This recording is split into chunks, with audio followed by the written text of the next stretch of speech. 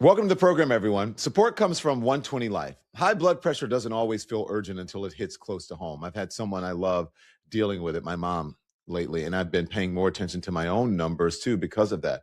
The truth is, high blood pressure is the number one risk factor for mortality, and nearly half of adults have it, most without symptoms. February is American Heart Month. If your New Year's resolution slipped, that's all right. This is a simple way to reset that. 120 Life is a once-a-day functional drink made from superfruit juices that helps support healthy blood pressure. It's not a pill or a gimmick. It's refreshing, easy, and consistency really matters. Hundreds of doctors recommend it. Over 1,000 health professionals support it. Grab a home monitor, drink it daily, and check your numbers. Many see changes in just 2 weeks. So go to 120life.com and use the code DON for 20% off. That's 120life.com and use the code DON. Try it risk-free for 2 weeks. If your numbers don't improve, you get a full refund. Now, these statements have not been approved by the FDA. This product is not intended to diagnose, treat, or cure, or prevent any disease. So check with your doctor as always. Thank you for joining us, everyone, on Lemon Live at 5. We're so glad that you are here, Lemon Nation. Thank you. You know the first word. Wow, look at the engagement already. How many people are watching us? This is fantastic. So thank you. Hit the like, hit the thumbs up. It affects the algorithm. More people become aware of our channel, our quickly growing channel, and our conversation. We're having important conversations, plural, this evening, because it's not even the eve of the State of the Union. This is a State of the Union night. It's going to happen in just a couple of hours. And I've been interviewing, you're going to see average everyday Americans. No one is average. Everyday Americans on the street today, and they gave me an earful about where they feel the country is. And I've also been interviewing lawmakers, and you're going to get to hear from them. Some of them we taped moments ago, and others are live, like Senator Martin Heinrich of New Mexico, and he joins us now live from the Capitol. Senator, thank you for joining us. We appreciate it. I hope you're well, and I want to ask you what I've been asking everyone today. The state of our union is what?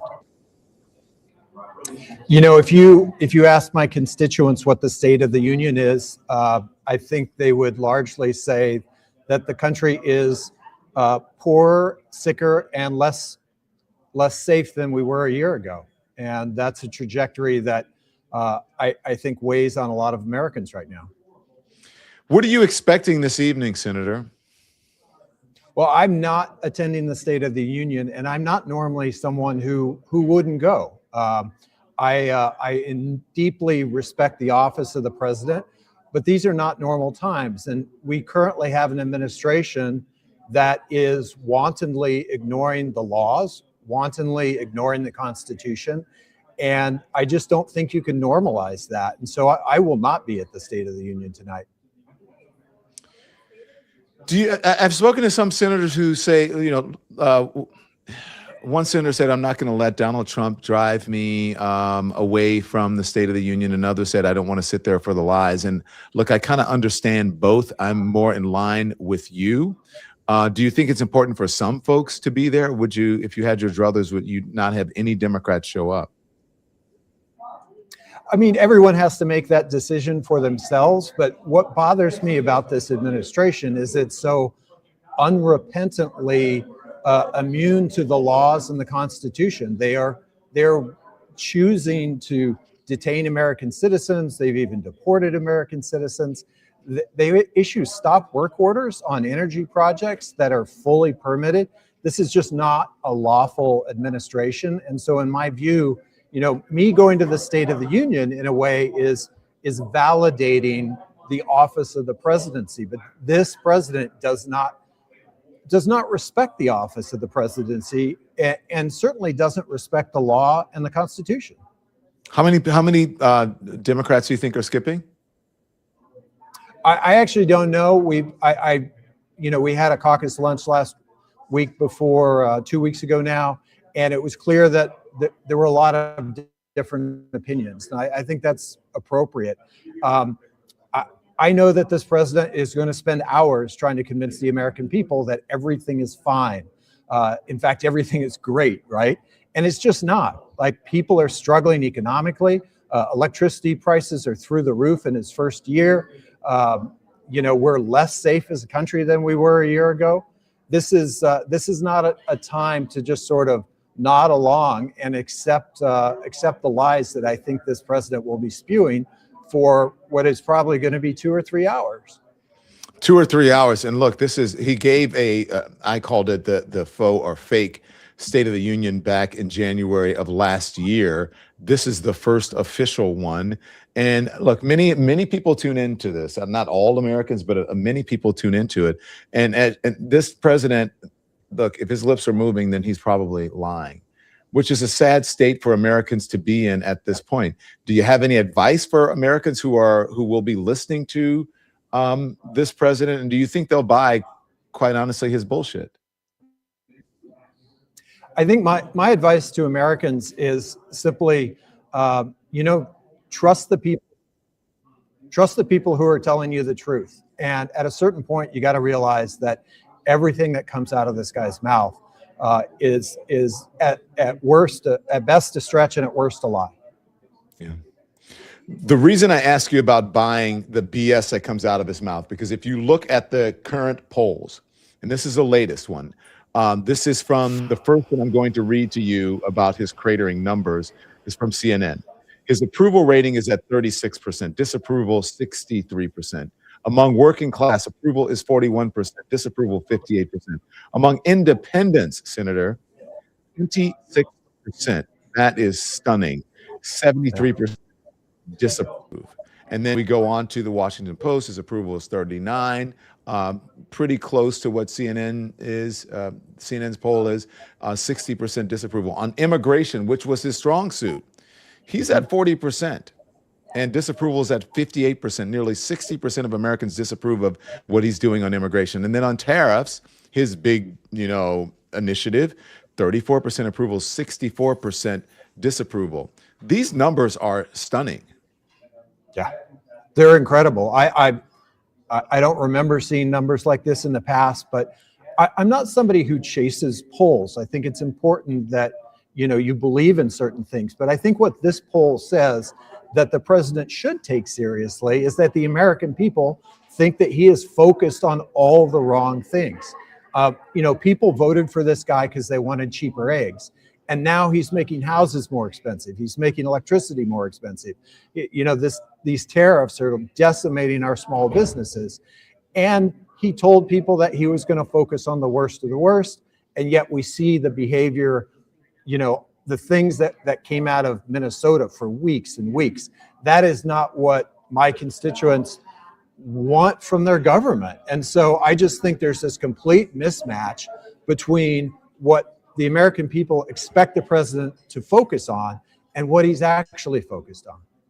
Well, they are still, if sources on the ground there, and the reporting is that they're still rounding up people. They're still being brutal. It's just that they're not spraying protesters with pepper spray as much, and the crowds aren't being drawn, but they're still violating people's due process rights. And this whole thing of them pulling out of Minnesota is kind of a head fake, and also to improve those numbers that I just read to you. Do you think selfishly for them, that's what it is? Yeah, I think they were reacting to the polls, but it shouldn't take a terrible poll to get you to simply follow the law, simply respect the fact that if you're going to bust into someone's home, you need a judicial warrant, that you don't detain American citizens, that this is a really low bar that we're here right now, that we have a White House that is so disrespectful of the courts and our laws. There are many who believe, Senator, that a lot of these, sadly, and in obviously horrible and very deadly ways it has become, that it is a distraction from the Epstein files. And this was breaking news this morning, and still today, and it's a very concerning story. And this is from NPR. NPR says the Justice Department withheld and removed some Epstein files related to Trump. Did you read this story, and do you know what's going on with this? What it appears is that the Department of Justice has been weaponized and basically turned into the president's personal attorney, and that there is very damning material that appears to be missing from what they were legally obligated to turn over. So I don't think the Epstein story is going away for this president. It just seems like every week there is a new revelation. And I think that trend is likely to continue. What worries me about that is not just his association with this criminal enterprise, but what lengths will he go to distract us from this story? And the fact that we're talking about a war with Iran that he has not explained to the American people in any way, shape, or form, that should worry all of us, because it appears that every day they're looking for a new way to distract the American people from what's in those files. But what's also concerning, Senator, I have to be honest with you, are the actions of our Justice Department. Why the Justice Department is in charge of releasing these files. And it appears, if this story is correct, and NPR does some great reporting, if this story is correct, then it means that what one can only assume is that they are trying to protect someone and thus possibly hiding something.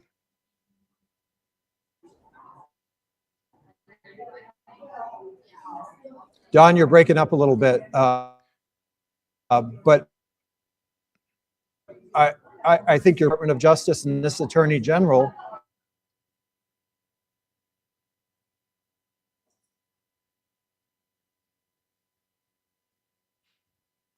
it appears that the senator is breaking up. Department of Justice, and that should worry all of us. Yeah. Senator, you broke up for a little bit. For at least on my end, if you can repeat, I would really appreciate it. Repeat the last part of what you said.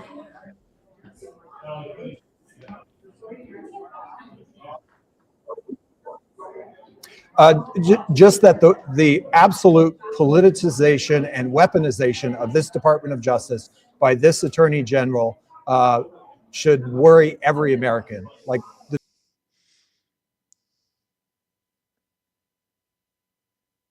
Well, it looks like we lost the senator. Is that the senator who's gone? Okay. Yes. Well, we lost the senator. Pardon us for that, technical difficulties. But as we know, as it gets closer to the State of the Union, more people will be using the internet there at the Capitol, and which was one of our concerns when we were deciding whether we would go or not.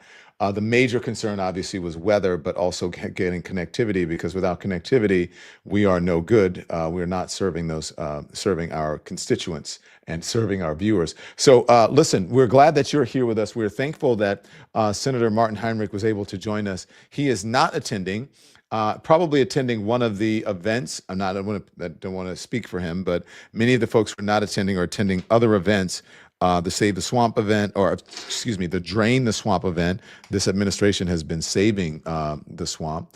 But what I was asking about was about Democrats skipping the State of the Union, and also I was asking about this Epstein story, which has taken on a life of its own after it was broken this morning. After NPR broke the story this morning, MSNBC also got in on it and had fantastic in-depth report about that. Andy, if you can find it, that would be great.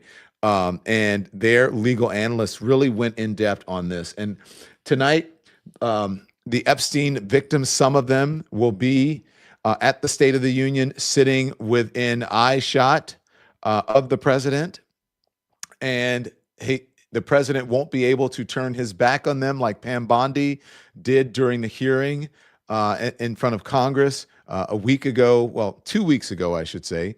And so they will be sitting there watching this president with eyes, on him. And the interesting thing for me is, do you remember, what's good for the goose is good for the gander? Because I don't know if you guys remember back in the day in 2016, during the debate with Hillary Clinton, he brought some of the women who had accused Bill Clinton of improprieties, so to speak. And now he is being confronted with basically the same thing from Democrats who are saying these women deserve justice and they don't deserve to have your attorney general have her turn her back to them or not even face them. If you can cue it into the reporters, please, not to even face them. And so this is a report, part of it that I want to play, and we'll be talking about much of it in just moments. But this is the report which stemmed from NPR's reporting from MS Now. Here it is. One of the things I can tell you is that based on documents that are available in the Epstein files, and we're just going to hold up to you what allowed us to get to this reporting. This is an index of witness statements from people who were not expected to testify at Ghislaine Maxwell's trial, but whose statements were nonetheless produced to her defense counsel in the run-up to her 2021 trial. We also have a smaller one with respect to those who were expected to testify. And based on those indices, as well as documents available in the file, MS Now can report that there is at least one witness for whom 3 interviews with the FBI in rapid succession in 2019 are missing. And you might say, well, what's the big deal about that? Well, the big deal about that is that we can also confirm that that woman is the same person who in a 2025 FBI presentation is identified to have accused Donald Trump of a sexual assault when she was between 13 and 15 years old. We know that based on a human source who has confirmed to us that this woman is one and the same. So I want to make this very clear. There is a woman who, according to the FBI and documents compiled last summer, accused Donald Trump of sexually assaulting and physically abusing her. One of the things in her accusation is that in addition to forcing her to perform oral sex, he also hit her in that same episode. We have now connected that woman to someone who was interviewed by the FBI 4 times in 2019. Of those 4 interview memoranda, which are listed in this index that I'm holding up right here, only one of them can be seen. And in that interview, the accusations against Trump are not present. At the most, she says that she had met Trump on one occasion without detailing it. And when asked how she understood that Epstein was a person who committed abuse against her, she showed FBI agents a picture that she had been sent by a friend. It was a picture that she was reluctant to share with FBI agents because there was somebody else in the photograph. It turned out to be, according to this interview memo, a well-known photograph of Epstein and Trump together. She said that she was reluctant to show them the full image, lest she incriminate someone that she feared could retaliate against her. That's all that we know from what's publicly available in the files. But we know that this woman had other accusations against Trump. Where they are listed or where they've been memorialized, we're not sure. But we can tell you and our viewers that there are 3 other interview memoranda taken by the FBI that are not present anywhere in the Epstein files. And this is a problem that we expect may have recurred with dozens of other witnesses whose files may not have been produced in their totality. Again, this index gives a unique numerical identifier to more than 500 witnesses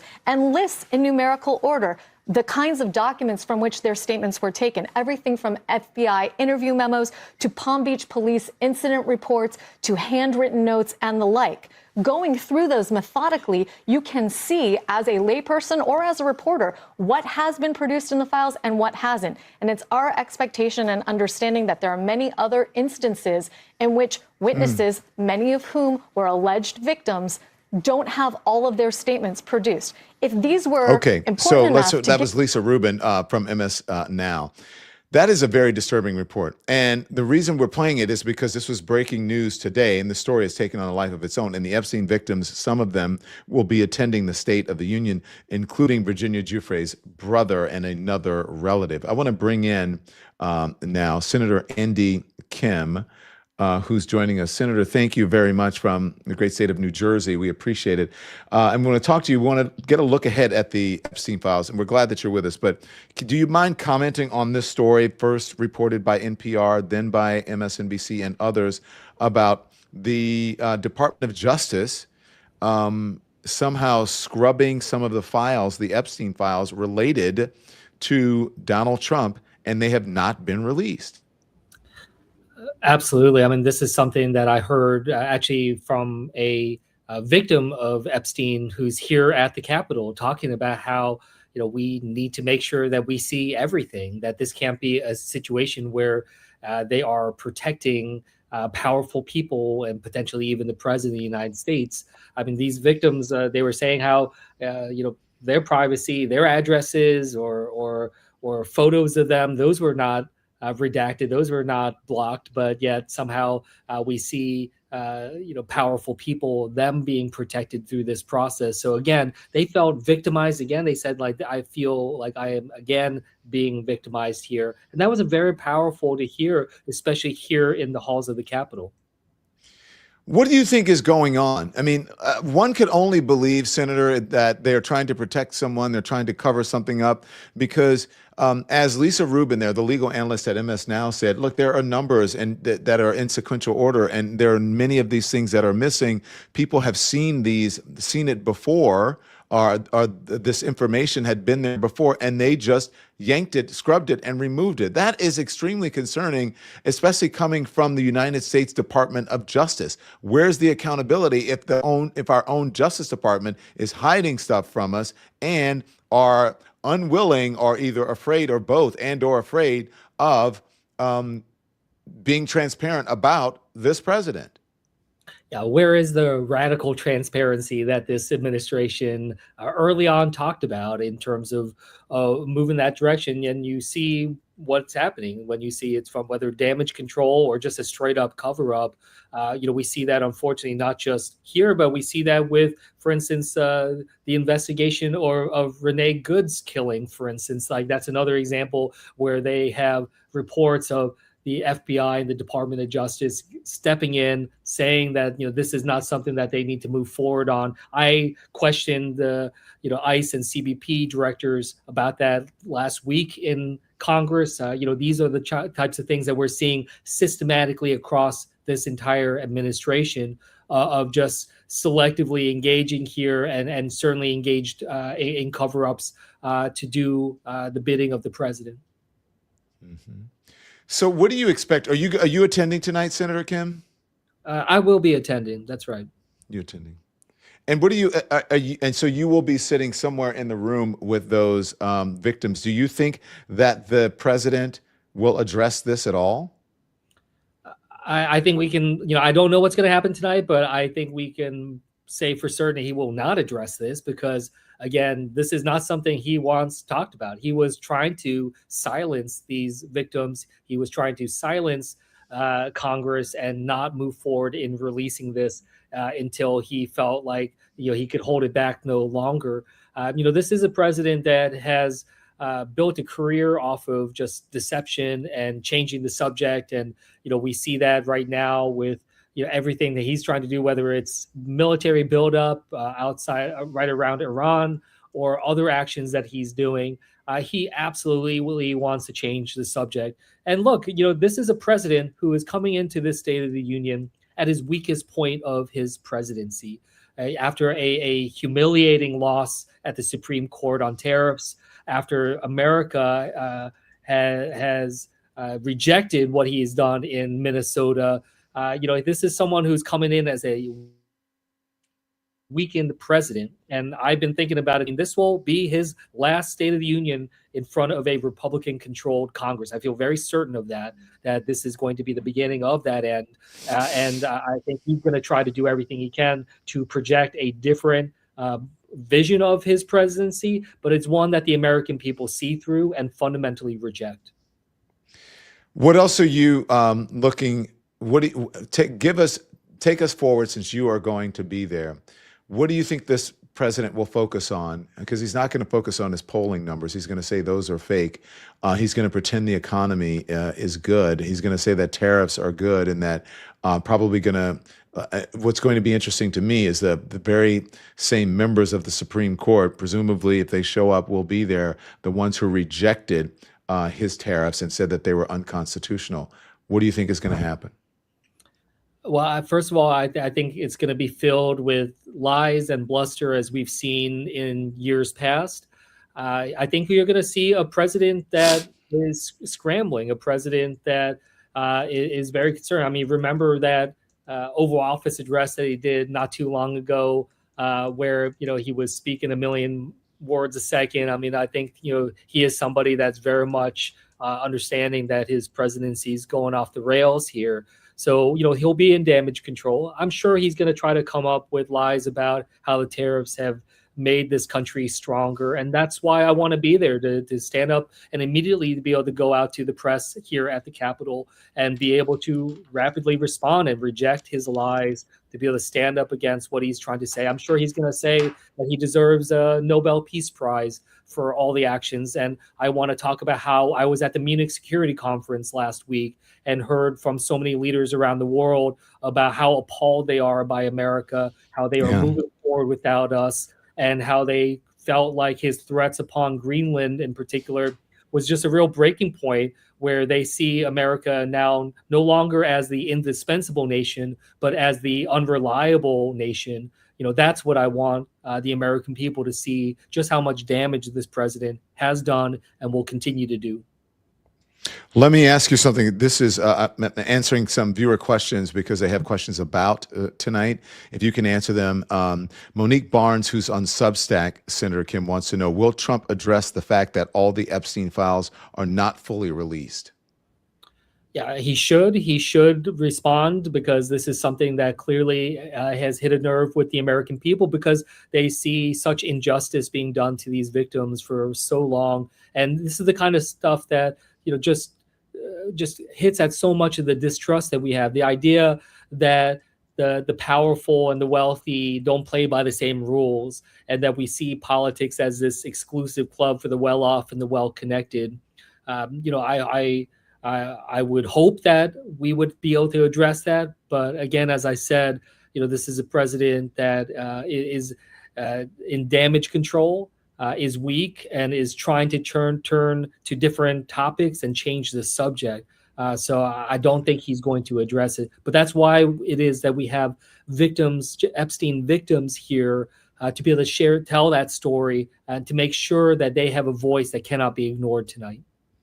I want to ask you, I'm going to put up the polling numbers, and I've been showing this to everyone, and they're pretty dismal. They're polling numbers from CNN, from the Washington Post, and they show really cratering poll numbers in almost every single category for this president. And so my question comes from, this is from Samantha Shepard, also on Substack, says, what, if anything, can people do to get the Supreme Court to do something about this president, especially since he has such low poll numbers, sir? Well, look, we did at least see the Supreme Court stand up against these illegal tariffs by President Trump. But I'll be honest, I worry that the Supreme Court may rule in ways that could very well hurt this country on voting rights or other issues going forward. So I've learned, and I think many Americans have learned, we cannot count on this Supreme Court to protect this country, to stand up for our Constitution, whether it was the Dobbs decision or other things that have done such harm. But we have to keep fighting. That makes me feel, to double down in terms of the midterm elections. I am somebody that won my seat in 2018 in a Republican House district. It was a district that the Republicans won by 20 points in 2016. And I did a 21-point flip to win it by 1 point in 2018. It was one of the biggest wins that we saw across this country. Those are the types of efforts. That's how we're going to try to get our country on a better path, is by exposing the lies tonight, to shine a light on the damages that this president is doing, and get the American people to have their voice heard by voting in the midterms, move the needle, and hopefully not just flip the House, but flip the Senate as well. I really think that the Senate is within reach, that we can win it, because otherwise, this president could very well appoint additional people to the Supreme Court if Alito or Clarence Thomas steps down in his final 2 years. That's the last thing that I want, is for Donald Trump to be able to appoint even further Supreme Court justices. So it's absolutely urgent that we stand up and flip the House and the Senate. Senator Andy Kim of New Jersey, thank you so much. We appreciate you joining us this evening, and we'll be looking to see your reaction there in the crowd at the State of the Union. Thank you so much. Thanks for having me. Thank you very much. We're back with more lawmakers giving us a preview and their thoughts on the State of the Union, and we're grateful that they are joining us. But before we get to our next senator, who you don't want to miss, we're going to get a word in from our sponsors. Support comes from MSI Reproductive Choices. Now let's talk dollars and cents. MSI shared data that every single dollar invested in contraception generates more than $120 in health and socioeconomic gains. That's real impact. Research shows reproductive health care reduces maternal and newborn deaths, keeps girls in school, and strengthens communities. Now, when women have access to contraception, they're healthier, better educated, and better able to support their families. That lifts local economies and fuels global growth. Your gift of $39 can provide 6 women with contraception for a full year. MSI relies on donors, people like you, to continue this work. So go to msiunitedstates.org. That's M as in modern, S as in safe, I as in informed, msiunitedstates.org, or text LEMON to 511-511. Text LEMON to 511-511. Thanks for looking into it. Text fees may apply. Support for the show comes from Shopify. When I started the Don Lemon Show, I had to figure everything out for myself. Scripts, lighting, merch, the whole thing. It can feel overwhelming when your to-do list keeps growing. The right tool changes that. For millions of businesses, that tool is Shopify. Shopify powers millions of businesses and 10% of all e-commerce in the U.S., from major brands to startups. We use Shopify for our merch right here at the Don Lemon Show, and it makes everything seamless. You get hundreds of customizable templates to build a store that matches your style. Their AI tools help write product descriptions, headlines, even enhance photos. And Shopify helps you find customers with built-in email and social campaigns. From inventory to international shipping to returns, Shopify handles the back end so you can focus on your vision. If you're ready to sell, you're ready for Shopify. So start today at shopify.com/lemon. That's shopify.com/lemon. And thank you so much to our sponsors. Now, let's get back to our lawmakers. Senator Mark Kelly is here, a friend of the show. We're always very happy to have him on, and he has a guest with him. Good evening to you, Senator. Who's your guest? Is this your guest for the State of the Union this evening? Yeah, Don, this is my guest for the State of the Union tonight, Martin Sepulveda from Phoenix. He's a veteran. He served not only in the United States Navy, but also in the Marine Corps, retired service member. Fought in the first Gulf War, Desert Storm, which I was in, but also after 2003 in Iraq and in Afghanistan. Kosovo, too. And Kosovo. This guy's been in 4 conflicts. I've only been in 1, unless you count the Senate. Mr. Martin Sepulveda, right? Am I correct? Sepulveda, yes. Sepulveda.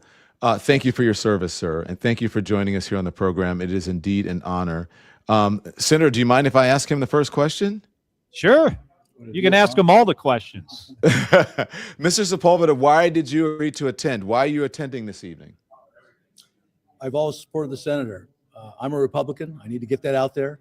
And I don't really care what the Republican caucus is saying or doing. What they've done recently that really brought a lot of attention and a dust up, I suppose, is unconscionable. For them to say the senator doesn't have the same First Amendment rights that you and I should have because he's a retired military man, it's ludicrous. It's ludicrous. And then the whole campaign, the smear campaign after that, what saddens me almost as much as that is other veterans in the Republican caucus and just elected. They know what the UCMJ, Uniform Code of Military Justice, it talks about you can disobey unlawful orders or illegal orders. It's very clear. And if the president ever served, he might know that. Secretary of Defense knows that, should know that. But it doesn't fit their narratives. They want to vilify the senator and his colleagues, and that really bothers me. That bothers me. Do you think, Don, they also Senator, don't look. They don't look. They don't like anybody to disagree with them. I mean, you've seen this in the folks that you meet, and with regards to the First Amendment, your constitutional rights have been violated as well. I hope that's going well for you. DOD just appealed the judge's ruling in my case today. But this president expects everybody in the country to be 100% behind him. That's not how our system works. And it is a feature of our constitutional democracy that people can speak out against the government. And this administration just doesn't like it. And they're going to try to suppress that free speech. Yeah. Mr. Sepulveda, I wanted to ask you before the senator jumped in. And Senator, don't get me wrong, I'm going to talk to you in just a minute. But I just wanted to ask you, since you mentioned that you are a Republican, and you don't like what's going on with the Republican caucus, do you think that there are many or a number of Republicans who feel similarly And have they reached the Absolutely. end of their ropes with this administration? Absolutely. My belief is this whole MAGA movement, it's shrinking. I think it's been so outrageous. I mean, the more outrageous the lie, a lot of people seem to agree with it at first until they don't. But you can't have as many exaggeration doesn't even cover what they are without it coming, to fruition, and people are tired of that. There are other things we need to be dealing with right now. So with respect to the Republicans, on the business side, tariffs, they've not helped us. I have a small business. My prices have gone up for steel, copper, aluminum, wood. Okay, tariffs haven't helped us. We're paying more for these. So again, the business side Republicans, I believe there's a lot of people there, probably a lot more Republicans, but a lot of people just don't step up and say, hey, I don't agree with this president. Senator, this evening, so you are attending. Many of your Democratic colleagues have decided not to attend. How do you feel about that? Well, Don, I understand why they chose to be there. I mean, this guy is violating our constitutional rights, yours, mine, other service members of the House. ICE is beating people up. There are 2 dead Americans because they are poorly trained, not following use of force laws, going into people's houses without warrants. It is outrageous what this administration is doing to the American people. This president said he was going to address the issue of rising costs. He says he's going to solve that problem on day one. The only people he has helped economically, as far as I can tell, is himself, his family, and his friends. He's made them a lot richer. He's given billionaires tax cuts at the expense of the American people. So I get why people are not going to be there. I made a different choice and a different calculation, and here's why. 3 weeks ago, tried to indict me and send me to jail because of something I said. That indictment failed. I want him to see me sitting there and know that he failed, that the Secretary of Defense is failing in his prosecution of me. It was important for me to send that message. Mm-hmm.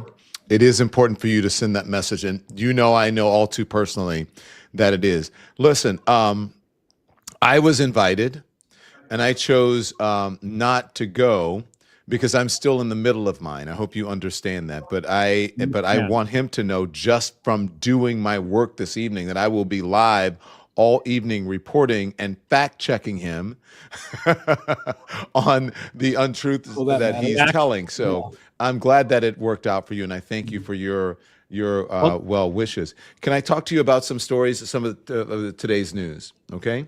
Sure. Because I've been asking people about this NPR story. I think it's a very important story, and I think if it is indeed true, our Justice Department has a lot of explaining to do, and that is that the Justice Department, according to NPR, great journalist over there, withheld and removed some Epstein files related to Trump. Other news organizations have also now confirmed this story as well. And this is troubling. If our own Justice Department is not out for justice and they are covering up or hiding something. Don, it's more than troubling. If this is true, this is like a failure of our judicial system. And by the way, is anybody surprised when the president signed the legislation that we passed, the House and the Senate passed, we sent it to his desk, and like in an instant, he went from he didn't want any Republicans voting for this thing, and he wanted it to fail to, of course, I'll sign it. And then he became a champion of it. He signed the legislation. So we shocked that he did the, end run around what we did and have his Justice Department, if this is true, remove things that had his name on it. I'm not surprised. He has weaponized this Justice Department against me, against you, against thousands and thousands of Americans in a lot of different ways. So I'm not shocked by this. This is not an independent agency that has, functioned outside and independently from the White House as it has for decades. It's a different animal. I want to ask you a question from Monique Barnes, who's also on Substack. She said, "Will DJT, meaning Donald J. Trump, give the tariff money back, and will the courts make him give the money back to Americans, Senator?" Well, I think this is going to be in the courts for a while. Unfortunately, Donald Trump ripped off the American people.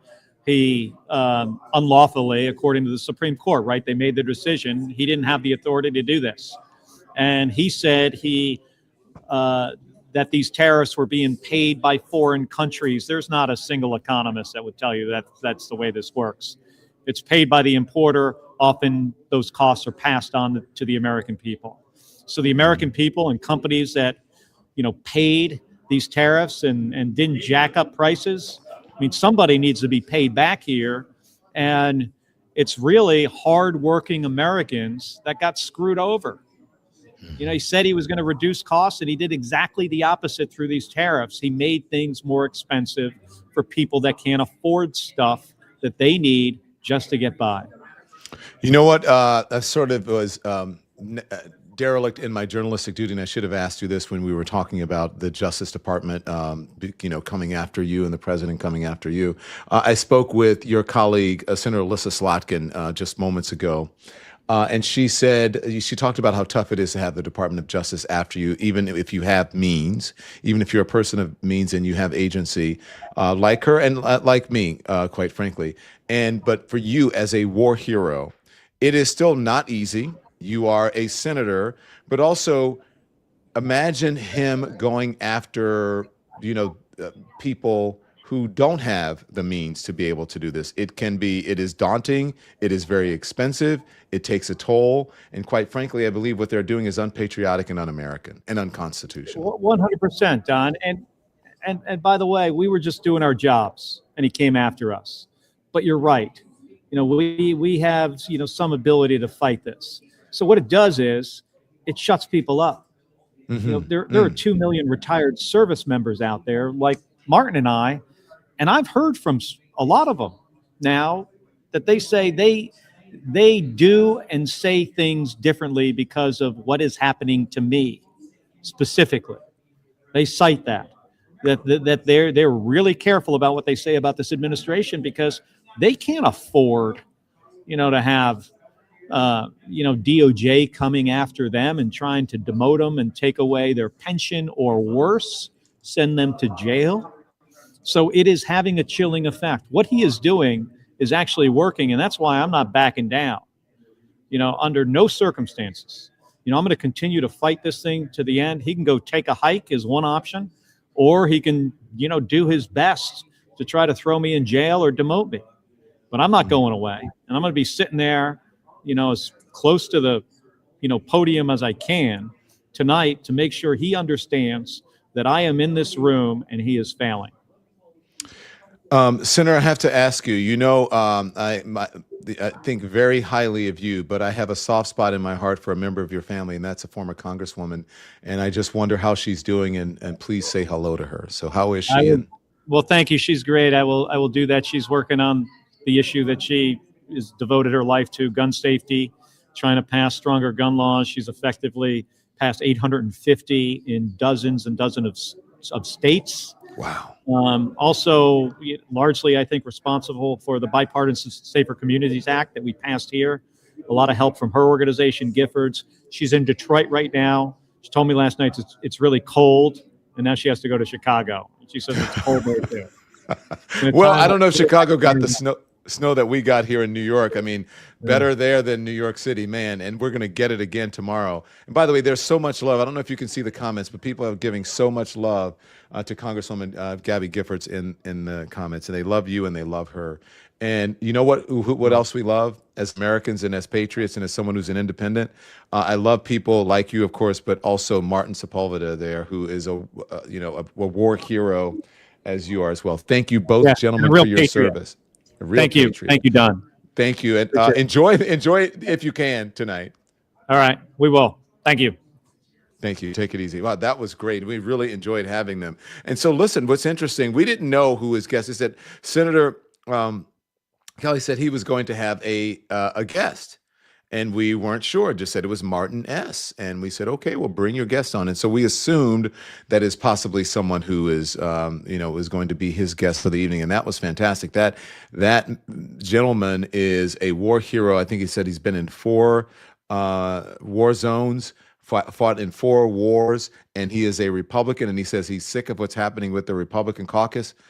Amazing. Thank you, Senator, for bringing him on. We're going to continue on here with much more on the State of the Union in the preview. But first, we need to get a word in from our sponsors. This episode is brought to you by Wild Grain. Wild Grain is the first bake from frozen subscription box for sourdough breads, artisanal pastries, and fresh pastas ready in 25 minutes or less. I tried the sourdough loaf, the croissants, and the fresh pasta. The croissants were my favorite. They're flaky, buttery, and honestly better than most bakeries. The sourdough had that perfect crust and tang.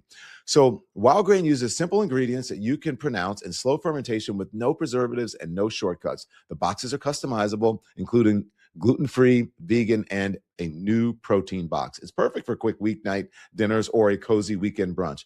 Having artisan bread in the freezer just makes life easier, especially in winter. Right now, you can get $30 off of your first box, plus free croissants for life at wildgrain.com/lemon. That's wildgrain.com/lemon, or use the promo code lemon at checkout. Today's episode of the Don Lemon Show is sponsored by Surfshark. Surfshark is fast, easy to use VPN that connects you to the best available server, and it does it automatically. I use public Wi-Fi a lot. I try to avoid it when I travel, and having extra layer of encryption, it gives me the peace of mind that you need so that you don't have to go on there and not be concerned about it. Well, Surfshark encrypts your data, so passwords, messages, photos, sensitive information, they stay protected. Their email scam checker can scan messages to flag potential phishing attempts, and the web content blocker is great for parents managing devices at home. So it does a lot. One subscription covers unlimited devices, which is huge. And you'll get alerts if your personal information appears in leaked databases, so you can act fast. They operate in 100 countries and offer a 30-day money-back guarantee. So go to surfshark.com/DonLemon and use the code DonLemon to get 4 extra months free. That's surfshark.com/DonLemon, and the code is DonLemon. Thank you to our sponsors. Thank you so much to our sponsors, and we're back. We're continuing our live coverage, and we are talking to lawmakers in Washington, D.C. and beyond who are headed off to the State of the Union, or perhaps not to the State of the Union. Joining us now is a senator from the great state of California, and that's Alex Padilla. We're happy to have him. And as I understand that Angela Padilla is also with him, and so we want to say hello to her as well. Senator, thank you for joining us. How are you? Did we lose him? He's frozen? He's frozen. He froze. Okay, so we should probably remove him and then have him come back in and join. So anyway, we're going to get to Senator Padilla in a moment, but this is one of the reasons. One is weather. 2 is Andy, Nikki, are you both there? This is what we were concerned about being at the Capitol this evening. We were concerned about what? Connectivity? Yep. Connectivity. And perhaps if we were there, you would not be getting the show that you deserve. I don't know if it would have happened if we were there or not, but it seems like the folks who are joining us from the Capitol have been having a little bit of a lag. It has been tough for them to get on. And so there he is. So let's bring him back in. Senator Alex Padilla, thanks for joining. And as I said, I think your wife is joining you, Angela Padilla, as well. Is that correct? Loading. Are you there, Senator? Okay. Can he see us? I don't think he can see us. He can't see us and he can't hear us. So you guys are going to have to get in touch with them, and we'll figure it out. Okay, so here's what I'm going to do. Let's talk about some of the things. I'm kind of glad that I decided to stay in the studio instead of going there, because that would have been a disaster, and the producers would have been losing their minds saying, we've lost connectivity. What can we do? Okay, so look. I want to talk about some of the things that's going on today, And that is what's happening with the Epstein files. That is a big breaking news story from today. The Epstein files, also the polling, and also, sort of some of the new things that are happening with tariffs. And that is the Supreme Court, who has really just shot him down and said, nope, you cannot do this. You are not a king. You are not a king. And one of the people who's really most concerned about what the breaking news story that we had regarding the Epstein files, this NPR story, which has now become MS Now and other news organization story, Ro Khanna is extremely concerned about this. He's wondering why people in other countries, elected officials and diplomats, are facing consequences, and it is not happening here, and whether Donald Trump should be addressing that in the State of the Union. Here it is. Today, Great Britain arrested Lord Mendelsohn because of his alleged ties to Epstein. Isn't it ironic that Thomas Massey and I forced the release of the Epstein files here in the United States of America, but there's no action in America, but action everywhere else in the world? Former Prince Andrew is being investigated and prosecuted in Britain. In Norway, they are investigating and prosecuting a former prime minister. In France, they are investigating and prosecuting government officials and business leaders. But nothing here in the United States of America. Our FBI Director Kash Patel flew for the Olympics to Italy, drinking with our hockey team. Our Attorney General Pam Bondi is hurling insults to members of Congress. But they've forgotten about the survivors, the thousands of survivors who just want justice. Haley Robeson just wants justice. That's why I'm inviting her as my guest tomorrow at the State of the Union. She'll be speaking not just for herself, but for the thousands of survivors. She's a former Trump voter. It's not about politics. It's about making sure we're prosecuting those men who abused these young girls and who committed horrific crimes. I want justice here in the United States of America. It is time for the FBI and the Department of Justice to begin investigations and prosecutions. Okay, and that was Ro Khanna, and he's bringing one of the Epstein victims with him this evening. I'm going to bring in now, let's try again, Senator Alex Padilla of California. Finally, it seems that you can hear me. You can hear me now, sir? I can hear you now. I can see you now. I guess we need to be investing more in broadband in America, not less, even here in the U.S. Capitol. Good to see you, Don. My wife Angela's a fan. She wanted to say hello real quick. Hi, Don. Hi, how are you? I'm a fan as well. Angela, thank you. Excuse me, Mrs. Padilla. You doing okay? You can call me Angela. I'm doing well. Thank you. I wanted to tell you that I'm so proud of the work that you're doing. Keep going. Thank you so much. Why do you? I want to talk to her, Senator. So, all right, here you go. So, Angela, why do you feel so strongly about that, if I might ask? Because the reason I'm asking is because I just spoke with Senator Kelly, and you know that the administration went after him as well, and four of his colleagues for telling the truth and doing their jobs. Right. Yeah, these are times like no other. We've never lived in such a time of fear. And I'm a mother of 3 boys. And I can tell you how affected they have been just feeling what's happening in our country right now. Seeing, what happened to their dad last year. Yeah. And so it's important for anyone who has a voice, who has a platform, to keep speaking up. If I may ask you one more question, when you saw the video, when you saw what happened to your husband, what was going through your head, Mrs. Padilla? To be honest, it took me a while to watch the video. Alex called me right after the incident happened, and I heard his voice like I had never heard him before, and I knew how serious it was. And so I wanted to shield my children from it, so I turned off all the electronics and until Dad got home and we were able to talk to them and explain what happened. Then I watched the video with my husband, and it was horrifying. It was something I could never imagine. He grew up in a place where it was tough. It was, Pacoima, California, when he was growing up, was a tough place. And he despite, it being in that environment, he never got in trouble. He rose above everything. He made it to MIT. And to reach the highest office as a United States Senator and then be handcuffed, it was the biggest insult. Senator, thank you very much, Mrs. Padilla. I appreciate you being so candid with that. Senator, does that play into you're going to attend or no? Are you attending or no? Well, as you know, I'm preparing to give the response to the State of the Union in Spanish and Espanol because I'm bilingual. Yes. We're a diverse country, and so just making sure I'm getting and staying in the zone. But no, I appreciate Angela being here with me. If she didn't get a chance to tell you hello directly, I was charged with saying both Don Lemon and Alex Padilla have been through a lot this last year.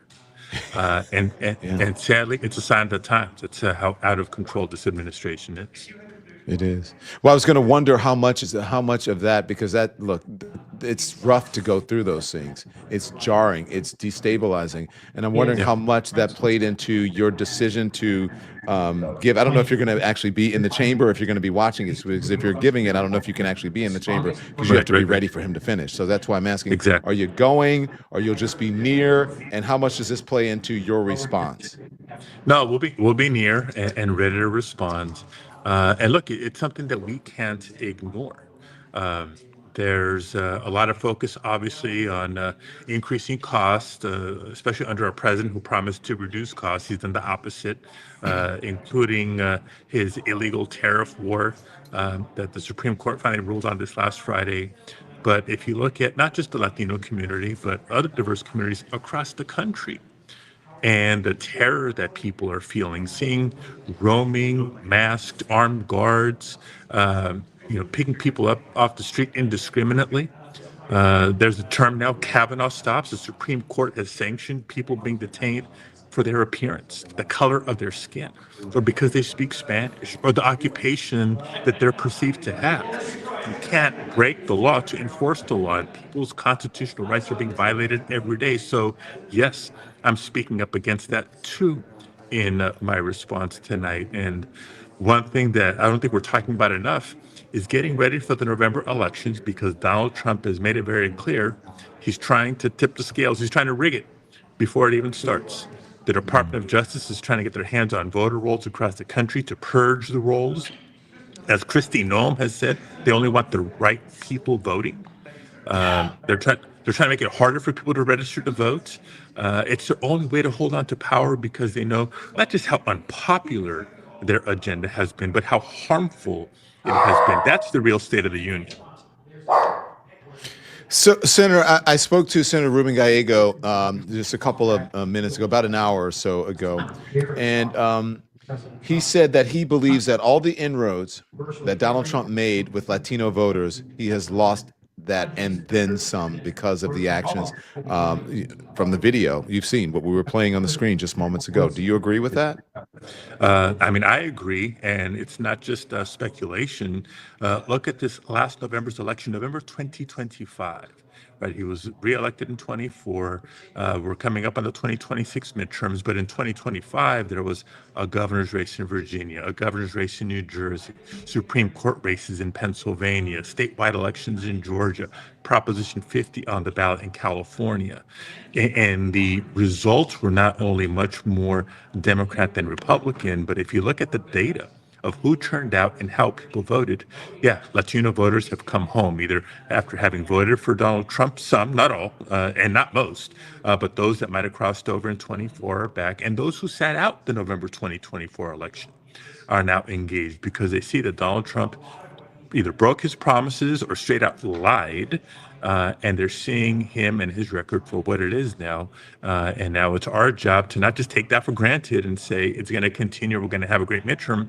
The opening is there, the opportunity is there, and now it's incumbent upon Democrats to get out there with a real agenda, real proposal, bring down costs, restore fundamental rights and constitutional rights, and address this out of control administration. Senator Padilla, you mentioned elections. Do you think that we will have a free and fair elections for the midterms this year? I do believe so because, as the Constitution is clear, states run elections. The president does not have the power or the rights to change how we administer elections.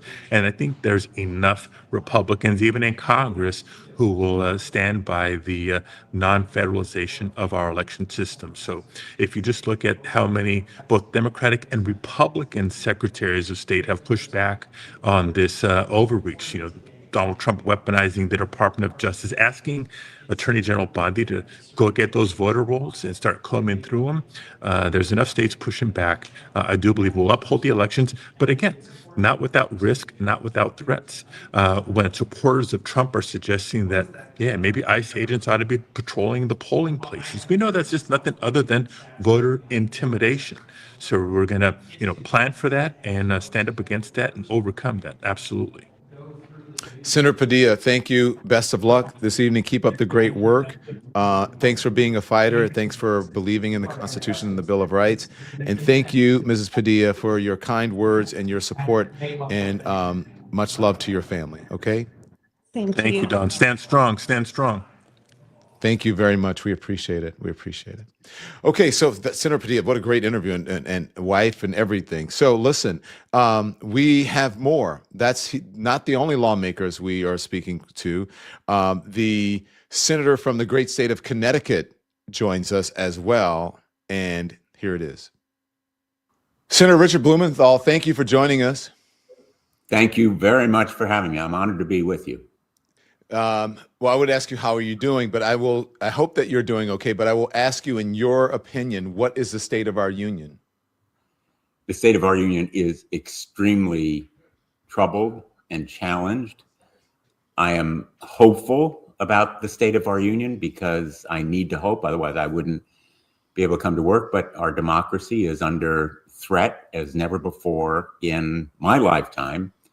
And it is injustice, electoral challenges, a slate, an array of brutality that we're seeing in Minneapolis and all around the country that I don't recognize in America.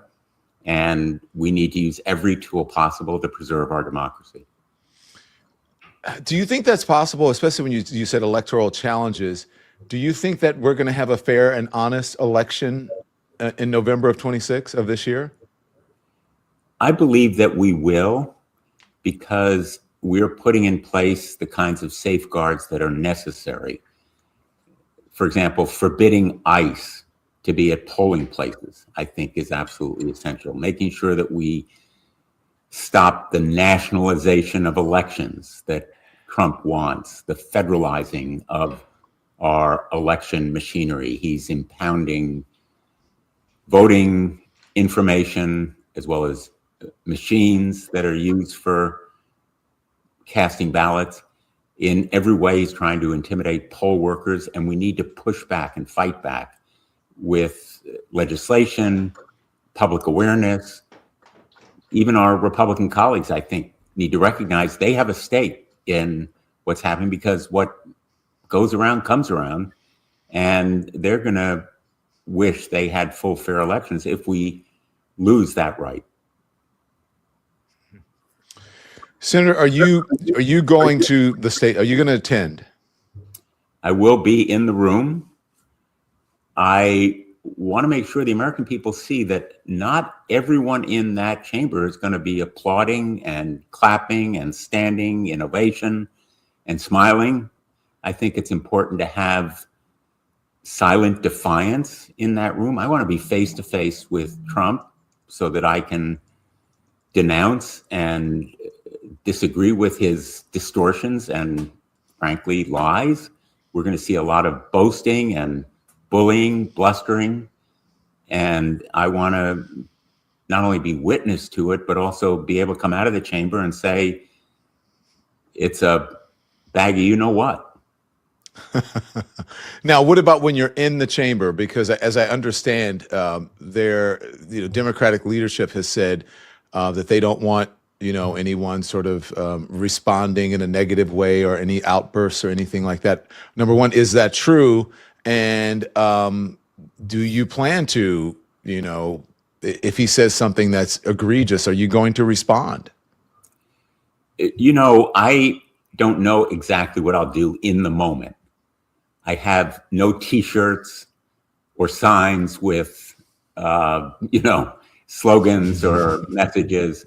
I'll be wearing suit and tie, and I will be there in the room. I may, groan or,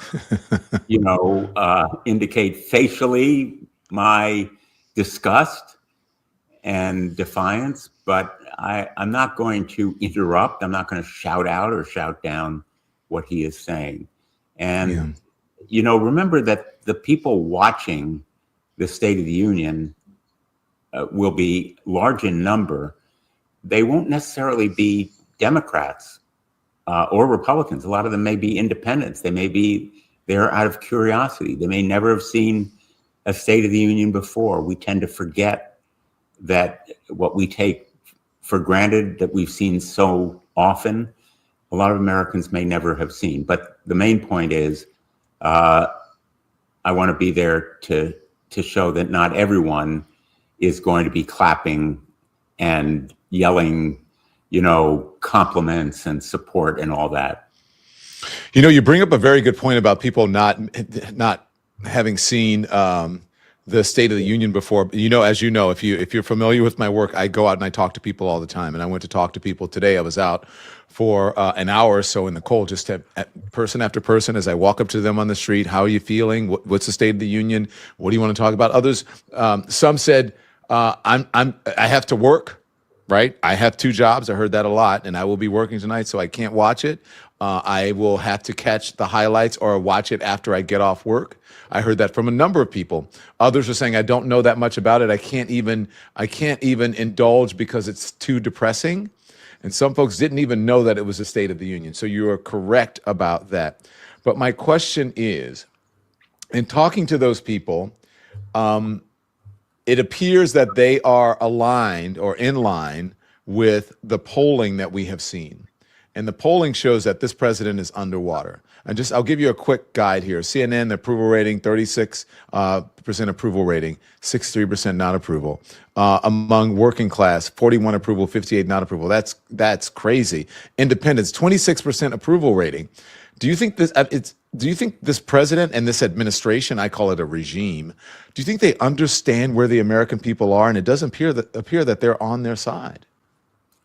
I think the president is in denial, and so is this administration. Yesterday we had a hearing involving a whistleblower, Ryan Schwank, who came forward to tell about how he was instructed as to how he should train ICE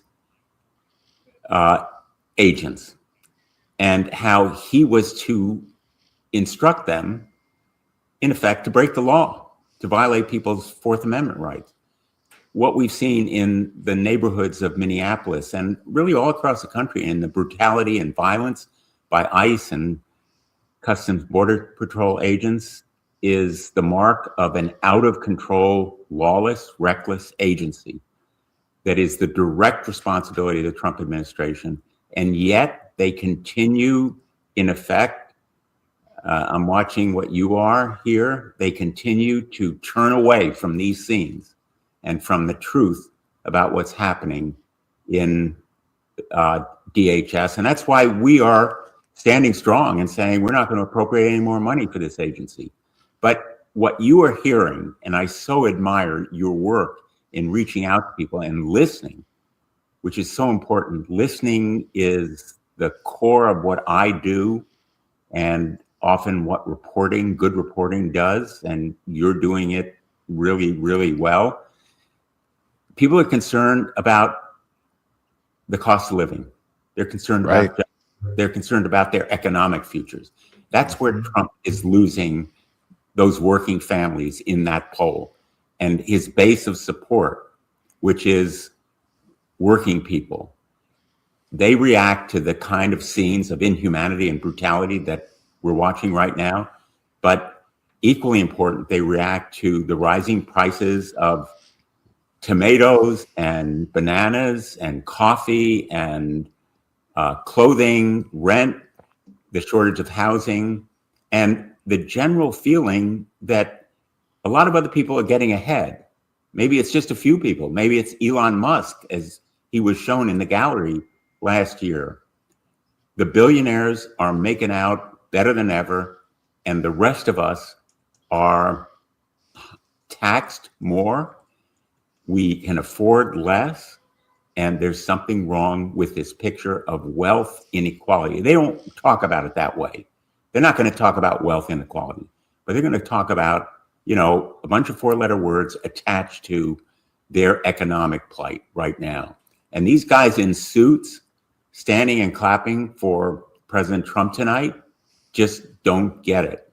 They don't get it. Yeah. To answer your question, I don't think they understand what is at the core of Trump's plummeting approval numbers and how they're going to be baked into his political standing. You mentioned the inhumanity we saw there on the screen of ICE agents dragging people out of their cars and just brutalizing people and not using due process in order to detain them. But I also want to talk to you about the Epstein files as well, because that's on people's minds today, especially since this new NPR report came out. I'm not sure if you've seen it, that the Justice Department reportedly has withheld and removed some Epstein files related to Donald Trump. If the Justice Department, this is very serious. If this turns out, and I don't doubt NPR to be true, this is extremely serious. And people are wondering, is there going to be any accountability, not only from Donald Trump, but from this Justice Department? Because if you look at the UK and other, our allies in foreign countries, people are being held accountable for fewer connections to Jeffrey Epstein than Donald Trump and Howard Lutnick. This Justice Department has nothing to do with justice. I was a United States attorney, the chief federal prosecutor in Connecticut for 4.5 years. Then I was attorney general of the state for 20 years. I know something about the ethics of prosecution and the requirements of decency and fairness, not only constitutionally and legally, but also as a matter of our basic ethos and norms, the rule of law. This Department of Justice cannot be counted on to take action on the withholding of files by itself. And they are breaking the law, by the way, passed by an overwhelming bipartisan majority, the Epstein Files Transparency Law. And many of us had severe doubts about whether the administration would comply with it. Now, maybe not surprisingly, it is withholding a bunch of information. The people hurt are the survivors. The people who deserve justice are the survivors. The people who advocated successfully for the Epstein transparency law are the survivors. They deserve better. And my feeling is that we need to take action in the Congress to hold the Department of Justice and its leaders in contempt if they fail to follow the law. What does that mean? It means that fines, at the very least, personal fines on those leaders who are failing to comply with the law, maybe even imprisonment, because criminal contempt carries criminal penalties. But this Department of Justice cannot be counted on to enforce or obey the law. Anybody who's watched Pam Bondi in the hearings where I questioned her, and she was defiantly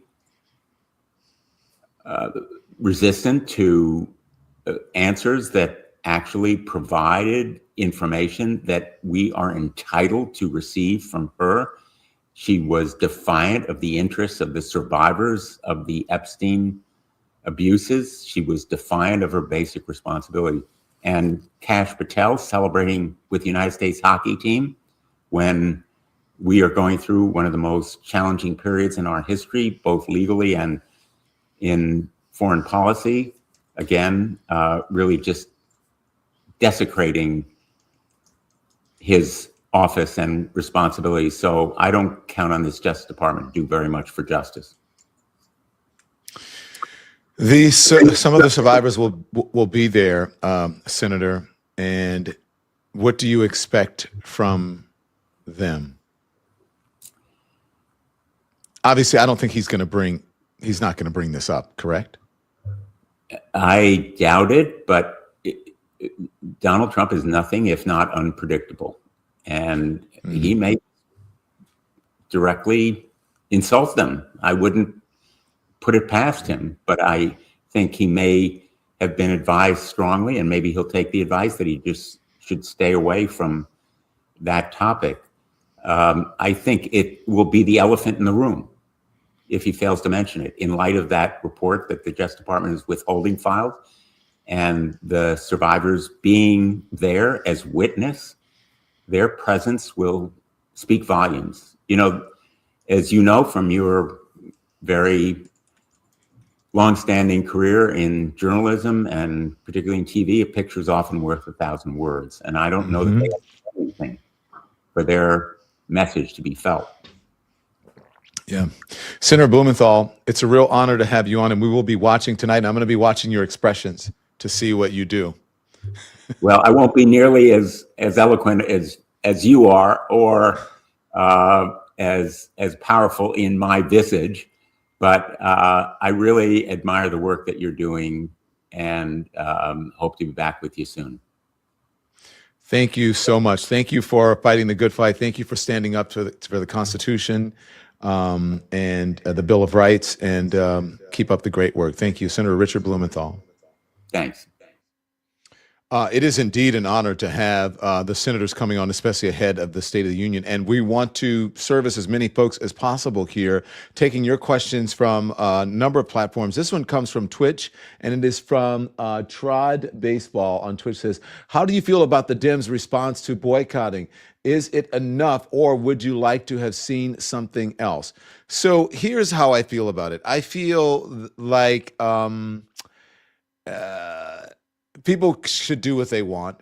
I know that is difficult. As I was speaking to him, as a matter of fact, my friend Monique Presley said to me, look, it's very difficult to be, boisterous and then get kicked out like Al Green did, and still you don't have committee assignments and all of that. So I would like people to be able to stand up, but I want them to be able to continue to govern and keep their positions so that they can fight. But I want to see some fight and some gumption, and not so much respectability from the folks there. So thank you to Senator Blumenthal. And now our interview with Senator Alyssa Slotkin. Senator Alyssa Slotkin is here. Thank you so much for joining us now you're here. You're in Washington, not in Michigan, correct? I am in Washington this year. You're in Washington. Here. Yes. Okay, good. Okay, so I'm glad that you are in Washington, and because I'm just wondering if you're going to attend tonight, because some folks are not attending. Ruben Gallego says he's not attending because he's got important things to do. He doesn't want to sit there and be exposed to a bunch of lies, that it is not, he said that there's no upside to it. It's not productive. What about you?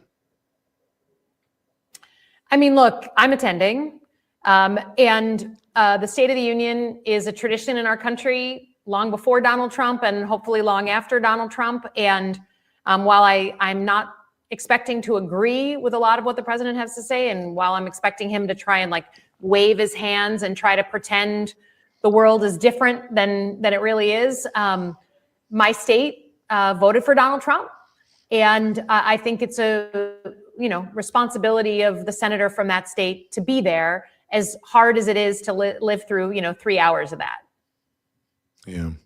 If the president is going to start by saying the state of our union is whatever he wants to use, who's great, or whatever he's going to say, or the hottest, whatever, ever. So in your opinion, Senator Slotkin, the state of our union is what?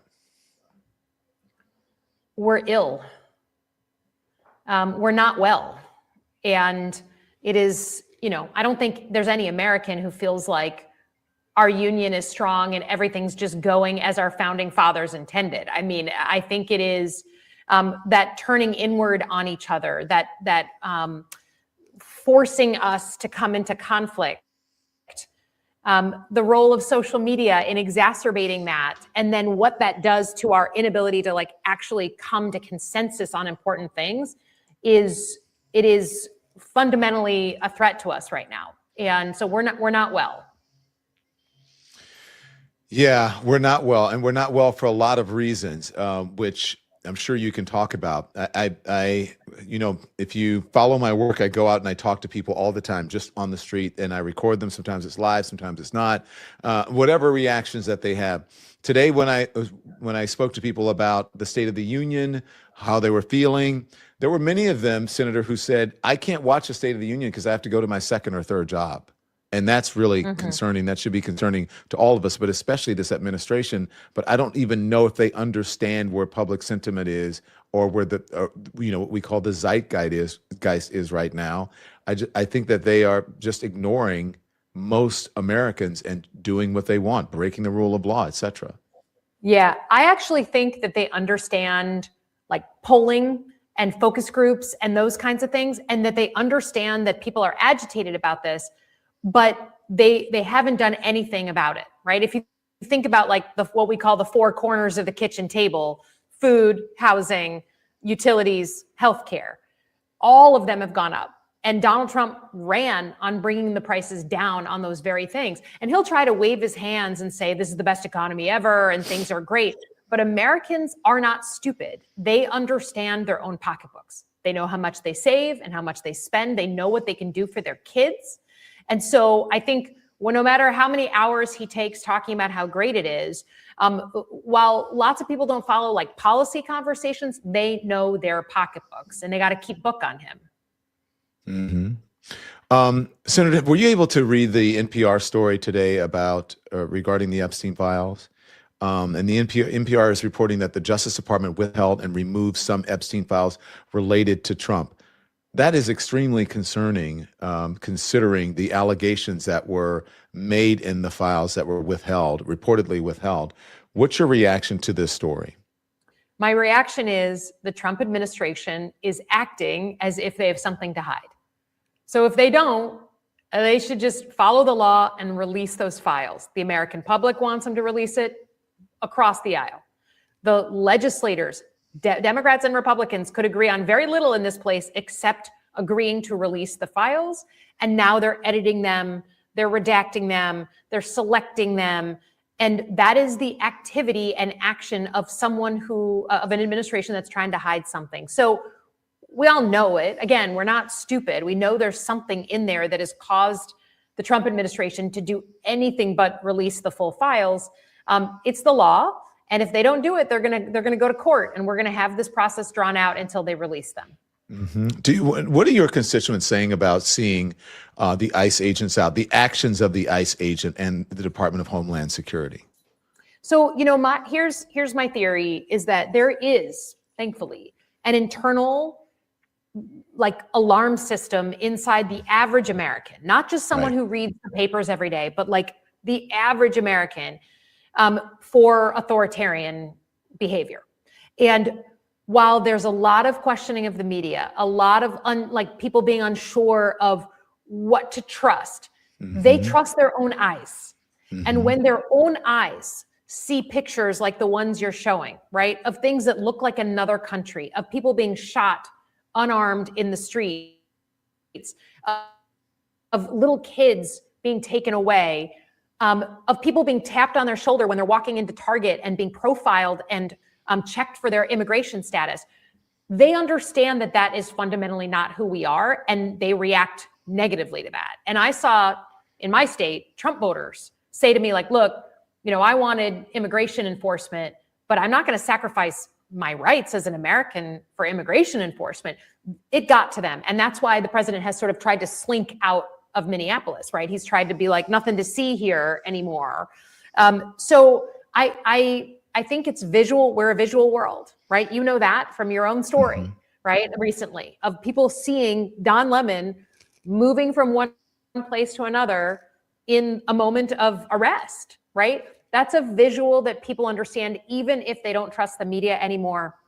And as those visuals pile up, the public turns against what the president's doing. And that's very important. Well, since you brought that, thank you for bringing it up. Since you did bring it up, let's talk about it, because you have been the target of this administration, you and your fellow Democrats who gave just basically told people who were in this work in the military and service members that they don't have to follow unlawful orders. This is something that they learn in basic training and they hear almost every day. And they want to arrest you and take away your freedom for it. Can you explain because I try to explain to the American people what it's like, and you know, and maybe you can do a better job. I'm a journalist. I know, that I should be able to communicate properly, but when you're the target of it, it's tough. As an elected official, can you explain to people what it is like to have the Department of Justice going after not only elected officials, but citizens of the United States just for doing their work or because they don't like you or what you are reporting about them? Yeah, I mean, I think let's put aside that I've worked alongside the FBI my entire life as a CIA officer, right? And have a lot of respect for a lot of the career folks over there. Can I say something real quick before you answer? Yeah. Look, I having had this experience, the Department of Homeland Security, not all agents are created equally. The folks who are out there with 47 days of training are not the same professional guys who were in charge of me when I was arrested. Two different sets. And quite frankly, I believe that those folks are embarrassed by those people who are out there. Yeah. They don't like them. They're thinking they don't want to be categorized. They don't want to be in the same category with those guys. So I agree with you on that. And we should keep that in mind, that there are some good people who do work for the Department of Homeland Security, and they're not representative. This government is not representative of them. Sorry, go ahead. Yeah, I mean, look, I'm a border state in Michigan. I rely on my Customs and Border Protection folks, my Border Patrol. Like we live together, we depend on them. They're in our communities. They're our people. And so I've worked alongside them my entire life protecting the homeland. So I know that there's a ton of patriots just trying to do the right thing in that organization. Right. And then a bunch of people who got hired 30 days ago are out there, shooting people. So, but I will say that when your own government is weaponized against you, when the president directs an organization to go after you for political reasons because you bothered him, because you pissed him off, as an American, your stomach kind of goes through your knees a little bit because an article of faith is that the government is supposed to be even-handed. And even if you come from a tradition that's like, well, Alyssa, I didn't think the government was even-handed. The fact that the president could direct people in such an easy and obvious way, the fact that he could use legal intimidation and then physical intimidation on purpose, it does take your breath away a little bit. And I used to study countries that use these tactics, right? As a CIA officer, we'd analyze authoritarian countries and their tactics, and this is a big part of it, is arresting your enemies, your so-called enemies. So it's and the thing is, what I think about, and I remember when everything you were going through, there was another journalist who was lesser known, right, from Minnesota, who was going through a similar thing. So I'm a senator. I'm able to, ask people for help with a legal defense fund. If you're just an average citizen, a mom who goes viral on TikTok, a CEO, a community leader, and the government is weaponized against you, you're just going to duck and cover. You're just going to say, I can't do this. I can't afford a lawyer. I can't bring this into my life. So it wasn't about me. And as I'm sure you feel, it wasn't just about you. It's about what it represents and how the average person could just be crushed by this system. Right on. 100% correct.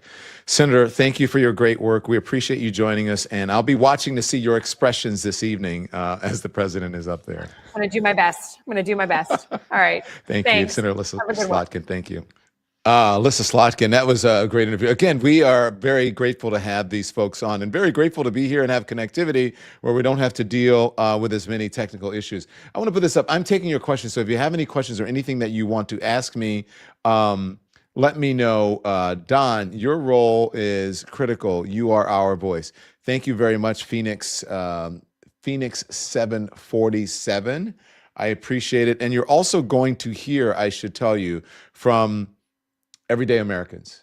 And just a little bit here. I went out to you. You guys know I love going out and I love talking to people. I know you guys are worried about me being out there, but that's what I do, because that's how you get a pulse of what's going on. That's how I had an idea of what's going to happen with the election. That's how I knew about Zoran Mamdani and about many other issues right now. And this president and this administration, again, I call it a regime, they're not with the American people. The American people are not with them. It's not simpatico. And even from Republicans, you heard with Senator Mark Kelly and Martin Sepulveda, who is a veteran of 4 wars, that he's sick of the Republican. He said that he's sick of Republicans, the Republican coalition.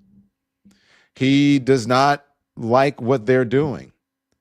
And so thank you very much. Thank you very much for saying keep up the work. Yeah, it is kakistocracy. I agree with you. Rule by the least. What? Can you put that back up? I didn't really get to finish it. Rule by the least. I forget. Anyways, by the least suitable citizens. Thank you very much for that, Valerie Dyer. I appreciate that. You know, I want to know. I want some of your questions if you have. He said Hakeem Jeffries should be sitting in his section at the State of the Union address tonight. So we shall see. I want to bring in some, I just want to put this up real quick because we are going to get Senator Cory Booker in just moments. But this is from Public Impact News, which is a Substack, okay? And so I would suggest that you go and you become a member or a subscribe. You can become a free subscriber or a paid subscriber, but this is, again, from Substack, Public Impact News. And Public Impact News put together, I think his name is Jim Borg, State of the Union 2026, Donald Trump's 2025 promises measured against the reality people are living and experiencing. We're going to help our country heal. To every citizen, I will fight for you, for your family, and your future. This will truly be a golden age of America. Does it feel to you that he's fighting for our future? That he's fighting for every single American? It's kind of hard to believe in this moment.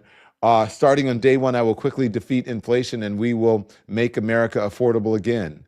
America is not affordable again. We've not defeated inflation. The economy is not great.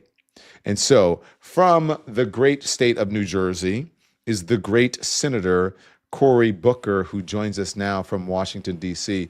Thank you, sir.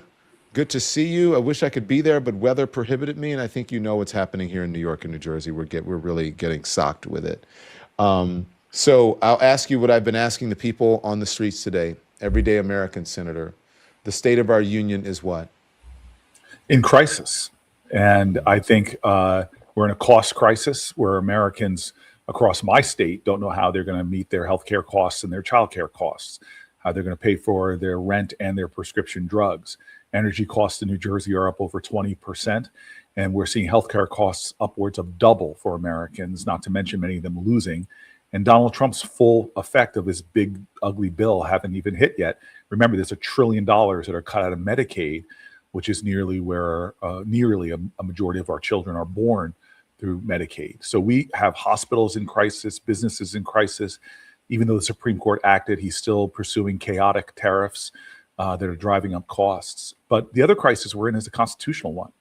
When Donald Trump weaponizes the Justice Department and goes after reporters and journalists like you, goes after independent agencies like going after the head of the Fed, goes after senators, when he's weaponizing the Justice Department or the rule of law and has masked people jumping out of cars and violating the civil rights of Americans, throwing them to the ground, detaining them, or taking away people here that are immigrants, but they're lawfully here, justifiably here, but yet they're still throwing them in for-profit prisons. We have a real constitutional crisis. So this is a president who's broken every norm. He has trampled the separation of powers. He has corruption at levels that are stunning to me. Over $100 billion this president has made by grifting through his office. All of these things together make us really a nation that has lurched into crisis. It's one of the reasons why, for the first time, I am not going to a State of the Union address.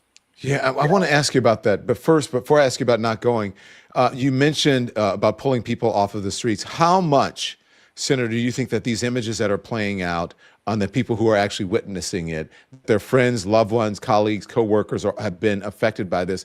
How much do you think that is playing into Donald Trump's cratering poll numbers, where he is, I think, 26% with independents and about 36% overall with approval rating in this country?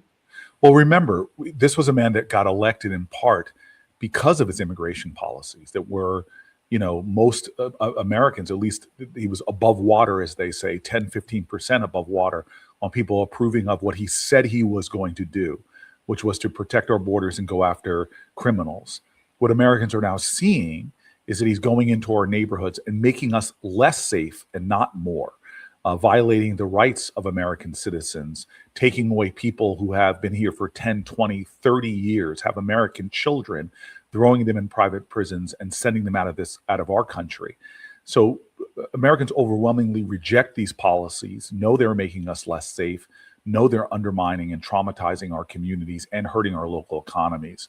So I think this is indeed a reason for his cratering approval ratings, because it's clear that his cruelty, his cravenness, and his chaos that he's creating is not good for America.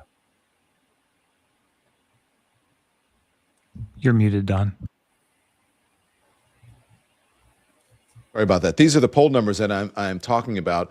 The CNN has an overall average approval rating, 36%, 63% disapprove.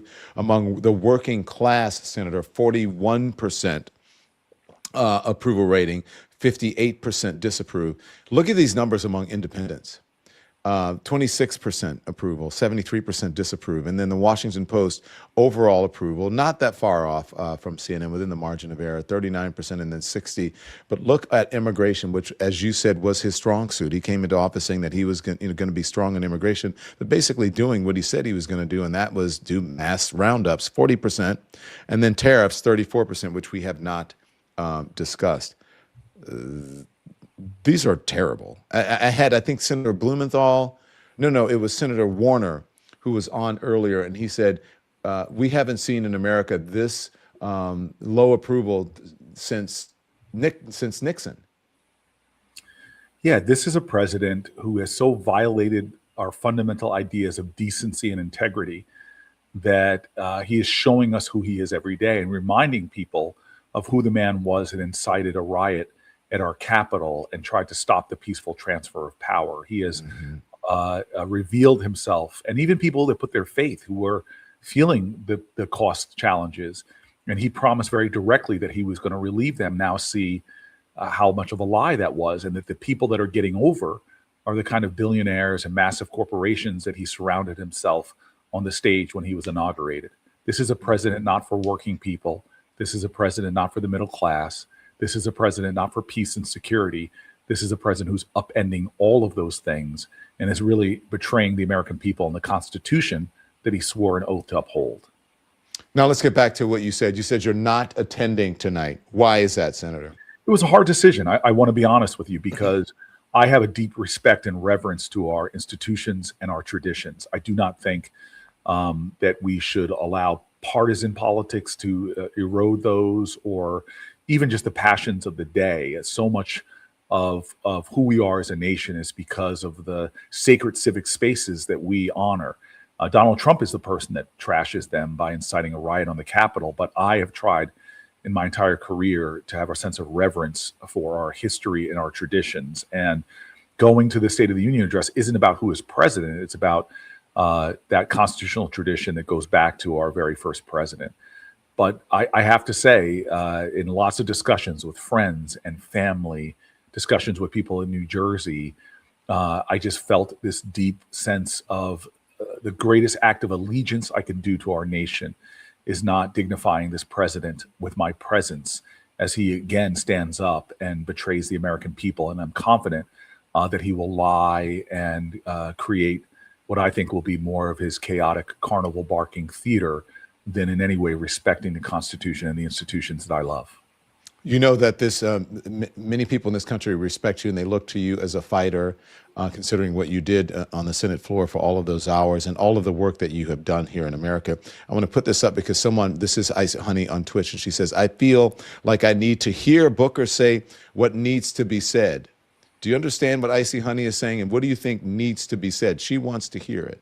Well, or I'm not sure what it is. Yes. Well, I want to say very clearly to the American people, to those who respect me or are looking to me for leadership, that all of us at a time where he is doing outrageous things that are attacking our country's well-being, we must do extraordinary things in the call of our country. And I've been telling my team more and more of this as we continue in this next work period here in the Senate, following some of the most outrageous things he did in the last work period, including having people like you arrested, having colleagues like mine where he called a grand jury and tried to indict them for their free speech, and where the constant outrages are going on in streets of America from north to south, coast to coast, that I pulled my team together and saying, what can we do to further let the American people know that this is not business as usual, and all of us need to take greater steps to reclaim our country and to get it back on track. And this is not left or right, Democrat or Republican. It is right or wrong. It is about moving our country forward through a very dark period. I want to ask you about this, and I'm asking everyone, because I believe a lot of this, much of what this administration does is about distracting people from the Epstein files. And there was a huge breaking news story today, first broken by NPR, that says the Justice Department withheld and removed some Epstein files related to Trump. I'm sure you've read it. You know what's in there.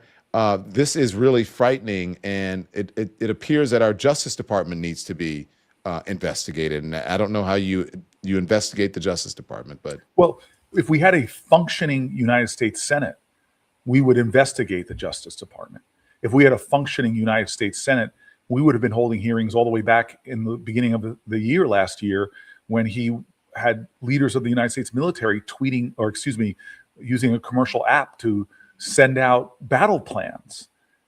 Every month of 2025, there were things that under normal circumstances, forget about the president being of your party or not, would have merited congressional hearings and investigations. Our Constitution was designed to provide checks, balances, and oversight. And we have a Congress now that has surrendered themselves as they submit themselves in servile fashion to a president. And that is unacceptable.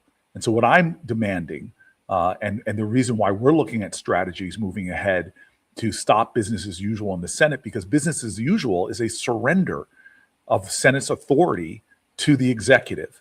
We are literally, the Federalist Papers, if you read them, say that the very function of the United States Senate is to provide a check and balances against the possible abuses of an executive that oversteps their authority. And so this is it. History is going to look back at this being one of the most insidious sexual abuse and child abuse cases that infiltrated numbers of elites, including potentially the President of the United States. And what did we do when this kind of horror was going on? What did we do when there was a violation of the separation of powers? What did we do when there were a violation against court orders? What did we do when they were attacking the independence of federal agencies or the press itself? What did we do?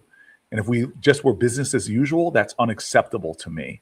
And so I'm hoping that me and others can convince this body to act. But if not, it comes back to the power of the people to stand up, to speak up, and to not allow their government to go towards such deep, dark corruption.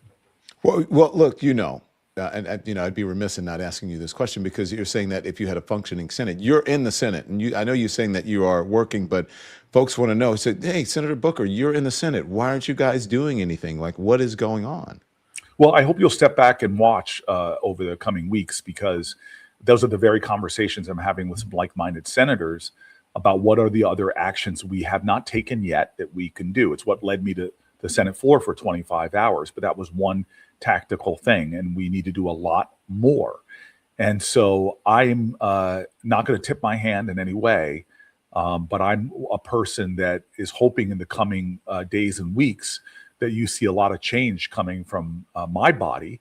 I mean, look, right now we're in a government shutdown. I'm very happy that my colleagues and I have stood strong in not allowing one more dollar to flow to an agency like ICE that is recklessly not only violating people's civil rights, but literally taking lives, as we saw with Good and Preddy.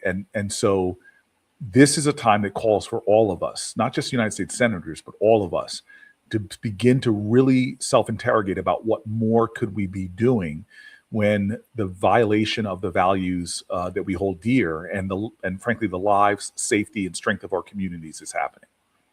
Senator Cory Booker, we appreciate your time. Thank you, sir. Thank you very, very much. Thank you. Are you going to any of the things tonight, or you're just not attending? I'm here in the Capitol, going to have a whole bunch of meetings, going to do some more interviews.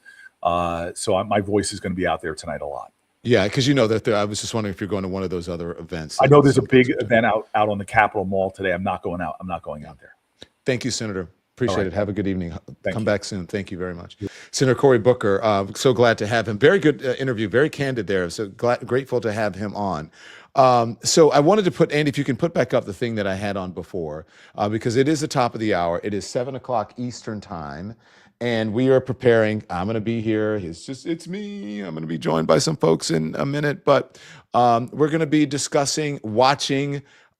This is our pre-State of the Union, our lead into the State of the Union, preamble, so to speak, and then we will watch the State of the Union. We will criticize and comment and discuss in real time with a fantastic panel, and then we are going to continue afterwards, and I'm going to give my rebuttal, what I think about what he said at the State of the Union, among others who will join us.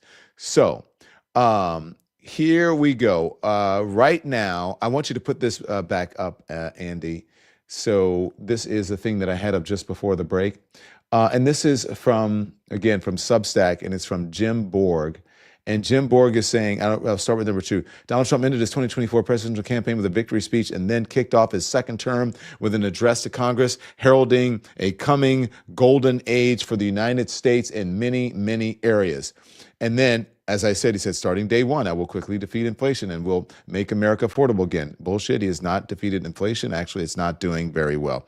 Starting on day one of my new administration, we will end inflation and we will make America affordable again. So just to finish up, starting on day one, we will end inflation and make America affordable again.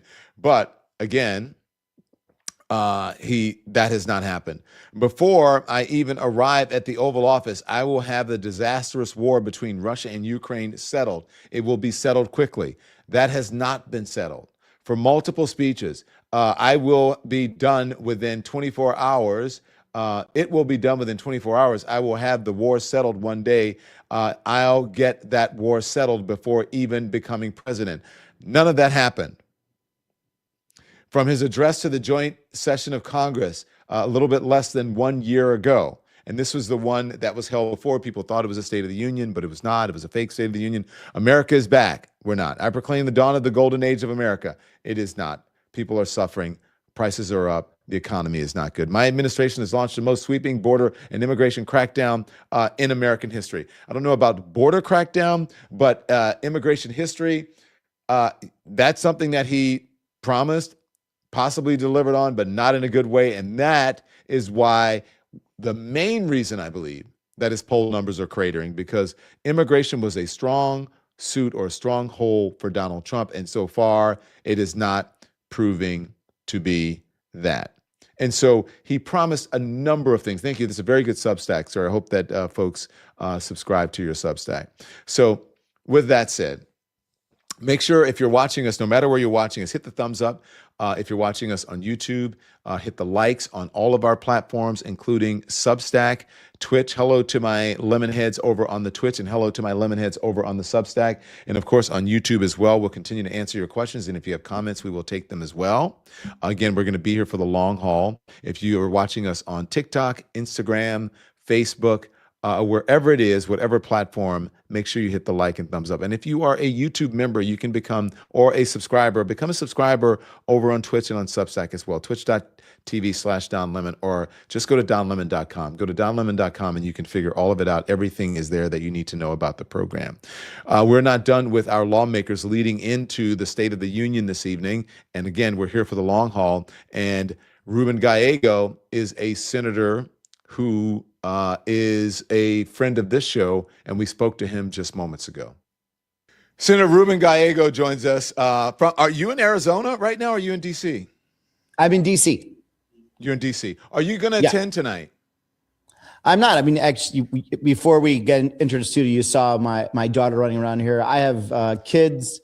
I have other obligations for my constituents. I'm not going to waste my time. This is one big charade. He's there to talk about himself, not about the country, not about what the State of the Union is. And, I can be doing better things with my time.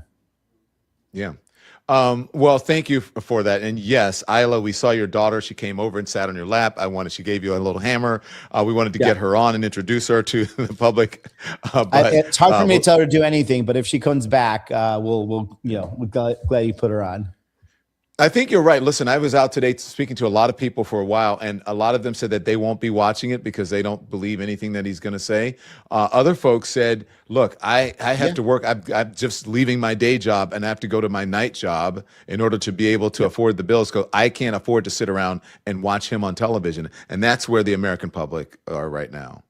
Yeah, I mean, I get it. I used to have those jobs where, I went to school right to work. And my time is precious, right? As a working person, I'm not talking as a U.S. senator, right? As a working person, you only get so much time with your family before you're just dog tired, right? If you work all day and it's a hard, 9 to 5, and a lot of Americans unfortunately don't even work 9 to 5; they're working even further than that.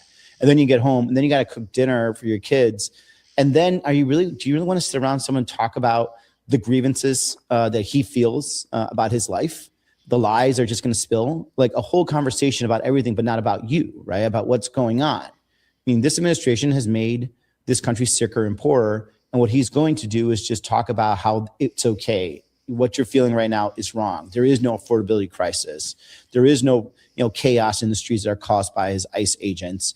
There is no corruption that he is consistently being involved in. And there is no relief when it comes to the cost of things, right? The Supreme Court just gave this man an out. To get rid of these tariffs that cost Americans on average $1,000, $1,200 last year. And he's not going to take it. As a matter of fact, he's doubling down. He does not care about you.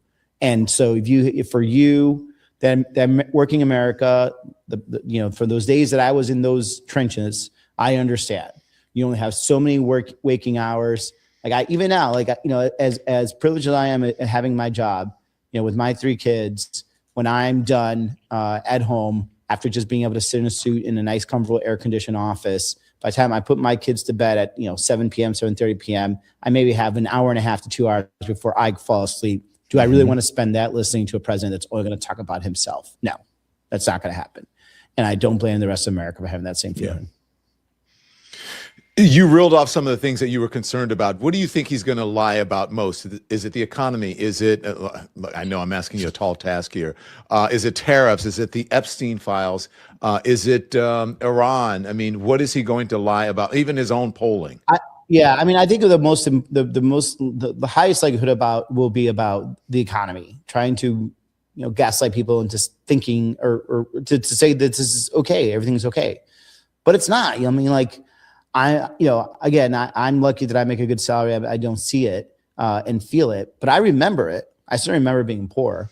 And where I live in Phoenix and South Phoenix, it's a very working class area. And I still see people struggling. I still see people going to the checkout line at the grocery store and putting food back. I still see people not filling up their gas tanks, even though gas is pretty cheap right now, but people still have to watch every penny. And I still feel and hear the anxiety of people when I'm out in the community. These are working class Americans.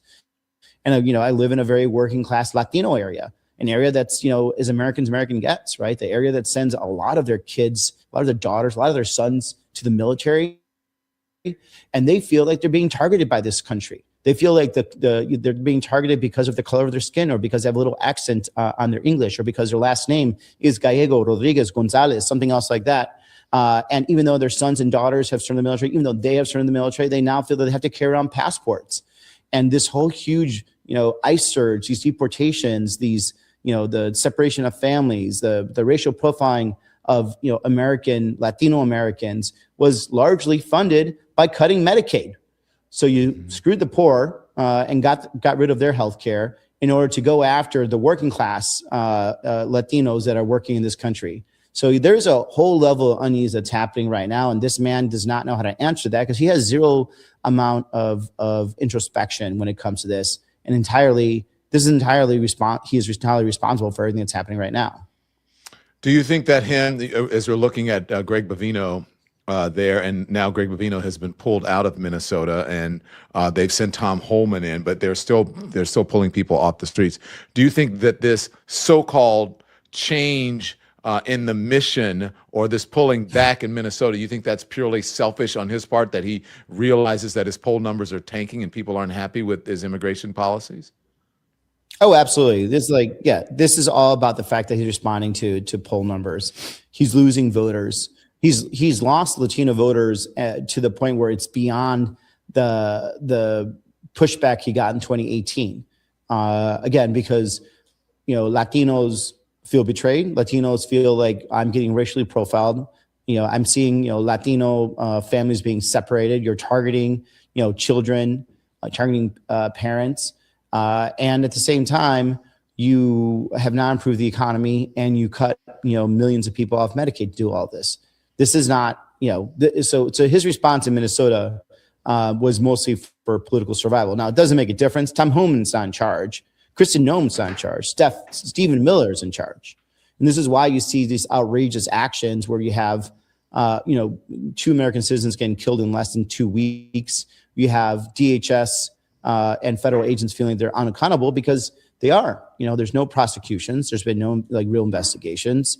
We feel, people feel like these police officers, these law enforcement, not police officers, are unaccountable, and now people are trying to take charge and control of the situation by trying to vote that way.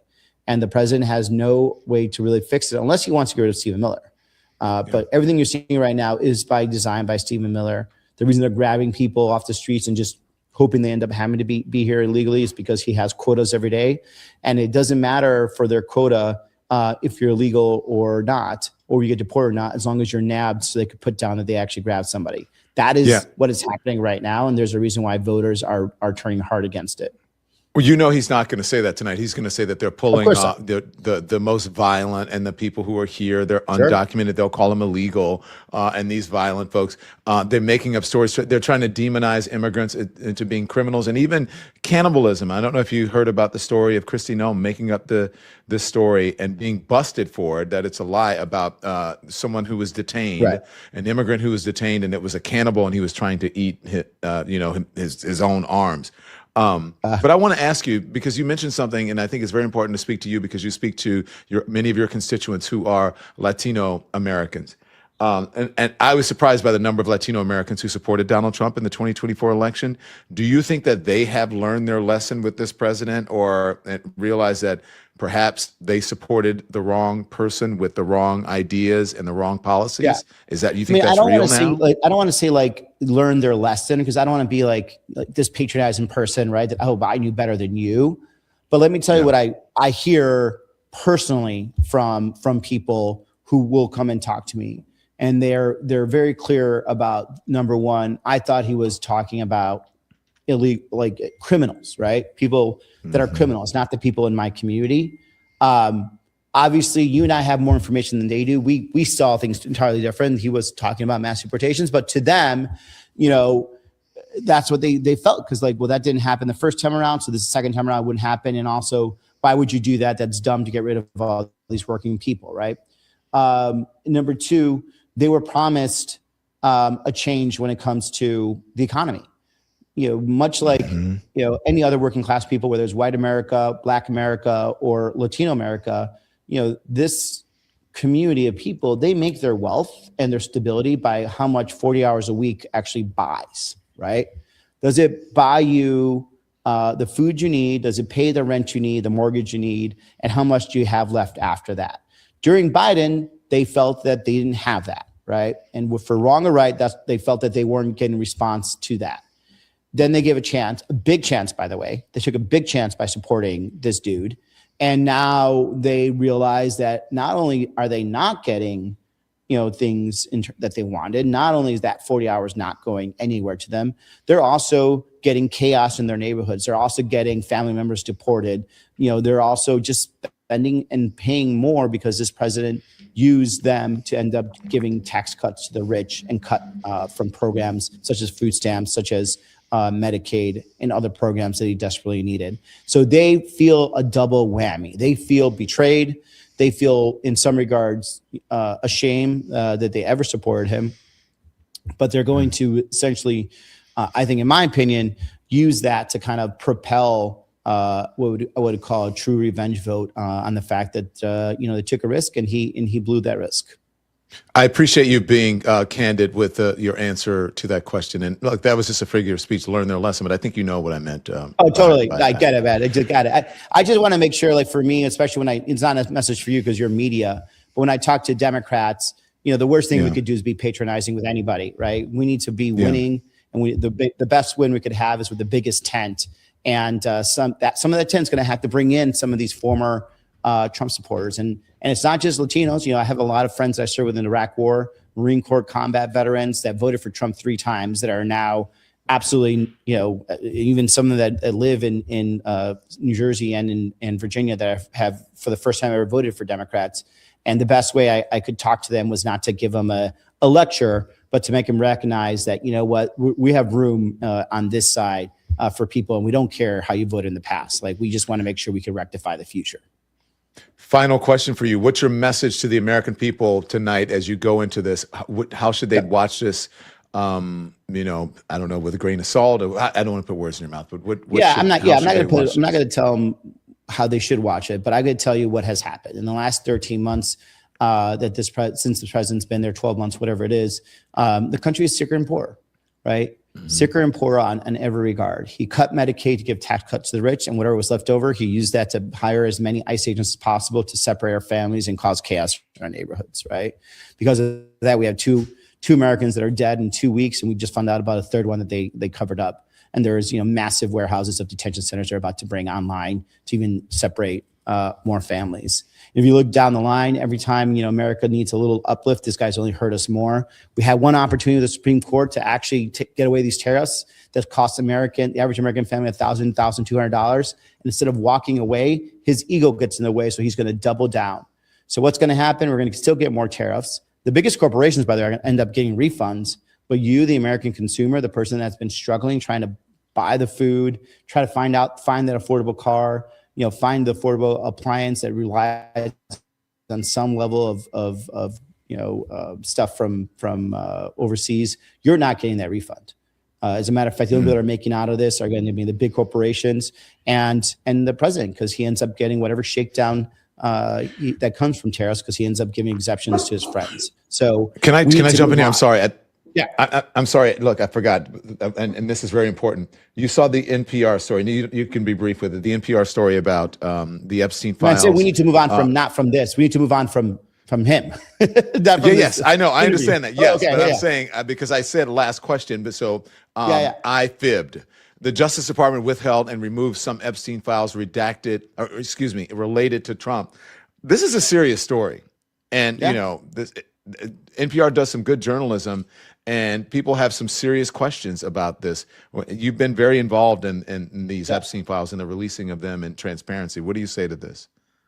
None of this surprises me. By the way, there's a lot of former Trump supporters that are specifically voting against Trump and Republicans because of this, and because of promises to keep us out of war. One of my good friends that I served with in the war said it very succinctly. I voted to stay out of war and to expose the pedophiles. And the guy that I helped get into office is covering for the pedophiles and starting wars. Crazy. Thank you, Senator Ruben Gallego. Say hello to, say goodbye to Isla. I will. I hope she had a good day at daycare. And thank you. Keep up the good fight, okay? No problem, man. Adios. Thank you. All right, and that is Senator Ruben Gallego, and we're very grateful to have him on.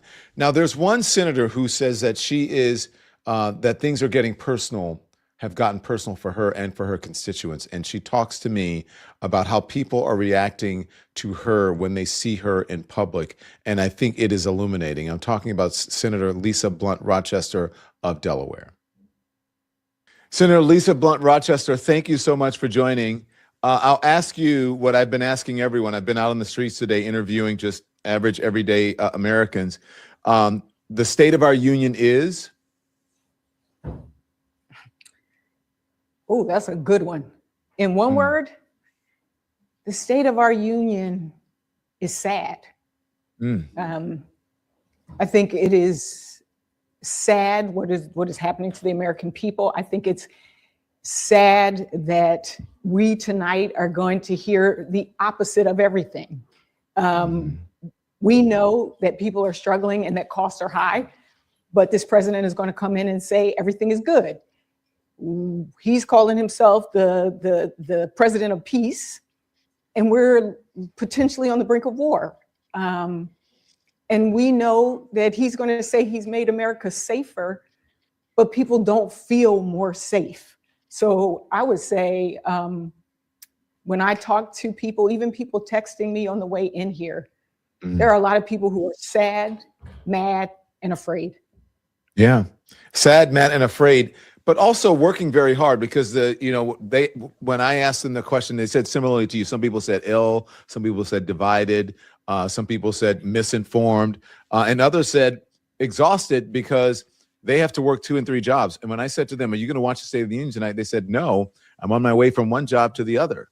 And so not only that, they don't have money. They feel that they are not financially as well off as they were just a little while back. I mean, that's one of the number one things. When he came in, he said, "I'm going to lower costs on day one," and people aren't feeling that. And so you're right. It's everything from our healthcare and premiums going up to rent going up. People can't pay the rent. It's all of those things. But I do think there's a bigger underlying thing here, which is a president that's leading by fear. And I guess that's one of the reasons why so many people come up to me now. It's amazing. I don't think I've had so many people hug me or say, "I'm praying for you." Like literally, people will come up to me in a store and just say, "I'm praying for you." And I think part of that is the state of how people are feeling right now. But I also have to say, Don, because I'm a person of faith,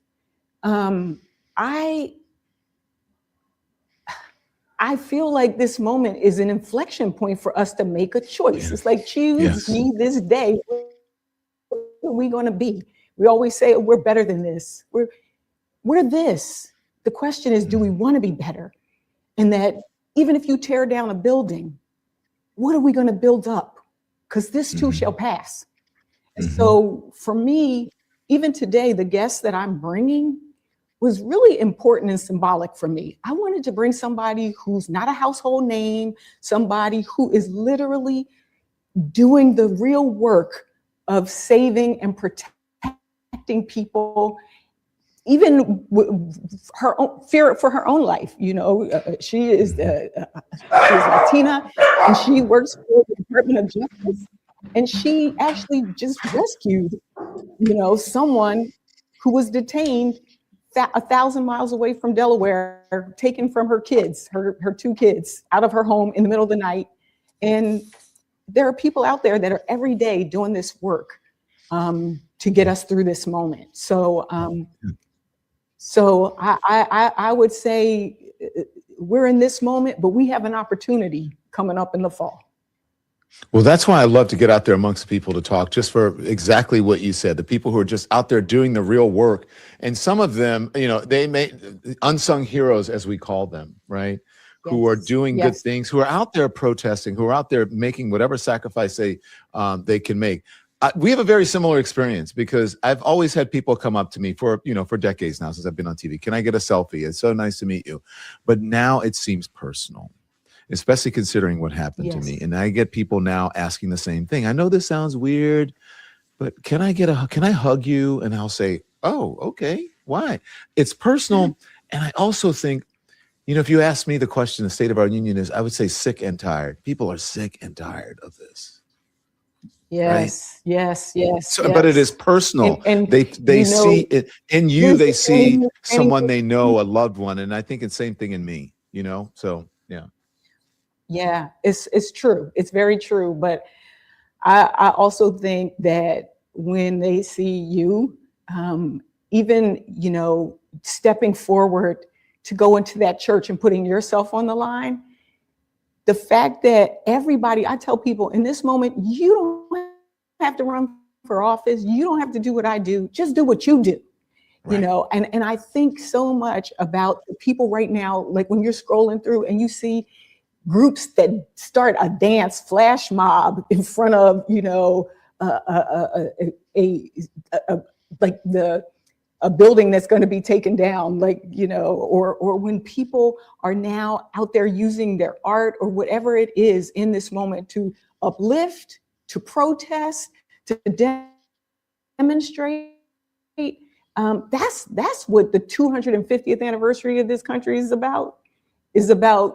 Okay, what the aspirational founding documents were, but where we are today and what do we want to be for the future. Don, I'm a grandmother. I go by, my name is Nona Lisa. And for me, my 3-year-old granddaughter, I want there to be a country. I want there to be clean air and clean drinking water. And so I'm going to continue this good fight. And I am just grateful to people like you that are making sure that the truth gets out there as well. Because without the truth, what they say, the truth will set you free. So yeah. So I thank you. And look, I thank you for being not only respectful, but supportive of independent journalism, because I think it's very important not to have the gatekeepers from corporate media, because we see where it's going now. You see what CBS, you see what's happening Paramount and all those things. And I think we're at an inflection point, I do believe, for the media as well. But I want to ask you about a story that's in the media that journalism covered, and this is a legacy journalism outlet, and I'm talking about NPR. I'm not sure if you were able to see the story today from NPR. The Justice Department withheld and removed some Epstein files related to Trump. This is concerning, and what do you make of this? People are wondering: will there be justice if the Justice Department is not even trying to get to the bottom of things or withholding things? Then we're in real trouble. Right. This is one of the stories that I just saw this morning about the Epstein files. And I literally was with one of the Epstein survivors who talked about the fact that they exposed her body, her name, her address, and redacted her dog. Like the lack of professionalism, care, respect is on display. But now we're talking about cover-ups. Now we're getting to, well, what is really behind all of this? And so, again, we as members of Congress have a responsibility and have a role for accountability. And I think tonight you will see there will be many guests there who are Epstein survivors, because they will be in that room holding space, and we will be holding this administration accountable. And it won't be like Pam Bondi turning her back to them and not looking at them. He will have to face them because he'll be looking right out in the audience. Yes. Thank you, Senator. I appreciate it. Keep up the great work. And I'm going to be watching to see. You are going tonight, correct? I just want to make sure. Some folks I am going. Oh, yes. You're going. I will be there looking straight. Yes, I will be there. As they say, dead in his eye. Yes. So I will be there. Thank you, Don. Thank you. I'll be watching to see your expressions. We appreciate it. Senator Lisa Blunt Rochester from the great state of Delaware. Thank you so much. Okay, so thank you to the senator. Let me put my ears on, as they say.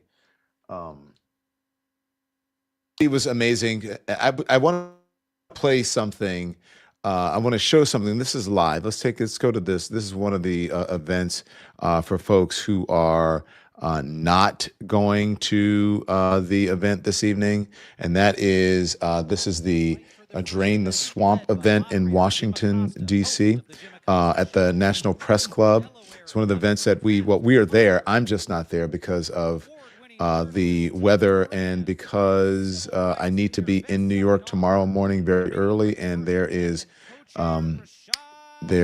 snow that's going to happen at 6 a.m. and the snow is supposed to be just as big as it was yesterday. And there you see Jim Acosta, who's at the event, and Rashad Robinson, formerly of The Color of Change, and also the author and activist, is there. And then I think I see, I don't know who the other person is. Is that Jim Moran? Who's there? No, I'm not sure. Anyways, and so those are the folks. So there's going to be lots of people who are there who are discussing this. So I wish that I could have been there, but I cannot. But I'm going to bring you what's happening. And so Jim Acosta in the swamp hat. Okay, here is Senator Mark Warner. Fascinating conversation about what he expects this evening. And then we're back right at this interview. Take a look. Senator Mark Warner, thank you for joining us this evening. How are you? Well, yeah, I got a long night in front of me, it looks like. Oh my gosh, yeah. You know, I figured like I'm not going to let Donald Trump chase us out of the Capitol, so I'm going to go for at least part of this. You're going. Why'd you decide to go? Some folks are not. I have gone back and forth a bunch of times, but I just feel like I don't want him to feel like he won by chasing folks out. But I get it. I am very ambivalent. I do know this. I saw him at a big dinner in Washington a couple of weeks ago that was very bipartisan, usually kind of a dinner where people make jokes. I was embarrassed. I've never been embarrassed to see a president of the United States, and this was business leadership, political leadership, members of the Joint Chiefs, Supreme Court justices, and I expect we'll get some more of that tonight. You were embarrassed. Tell me, what do you mean? Why? I was embarrassed because this man was so disrespectful to everyone in the room, and a night that was supposed to be out celebrating bipartisanship, where he was ecumenical on this. He trashed people and reasonable people in both political parties. And it just was like no connection to the truth. And I just feel like, I believe our country is better than this. And yet the way this person presents, and we'll probably see it tonight again. So I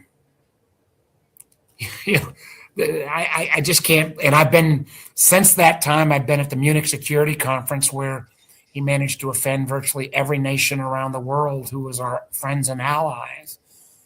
Again, I don't need to tell you, Don, none of this time is normal. And the only thing I hope and pray is that we don't allow this behavior to be normalized.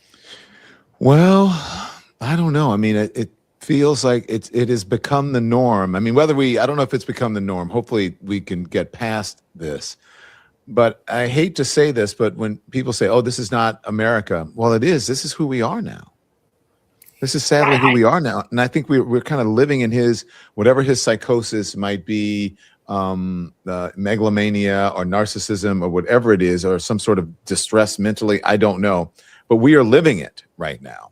Whether you go to the State of the Union or not, or I attend or whatever, we're still living in a country that he's running, and something's going on with him. Yeah. Well, it's also like, how many times can you say to people around the world, especially at the Munich Security Conference, where, again, we get a lot of benefit from having allies around the world, and to keep saying, hey, we're not all jerks. And then they rightfully say, but if your government treats us this way, if more people don't stand up and say, when Donald Trump dismisses the sacrifice of the British or the Danish or others who had troops die at a rate equal to ours in Iraq and Afghanistan, to be that disrespectful, I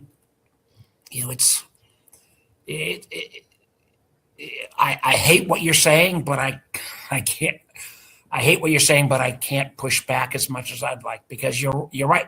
Too many people have gone along, and the analogy we all hear this, the boiling frog, and suddenly the frog's boiled and didn't realize it was coming. And I just, as somebody who gets criticized a lot for being sometimes too bipartisan, I have been just heartsick the fact that my Republican friends have not found their courage. Or I hear one more of them say to me, "Oh, Mark, you're right," or one more of them say to me, "Oh, Mark, it's like you're our conscience." I don't want to be your damn conscience. Yeah, and why can't they say it publicly? Why do they say it to you, but they don't say it publicly? Listen, there's no excuse. The only partial excuse I'll give is, and this was more the case when Musk and Trump were united, and I know you've had these kind of threats, but what they do is they go after, not only the folks in politics, but they go after particularly the families and the daughters. I've got Republican senators, God, I wish they would just tell the truth and say the kind of abuse their daughters have taken. This is the misogynistic group. And it's, if they don't speak up, again, we normalize the behavior. Yeah. Can we look at some of the polling? And I'm going to put this up. I know. I was going to be upbeat. Well, I want to look at the polling because I think it helps to, maybe make the point where you wanted to push back on me. Because if you look at the polling, as you see it there, CNN, CNN does a poll on the cratering new polls. On the cratering number, CNN approval rating is 35%, 63% disapprove. That's overall. Among working class, 41%, 58% disapprove. Among independents, 26% disapprove. 73%, 26% disapprove. 26% disapprove. Approve. 73% disapprove. But these, you're too young, but these are Richard Nixon kind of numbers. That's what I was going to say to you. Go on and talk. Yeah, I remember Richard Nixon. I'm not that young, but so anyways, in case I got it wrong, the approval rating is 35%, the disapproval is 63%. So far out of the mainstream. And at that point, the Republican Party pushed back. And one of the things, and I was chair of the Intelligence Committee, now I'm the vice chair, and one of the things that just worries the hell out of me, post Nixon Watergate, we set up all of these rules, norms, laws to try to say, especially the intelligence community, CIA, NSA, all these groups, they need to be focused on foreign interference, don't allow themselves to be politicized. We created the whole Senate Committee on Oversight on Intelligence. And we are seeing a lot of the independence of that community dismantled, where people are being fired in the intelligence community if they speak truth to power. The general who was in head of the NSA, the National Security Agency that listens in, that does our communications listening, fired because this, crazy person, Laura Loomer, went after him. The head of the Defense Intelligence Agency, who said the truth about the attack on Iran, that it was a great attack, but we didn't obliterate Iran's nuclear program, as we now know, as we have a buildup in around Iran again. When the intelligence community gets undermined, when we see generals dismissed because they don't adhere to a political agenda, these are things that literally were all set up post Richard Nixon when a president went rogue before. And it makes me heartsick that more people aren't saying we unfortunately may have that moment again. We're in a different time, as you said. It makes you upset that more people don't say that, but we're in a different time right now. And look, I was a kid when Nixon was in office. I remember him leaving, being driven away or flown away from the White House, driven out of office on a helicopter, right? I don't know if we're in those times, and I think there are things that are happening now that are much more egregious than what happened with Richard Nixon. And I just wonder where the conscience of this country is, especially as it relates to something like the Epstein files that we have seen, and how the victims have been treated recently by Pam Bondi, and I'm wondering how they're going to be treated tonight by Donald Trump, because they will be in the audience. And as I ask you this question, I'm asking everyone. I'm going to put this up because this is from NPR just today, and I find it very concerning. I'm not sure if you do. I'm asking everyone about this today. The Justice Department withheld and removed some Epstein files related to Trump, and the allegations reportedly in the things that were left out are extremely serious. What do you think of this? And I Donald think if Trump's that is involvement in the true, DOJ. I think if that is true, it is beyond the pale. And I think it is interesting to see how, frankly, the UK, Britain, has responded in a much more aggressive way than America has. And again, the Justice Department used to be filled, and I think still has, literally thousands of people who do this because they still believe in justice. And the fact that if we have gone through legislation and there has been selective political omission of certain parts of these files, what's going to be the point where people say, no mas, no more? When as you have personally gone through the circumstances in Minneapolis, when we see American citizens killed, there are so many of these areas. And Don, one of the things that I don't know if I struggle with, but I think they throw so many things at the wall that our attention moves from one focus to another. I recently saw Bob Woodward and Carl Bernstein, who were the two reporters who exposed everything with Watergate. That was a small story that, drug out over literally a year plus. And then again, the cover up was worse. This is again, Richard Nixon for our younger folks. Can that kind of abuse ever finally get exposed where people's time frame of attention seems so short? It does appear that the America's appropriate revulsion around Epstein's actions may be the item that the public won't let go, no matter how much cover up. And I don't know if this NPR story, I believe it was originally, is true or not, but we sure as hell ought to find out. It is extraordinarily serious. Another breaking news story that I want to ask you about, and that is just important. This is from the Senate Judiciary Democrats, okay? A whistleblower just disclosed that FBI experts were delayed by at least a day in deploying to investigate Charlie Kirk's assassination. Why? There was an FBI plane and pilot shortage because Kash Patel was using them for personal flights. Your response to that? Outrageous, unjust. And I again wonder, my understanding is Mr. Patel was also, at the hockey game in Milan. What was he doing there? And again, and the counter to that, Don, as you know, I'm extraordinarily concerned about election security. What in the hell was, Tulsi Gabbard, who was the director of national intelligence, who's supposed to be looking at our intelligence in terms of foreign interference, showing up in Atlanta in Fulton County when it appeared the Justice Department were grabbing all these voting records. And, and again, a year ago, Don, when people would say, are you afraid about the integrity of the elections in 26 and 28? I thought people were maybe overstating. I don't believe they were overstating. And what's remarkable, and this is the part that some of our viewers may not want to hear, the remarkable thing was in Trump's first administration, many of the election protection services were actually put in place. CISA, the cybersecurity agency, was created. There was a special group created at the FBI to look at this. At the Director of National Intelligence, there was efforts looking at foreigners trying to interfere in our elections, amplifying bad things in our own country. All of those tools have been systemically disassembled over this last year. And I'll have much more to say about this in the coming weeks and months, but we have to have a plan and a strategy, not just all across the country, to protect the integrity of our elections.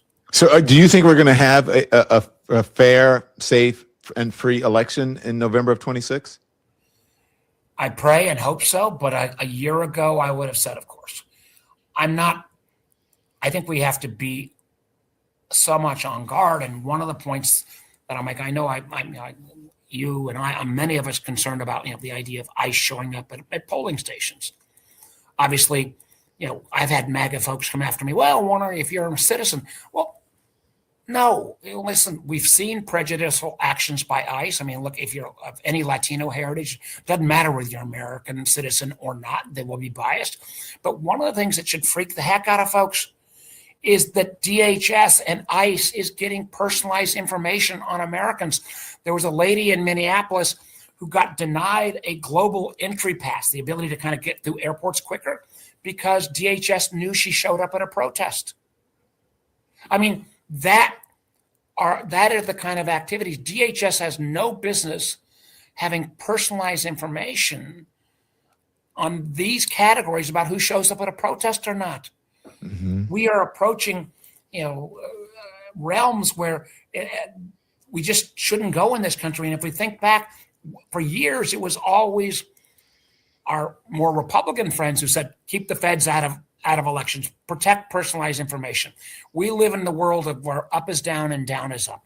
And we all have to be on guard. And I just, your earlier comment, I fear you're right, but I'd like nothing more than to prove you wrong, that we are not going to allow this behavior, that we have not become a country that allows what happened to you, what happened to ICE, to just take place without recourse.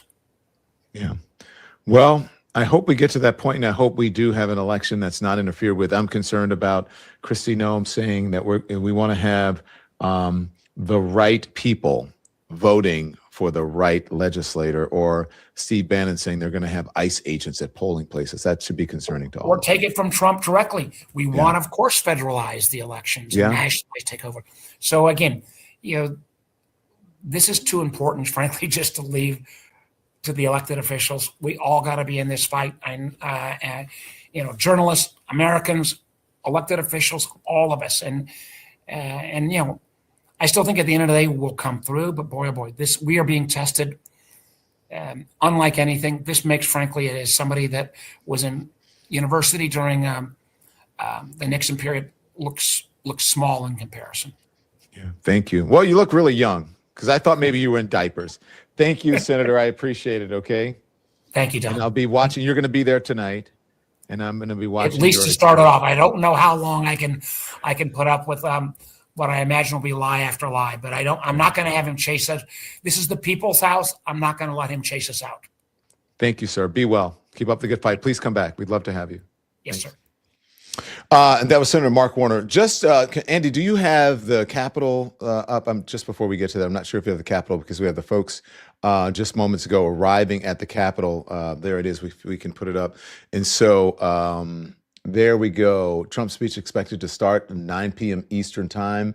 Those are folks who are lined up. And that's the media right there. You can see all the cameras and everything. So there are some media folks there who are set up, and there are people who are in the rotunda right there awaiting Donald Trump's 9 p.m. Eastern time State of the Union. And you will see it right here on the Don Lemon channel, on the Don Lemon Show, no matter which platform you are watching us on. Okay, so you guys know what I love to do. If you want to really want to know what's going on in the world, what do? You go out and you talk to people. You go to the ground and you talk to people, and you get their takes on things. You listen to them. You hear what they have to say. You ask them about polling and about what's going on in the world. And that's exactly what we did on this very snowy, late afternoon, early evening here in New York City. All right, here's the issue today. I don't know if you should go backwards like that. I know. It's just getting... Everything is like an obstacle course. It's slippery. You got to climb over mountains of snow. And it's also wet. Now, when I was out here yesterday, everybody was so happy. They're like, oh my God, it's so beautiful. It's so quiet. Now people are grumpy. So we're still going to see who we can talk to. That anyone will talk. Thus is the challenge of doing this. Look out. How goes it? Guys are working in the snow, using it as a thing. Everybody, nobody is going to want to talk because it's so cold. But we'll blow some folks. Was wondering where the snow is by your... Hey, sir, how are you? Hey, girl, are you going to watch the State of the Union tonight? Why not? Huh? You're not. Okay, thank you. Yeah, if you're gonna wash food to eat, you. Oh, great. How you go? Good, I have to work, but otherwise, probably work. You are? I would if I stopped. Oh, you would. What do you think he's gonna say?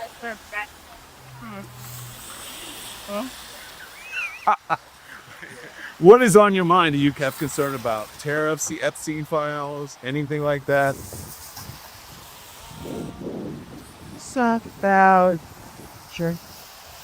What do you mean by that? The environment and I guess people's well-being, healthcare, things like that. Yeah. Do you have any concern about the immigration process now? Of course, it's just very complicated. So much going on. Yeah. But you say you'll watch that. I probably will catch it. Yeah, they'll probably have a lot of clips. I expect it'll be similar to guess you do one much. Yeah, but it wasn't an official State of the Union. It was an address, but this is the first official. I think a lot of people are boycotting. Yeah. So, How do you feel about that? SA now have a right to do that. I don't, I just wish things weren't so divided and we were just sooner the United States was not what is as invasion between your puppet is. I think a lot of people go wait. But yeah, I mean, it's just sad to see the state of it there, that everyone is so divided. There's a lot of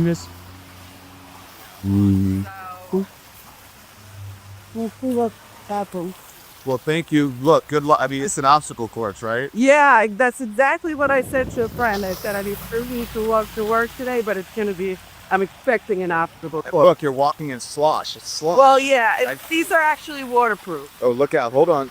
See? You have waterproof. Best, did you see that? I can't reach the corner. Always important. Some of my fan support. Yeah. How are you? Awesome, Don. Come here. Oh, wow. What's going on? Look. It's sorry. What's on your mind today? Nothing. Just finished going to Glaze, getting some nice lunch, but I love that place. oh my god. Would you get wings or beef or chicken? No, we did the salmon and nice. Oh, nice. yeah, it's nice. It's our personal trainer over here. Oh, cool. Oh yeah. Are you gonna watch the State of the Union tonight? Of course. Why? We'll find out the state of the union. You don't know the State of the Union? I mean, I know the state of the union has to reflect to my life, but I think it's more about figuring out how other people are facing at the moment. I feel like that's kind of a ever-changing kind of state right now. What is the State of the Union? State of the Union is Distress. At the moment, I kind of feel like we're massively divided, but I think that's kind of that might be the idea behind it. But we're not here to fight. Right? We're all fully in all different directions, fighting each other instead of working with each other. What do you want to hear him talk about? What he's actually going to put in place, as opposed to rhetoric and tweets. I'm tired of stuff that looks good on the seashore. Boy, the boy girls, the girls, just give me some. Is he giving you anything? He's never given us anything. Do you think he's going to address ICE? No, not when you're comfortable sending them to the Olympics. No, I think that's kind of part of his protocol. I think he needs some type of a police state, and I think since he safe to state, I think he's just created his own brew. How do you feel about tariffs? I feel like it way kind of still subverts the Congress. But at the end of the day, making our business do business and making us look like the looks city proper. And what about the Epstein file? I mean, I think he dodged that pretty well, but I think it dodged it horrible. I think the more content comes out about it, makes it look worse. Yeah, did you see the NPR report today where the Justice Department withheld information that had information about and that could be possibly coming in. That they withheld? Yeah, the other day. That's it for daughter. But I put elderly tonight. Yes, that's why. Me? Yeah. You think he'll talk about that? No, he dodges really well, like his hair. It survives the winds, you know. Well, thank you very much. I appreciate it. Arthur, great to see you out here, buddy. Thank you. Nice to see you. Sister, she with? How are you? Can I talk? You want to watch the State of the Union? Not at all. Why not? No interest. You have no interest. Why don't fight yourself? You don't like politics? No, I don't support our president. Yeah. What would you like to hear him talk about, even though you're not going to see to her? A better question. Why don't he? Oh. I just don't stand for anything that he says to our country. He's taken off. Yeah. Fight. Tariffs. ICE. What? ICE. Definitely. Tariffs for sure. Should ICE be abolished? 100%. Why? Why? Because we're all citizens here. Well, no, it's not fair. It's not right. We're all just people. Okay. Pulling people off the streets and that kind of to you. It's just wrong. Yeah. Why do you think he says that he's exonerated from the Epstein files? Do you believe that? Oh no, it's bullshit. Go on. He did what he did. We all know it. Thank you. That's all I can say. Thank you. Nice to meet you. Be careful, okay? Thank you. Hey man, how are you? Are you gonna watch the State of the Union tonight? I gotta work. Well, if you didn't work. No, I can't. What about you? You gonna watch tonight, sir? No, I'll be on. All right. How do you feel about the state of the country? What is the state of our union? I think it's not as great as could be right now, but like, you know, there's a positive your care, everything that part blue plot. Looked like you were gonna say.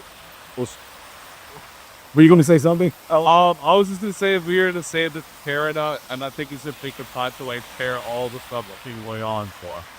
What would you like to see him talk about, even though you're not gonna watch? I don't know. Yeah. Why do you say the State of the Union is in disrepair? I would say like, you know, misinformation, you know, in the media, not really over quick, you serious well. So, yeah. What should the media do?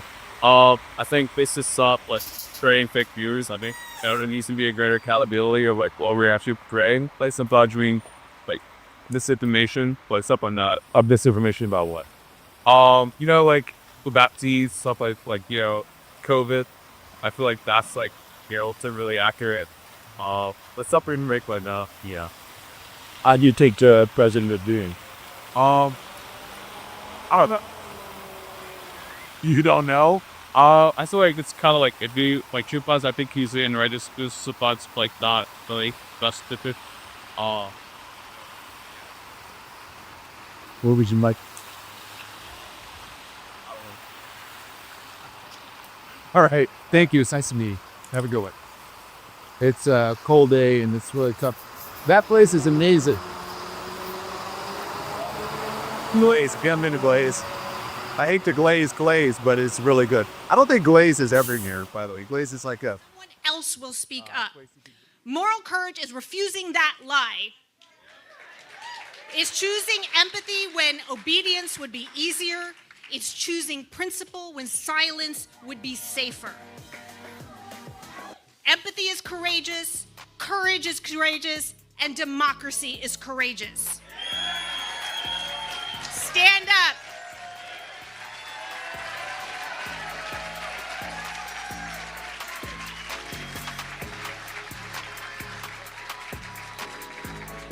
And now a word from district attorneys across America. Are we in Germany? Stop! He said he doesn't have to show a warrant. How can I relax? You just killed my a neighbor. You raise your voice, I raise your voice. Yeah, I'm shooting. I've had enough. Enough. Enough with the warrantless arrests. Enough with the illegal home entry. Enough with the violent assault. Federal officers do not have absolute immunity. They do not have permission to break the law. And they do not have the right to violate your constitutional rights. And they certainly do not have the unchecked power To deprive you of your life and liberty. I am a prosecutor. I am a district attorney. I'm a prosecutor. I am a district attorney. I am a district attorney. I am a prosecutor. And we're coming together from around the country To fight against federal overreach. FAFO will not tolerate these abuses of power. We will work together to make sure federal officers Uphold the law in our states and cities. Where federal officers break the law, they will be prosecuted. No one is above the law. Learn more about us at federaloverreach.org. You've had enough? And we hear you.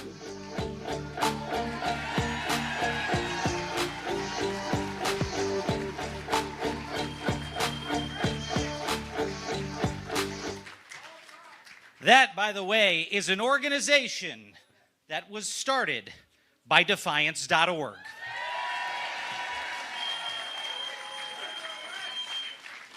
Next up, I want you to welcome to the stage a group of speakers focused on the power of the people, starting with Congresswoman Maxine Dexter, Democrat of Oregon, along with the Portland Frog Brigade.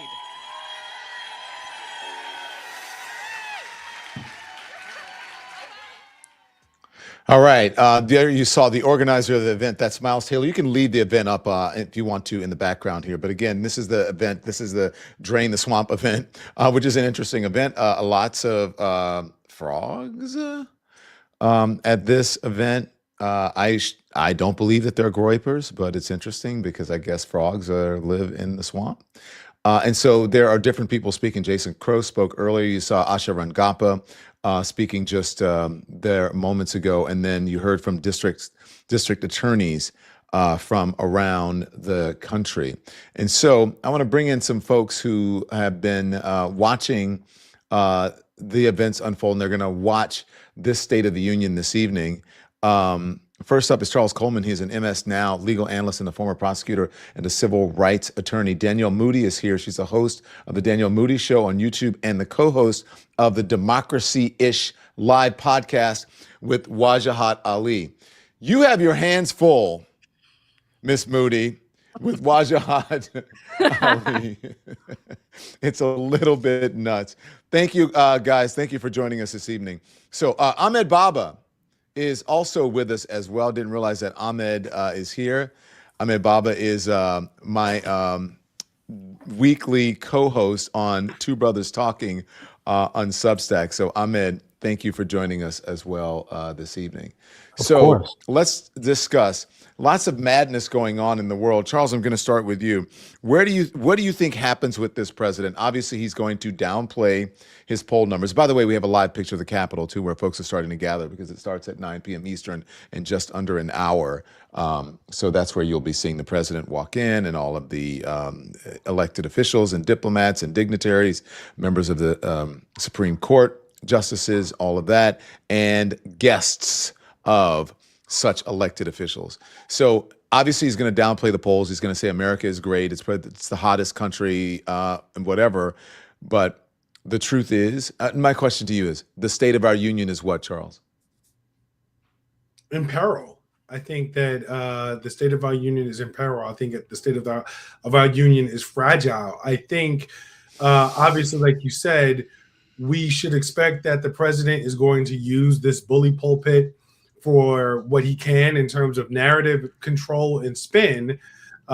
We are going to receive an economic picture that is likely not aligned with what many Americans are actually feeling at home with respect to their pocketbooks and their wallets. But nonetheless, that is going to be framed by the president because he knows that that is one of the biggest issues that is facing his approval rating right now. I think that he is going to zero in on the notion of job creation without talking about employment and unemployment and what that actually means, because those numbers can be skewed in a particular way. But I am most curious, Don, from an attorney standpoint, to see whether he addresses or chooses to address or how he addresses the recent Supreme Court ruling with respect to his tariffs. And the reason I say that is because his tariffs were a big part of his economic plan. And the Supreme Court essentially said, hey, look, this is a no-go. And he had a very strong reaction to that recent decision from the Supreme Court. They will be there. Mm-hmm. And so as they are there, as this was a key part of his economic plan, I am curious as to how he addresses that to the public. Mm-hmm. Danielle Moody. Well, for me, State of our union. I was going to say the state of our union is trash. Donald Trump has turned this country into a dumpster fire, and that is me being nice. I think that what we are going to see tonight is a rambling of a old, deteriorating criminal who's going to stand before the American people in light of the news that we saw today about his Department of Justice. Thank you for the fact that we still have a set of people who believe in journalism and investigation at NPR who have been doing the work to bring to the American people the fact that this Department of Justice, under the guidance of Donald Trump, are liars, are hiding truth from the American people. This man is going to stand before us in this space of normalization and speak to the world when he has been credibly accused of assaulting a child, right? And so it is just, to me, it is preposterous that we are here. It is an insult to others who have stood in that same space as president of the United States, that this man who is using our tax dollars to fund a slush fund called the Board of Peace, that he is has under his guidance, 15,000 farms have gone bankrupt, right? So that he can make room for his data centers and his mini CCOTs that he wants to build across this country, these ICE detention centers. And so it is, the state of our union is trash. And you can tell that by his poll numbers, that the American people feel the exact same way. Ahmed Baba. Y'all you did it justice there, Danielle. Oh, by the way, we talked earlier. So just what's up, Danielle, earlier today. I would say the state of our union is cooked, Don. Not in the best shape as we see it. But one of the things that I want to, drill down on, it's not just, the Epstein cover-up that he's grappling with, or the economy and the tariffs, or the immigration. It's not just one single thing. He is presenting himself tonight as a weakened, crippled president, is really what I think people need to recognize. This guy is repeatedly and over again in the low to mid 30s or low 40s in approval rating. He is underwater on all his key issues that he used to be previously strong on. He is walking up there. He's going to project a lot of strength and bravado and try to convince the American people that he's stronger than he is, that his administration is stronger than he is, that his administration is not being run by a bunch of incompetent sycophants. But the reality is that he is going to go up there and lie to the face of the American people. And like Danielle noted, the Epstein allegation here today, the new cover-up that they have here, that NPR and MS Now did some excellent reporting, because they almost got away with covering this up, frankly, because they had to go and parse the Maxwell case files to see the discrepancy in the page numbers. But now looming over that is this credible allegation that was credible enough for the FBI to interview this individual 4 times, not just once or twice, 4 times. So now that's looming while Democrats are going to have Epstein survivors there in the Capitol Rotunda. So what I'm thinking is this president is a weakened, crippled president, and he's going to try to pretend he's stronger than he is. And I always want Americans to recognize their own strength and that he is more afraid of our vote than he indicates. So he's going to go up there and try to pretend that he's making a case for the midterm election. He knows he's going to lose, but the reality is this is a weakening president that is trying to exert authoritarian powers in a desperate way, is really where I'm looking at it. Hey, Don, I also want to sort of piggyback on Ahmed's point just now, as I talked about what he is going to do or how he may be approaching the Supreme Court being there. I think that the Epstein thing is also a very interesting pickle that he's in. And I suspect that he's about to put Pam Bondi in a very difficult spot. And the reason I say that is the files are out. We're seeing action taken at the international level by other countries. There are going to be victims there. It's not enough to say that he signed the bill to have the files released.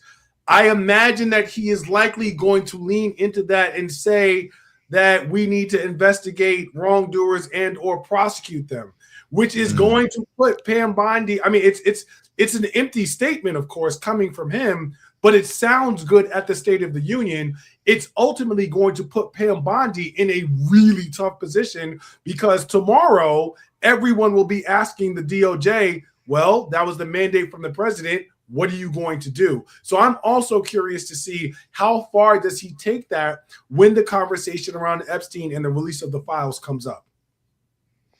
Well, I was going to ask you, you said it's going to put him in a Pam Bondi in a tough position. Why? Because he's going to say something and then she's going to have to completely, will they even answer, Charles? I don't even know if you think they even care at this point? I think that he will, if he says something, anything along the lines of, I'm instructing the Attorney General to pursue investigating any wrongdoing or the possibility of prosecutions, she's going to have to respond to that at some point from the media. People are going to say the president went on record at the State of the Union in front of the nation and called for you to do this. What are you doing? And I think that is something that her office has tried to navigate and dance its way through as much as it can. And it's going to be put in a really tough position already. And they've already blown it. They've blown it every step of the way, from the release to the redactions to the retractions to everything else. And so I think if he puts any further pressure on her, it's a sign that he's throwing her under the bus for the public to focus on her feelings and those not becoming his feelings. I want to say something, because I partially agree, but you're the lawyer, Charles, but I'll say that I partially agree. But I don't necessarily think that what the DOJ has done over the last year are failings. I think that their mess is strategic. I think that their incompetence, that they have weaponized their incompetence, right? In a way where we're constantly looking at the fail. Oh my goodness, why didn't they redact the victims' names? We know why they didn't redact the victims' names and instead redacted Leslie Wexner, right? And other important, wealthy, powerful white men, why they chose to do these things. And we can continually say that they are making mistakes. And I don't think that they're mistakes. I actually think that they are strategy, because it keeps us, the rest of us, the public, our heads on a swivel, wondering what they're going to be up to next. Just in the same way that they dump these 3 million files at once, and they think that no one is actually going to do any deep digging or investigation, that they're going to be swimming in this sewage of information and not be able to do what The Economist did, utilizing AI and software engineers, or do what NPR did. Like, they're assuming that we're not going to be paying attention. But I think that it is part of Steve Bannon's flood the zone strategy that has worked really well for them over the last several years. And so I know that we know that they're incompetent, but to me, it's like they use their incompetence as a weapon against the American people. Well, are they incompetent? Again, a similar question. Are they incompetent, or do they just not care? Are they just not putting any effort in it? The only effort that they're putting in it is to initially to scrub Donald Trump's name as many times as is listed from the files. Yeah, I don't think that they care, because they have no desire to do any type of thorough investigation. I think that initially, right, these folks believed Donald Trump when he said that this was a Democratic cabal that needed to come to light, that this was the Democrat deep state that needed to be unearthed. And when they all got there and they realized, oh my goodness, your name is mentioned more than anybody else's, then it was like, what do we do about this? So let's just throw our hands up and spin around and put on these theatrics, because that's what they're really good at. She goes in and sits before the oversight committee with her little mean girl burn book. Like, that is the theatrics of the thing. And I don't think that they care, because I don't think they have any intention of having to work for anybody's votes come midterms. Well, I mean, I think, I agree with both of you. I do think he might try to position himself during the State of the Union to try to potentially pin this on Pam Bondi, because I think Pam Bondi's kind of almost on her way out. So if he does say anything like, oh, well, the DOJ should be pursuing justice, or this was their fault, right? The redactions, the cover-ups. But at the same time, when it comes to the incompetence and the weaponization of it, I do think that they're one of the things with them, since they're all kind of living in his no admit failure, no admit fault modus operandi, when they do make a mistake, they double down as if it was the actual plan. When Pam Bondi she brings out the binders, and then she goes ahead and makes these promises. And then by the July meeting, the one where they have Elon Musk in the meeting, who apparently was there, when they say, hey, Donald, actually, your name is all over the files, and then Trump reverses course. I really do think we're almost lucky that they're this incompetent, and that loyalty was prized above all here, because when you build an administration on the backs of loyalty being the number one qualifier, you get Pam Bondi making mistakes, tripping over herself. You get a Todd Blanche who's making mistakes in the way that they've executed the files, and just generally, they're violating the law for 2 months straight here on the Epstein Transparency Act. So I think it's going to be looming here. I actually am interested to see if he addresses it at all, or if he just tries to skirt over it and pretend it's not happening. The Dow's over 50,000, everything's all good, right? We'll see. But how do you skirt over these women staring right at him as he is on the stage speaking? And remember, I mentioned this earlier. Remember what happened do you guys remember? I'm old enough to remember Hillary Clinton and Donald Trump. One of their debates back in 2016, when he brought the women who accused Bill Clinton. What was her name? What was it? Juanita Broderick or something like that, and others, and Paula. What was her name? Paula Jones. Yeah, Paula Jones. Right. Back in the day, I believe those were the two, at least, that he brought in to the event. And now he's sort of faced with very similar circumstances, except this one is could possibly involve children. Yeah, that's the very interesting thing about how he is going to have to play this. I mean, I expect that he could take a very incomplete narrative approach and basically pat himself on the back for being the signing signature and improving the Disclosure Act, which I expect he's going to take credit for, and sort of end it there by saying, as a way of trying to provide closure and justice to these victims, which we all know does nothing to that effect. But it's a cliffhanger that no one will be able to challenge in the moment necessarily, and will allow him to do what he enjoys doing most, which is control the narrative. Again, if he goes any further than what I just said, that's where the burden shifts to the DOJ and Pam Bondi, and I'm sitting back with my popcorn wondering how this plays out. Because to speak directly to the victims and say anything about justice, to say anything about prosecution, to say anything about investigation, all begins to put a light directly on the DOJ. And that's something that he doesn't have to answer for tomorrow. Pam Bondi does. Why are you showing your hand, Charles? Are you there, Charles? I'm here. Why are you showing your hands and you're giving them advice over there? I'm messing with you. No, because you know why? Because he's in and I know we are on the net, but I'll still say he's in an effed up position on this. Because if he does not say anything about investigation or pushing forward, then people can clobber him about the fact that in the face of these victims, you sort of left them hanging. And if he does say something about it, then now everybody's going to lean in on Pam Bondi and say, your boss, who you've been taking directions from this whole time, has now given you a mandate. What are you going to do about it? So it's a very interesting position that he finds himself in, whichever way he decides to go on this, which is why I'm so fascinated about it. Now, there is a third option. The third consideration is that he says virtually nothing about it, which he will get hammered about. And I don't think he's going to do. I think he cannot resist taking credit for signing the actual vote into law. So I don't think that that's going to happen. So I'm very interested to see how are you going to deal with this issue. I don't think he can help himself. And I honestly think that we're going to see him stand up because, again, no one can ask him questions, right? It's open mic night for America. And he's just going to stand there and say, I've been exonerated. I've been exonerated. But who hasn't been? I think that we're going to see a rambling mess. And he can't help himself because he is a petulant toddler. And whatever they told him not to say, he's going to say.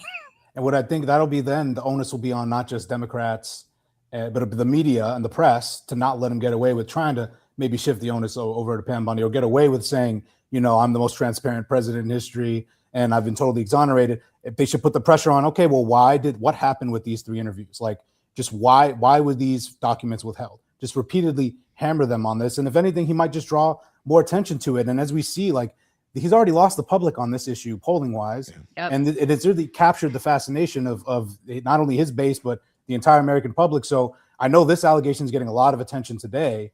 I just think it's looming over everything. And with the Epstein survivors there, I wonder how the Democrats are gonna play that, or is he gonna have them stand up? Have them stand up while if Trump were to mention it, is that the trigger? Are they gonna stand up and therefore kind of project demand accountability? We'll see if they strategize that intently, but I don't know if Hakeem pulled through on that front. We'll see. The other thing that I want to, if you guys stand by a minute, I want to bring someone in. I want to bring in Mr. Rashad Robinson, who's joining us from the State of the Swamp event. We know Rashad Robinson, a civil rights leader, the former president of Color of Change, and now he sits on the board of Marguerite Casey Foundation, and he has served on the board of Demos and Raise Forward, and also State Voices, and a lot of other things. Anyway, he's just an impressive gentleman. Thank you for joining us. Thank you for joining the panel this evening. As you are there in DC, what is the spirit? What's the mood like at this State of the Swamp event in Washington? People are fired up here. People are ready to go and looking for direction and looking for engagement. And so when I spoke, I really focused on the fact that, Trump has his back up against the wall in many ways. And the things that he wants to do at this point, what happened in Minneapolis, I just saw the Minneapolis mayor who's here at the event. And the things that he is trying to do require compliance from those in business, require compliance from those in media, require all sorts of corporate engagement. And so for those of us that believe that we want something different and demand something different, we have to take this to the door of the enablers. We will always lose in the back rooms if we don't have people lined up at the front door. And that means that we have to focus on those that are enabling and holding up this president. And we have to make sure that people never forget who they are, and they cannot think that he is more powerful than we are. Yeah, Rashad, people want answers. They want to know what to do. They feel like they have no agency. And many of them, quite frankly, feel like their politicians are not doing the damn thing the way that they should be doing.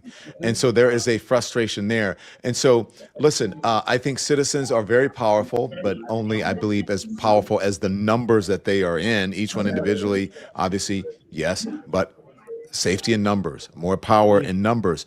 Do you feel that there is a cohesion that perhaps was not there in 2024 when there was so much apathy around the election, and now people, for lack of a better term, have fucked around and found out? Yeah, I was talking to some of the activists in Minneapolis on the ground. I think what's happening there has in some ways moved beyond politics for folks. It's about neighbors. They can't count on school pickups. They can't count on the sort of day-to-day interactions. And that begins to change this and move this beyond politics. And if we're smart, we're going to leverage that in strategic ways and really point people at what they can do. And so sometimes when people ask me, well, what can I do, Rashad? I first ask them, like, where do you work and where do the people in your family work? The Trump administration, they need warehouses right now to execute their ICE plans. And if a warehouse is coming to a community near you, like, that's a place to stand in the way of the people that are going to make money off of it and to expose them. At every turn, there is visibility and light that we can put on the people who are allowing this to happen. And, we can't count on our politicians to lead us. We have to create the ground and the movement to force them to do things. That is going to be the responsibility of activists. It's going to be the responsibility of everyday people. Yes, we will have some political leaders that will be out there, and we need to cheer them on, and we need to protect them and defend them when they come under attack. But more than anything, it's going to be up to us to continue to create the conditions where our politicians have to do things, that there's reward and consequences. They work for us, and we have to demand more out of them. I think you're right on, Rashad. I found that since Minnesota, that things have become much more personal to people. It used to just be like, okay, he's doing this over here, that's over there. The Epstein files, it happened a long time ago for some, although there are victims out there. But this has become very personal for people in a way I don't think this administration quite anticipated. Absolutely. You know, I am co-chair of the Committee for the First Amendment, which is this initiative that Jane Fonda has launched. Her father, Henry Fonda, was a member of the Committee for the First Amendment during the McCarthy era. And that was, and now sort of this moment of the call that she put out, over 3,000 celebrities, writers, creatives in Hollywood have joined, and really focusing on that Hollywood pillar. I was actually out in LA with Jane at an event when you were arrested in LA. And I called Jane that morning and I was like, did you hear about Don Lemon? And she's like, I said, he's actually here in LA. And she was, the first thing she said was like, are we going down to the court? And I was like, yes, we're going down to the court. And Jane is 88 years old. And so I was not going to let her go down. I was like, we're going down to the court.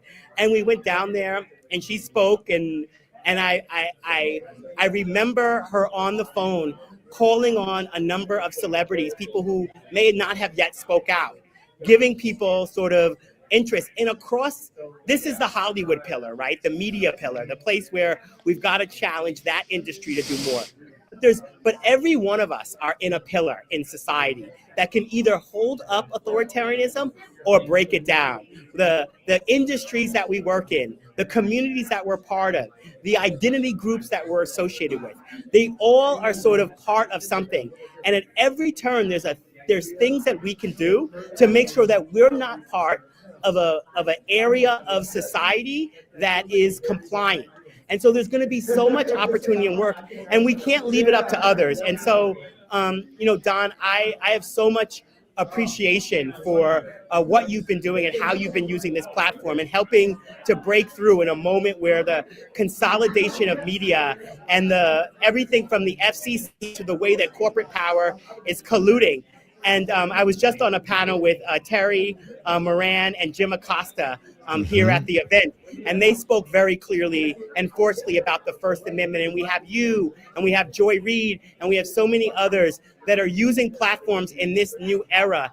And what we get out of this moment, hopefully, will not be going back to a world that was not perfect.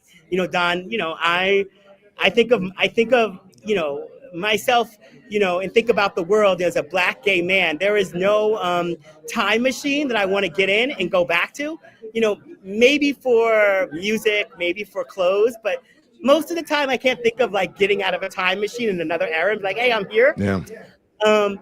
So this is also going to be about what we build moving forward. And you and so many others have shown us what media and speaking clearly with a voice can give us. And I hope we take this opportunity as we go forward, when we defeat this man and kick him out, that we also defeat the undergird of what made this possible. Yeah, there's no Back to the Future for us. People are like, I'd love to go back to the 50s. Everything was so cool. No, not for Black folks, especially not especially a Black gay man. No. I'm so glad, Rashad. I've been so busy and I've had so much on my mind. We've been trying to get Jane Fonda. I should have just called you. I should just text you. You should have just called me. It would have been yes. Yeah. And so we'll get her on because I do appreciate her support and yours as well. Go ahead, Charles. By the way, before I have to you got to jump. You want to say? I was able to talk to Rashad and Jane when you were on your way out, so they've both been on the show. But I'm also, Don, thankful for this platform and the work you're doing. But I'm taking bets, y'all, to find out.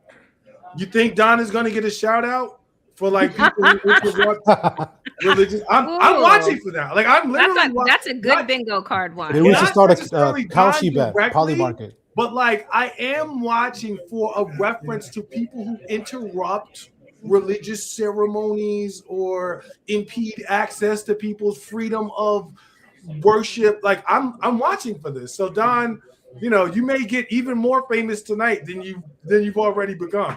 What are you wait. What I missed up. Someone was trying to give me some breaking news in one ear. What are you talking about? I said I'm taking bets on whether you get a shout out during the State of the Union or whether there's a reference. Okay. Well, you know what the interesting thing is that I was invited and I said no. Because I don't want to be used as a prop. But when I spoke to Senator Mark Kelly tonight, he said, I understand that some of my colleagues don't want to go.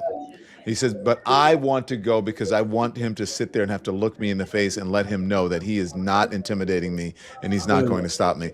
Look, I would love to have done that, but at this moment, look, the weather's bad, and I just didn't want to sit there and have him, perhaps talk shit about me because Thank you, Charles. I'll see you later. I want to bring in some of the folks. Oh, Rashad, thank you. You have to go as well, right? Yes, thank you. Thank you very much. Thank you, Rashad Robinson. I appreciate you. Okay, stand by, everyone, because I have to bring in some new folks. Okay, let's bring in some new folks to this. Mike Nellis is here as a Democratic strategist, a former top advisor to Vice President Kamala Harris, and the author of the Endless Urgency Substack. Also, Jennifer Welch is the host of the I've Had It podcast and the author of Life is a Lazy Susan of Shit Sandwiches and a dear friend of the show. And she also has a new book coming out. And I'm going to joke because these are both my friends. Bring on the white people. Yay! Oh man, these are the best white people to bring on. I just got some news, guys. I don't know if you guys care what the news is. You should put it on there, but here's the news. We're going to put it on. So I was nominated for 4 NAACP Image Awards. So I hear that outstanding podcast for news and culture, news and information that I won, and then an outstanding podcast for society and culture. 2 out of 2 tonight. Oh my God. That's awesome. Congrats, man. Oh my gosh. America's journalist. You deserve it. Do you know what that means in this time, what's going on in my life, what's happening with independent journalism? And, usually I say, I didn't care about, back in the day would say, I don't care about awards, I care about ratings. But for the little engine that could, for the David and Goliath that we're up against the mainstream media, and you guys who are in independent media know this, and Jen, you know this more than anyone, we are out here fighting for our survival on these independent streets, don't you think? Oh, yeah, definitely. But it's a good fight. It's a worthy fight. And the one thing I love about our side is how collaborative and how supportive we all are of each other. It's not competitive. We're not rivals. Everybody goes on everybody's shows. Everybody shares information. It's a great community. Thank you. My husband shared the news. I heard him with the social media team in there cheering. I was like, what's going on? That's why I did not hear what Charles said about whether is there a Poly Market thing about me? Seriously, Ahmed, or no? Oh, I was joking. saying they were going to do a Kalshi on that joke, you being and I would not put it past. Listen, 2 to 1 odds. I'm not guilty. Was that you and I who said that? Mike Nellis, did we do a Poly Market thing or no? I don't know if that was. I don't remember. I can't. I don't. But I wouldn't be surprised if Caroline Leavitt starts a Poly Market and then was the one who pushed it into the speech, so that they would earn, like they've been doing some sketchy shit in the press room for real. Well, do you think? Or it could be Howard Lutnick's son. Probably Howard Lutnick's son. Don't you think might do something like that? Yeah. Welcome to the podcast, white people. I'm joking. My friend. I just want to point out I'm Italian, so I don't know that you can call me white. I'm kidding. Oh, just as long as we are barbecue approved whites. That's my aspiration. Yes. Right. Cookout approved. You are approved to come to the cookout, both of you. There we go. And otherwise, you would not be on this program. But let's talk about what the look ahead, and we're going to continue on with everyone here on the panel. Let's look ahead. What do you think is going to happen tonight? What are you expecting? First, Mr. Mike Nellis, and then I'll bring in Jen, and then Miss Moody and Mr. Baba. Yeah, so I expect a couple things tonight. I expect that he's going to talk for 2 to 3 hours based on all the rumors. Mhm. And that's why I am prepared with a beer. So holding that the whole time. Wow, that is fruity. I did not expect that. I really didn't. I asked for a Guinness and my staff handed me this. No, he's going to ramble on for 2.5 hours and he's going to say nothing new. It's going to be the same speech that he gave in Iowa a couple weeks ago. It's going to be a year ago, Joe Biden made everybody transgender. Now I've established that there's only 2 genders and I defeated inflation and your life is so better. And look how handsome we all are. And also I'm about to invade Iran and that's great. It's going to be a lot of that. And he's probably going to take shots at the Supreme Court. I wouldn't be surprised if he attacked you, Don, in the middle of his speech because he's crazy. And it's not going to be anything about how to improve the lives of the average American people. He doesn't have any meaningful plan to solve the economy. In fact, apparently, according to the Politico reports, he's about to introduce a plan to cut corporate tax rates again. So that's the only plan that he has is cut your taxes, cut essential services, and raise regular people's taxes with these new tariffs at 15%. So it's going to be the same old, same old. Jen Welch? It's going to be dementia, sundowner hour, extraordinaire, greatest hits. He won the 2020 election. Grievances. He'll probably mention you. He's going to mention the radical left. He's going to mention his polls. The polls are liars. Press is mean to him. Everybody's mean to me. He's the most oppressed, powerful man we've ever seen in our lives. Can you imagine having that much power and you get a microphone and all you do is talk about how oppressed you are? It's going to be batshit. He's going to go off script. It's going to be a miserable experience. I would rather paint the interior of my house with a Q-tip, 2 coats, than listen to this man ramble in his dementia, racist shit. It's going to make no sense. I can't take it anymore. Okay, stand by. I'm sorry, guys. I have to bring in someone now who has a time limit, and that is none other than Congressman Seth Molton, who is joining us now. Hey, Representative Molton, thank you very much. How are you, and where are you, and how you're at the swamp, Drain the Swamp. The State of the Swamp, exactly. State of the Swamp. How's it going? It seems to be going well. You know, it's nice to have an alternative to painting your house with Q-tips. I'm not very good at painting, and it'd be especially painful for me. But it just shows that, like, there's an alternative vision here. It doesn't just have to be opposition to Trump, because everyone knows we're opposed to Trump. Got it. You know, I just gave a little talk about how we have to lead. Democrats need to lead. We've got to show a vision for America that's a brighter, better future for our country. Yeah. As we look at the floor now, you can see inside of the House floor, folks are starting to arrive. There is the vice president arriving along with other folks in the cabinet. There's John Thune arriving as well. And I think is that Dick Durbin I see there as well. Okay, so Congressman, why did you decide not to go? I'm here to speak at State of the Swamp, but then I am going to the State of the Union because I have an absolutely incredible guest who is an 18-year-old kid from Massachusetts who was rolled up by ICE, made to sleep on a concrete floor for a week. Honors student athlete, accused of violating an immigration order when he was 6. And yet he was fighting every step of the way for his fellow detainees, standing up for the people that he was detained with and other families that are being broken up. In other words, he's someone who's known for his tragic immigration story, but really he's just an amazing patriotic American. And we wanted to go to the State of the Union together to put a face on this domestic terrorism being carried out by federal law enforcement across blue cities in America, to put face to MAGA Republicans who are enabling this with Donald Trump. And already, as Marcelo and I have walked around the Capitol and met Republicans, it's been so amazing to see their faces when they hear his story. Yeah. Congressman, for how much do you think of what's happening on the streets, which you mentioned what happened to your guest, people being dragged off the streets of America without due process? How much is that playing into these tanking poll numbers that we have received some new ones today? 36% overall approval rating, according to a CNN poll, 26% among independents.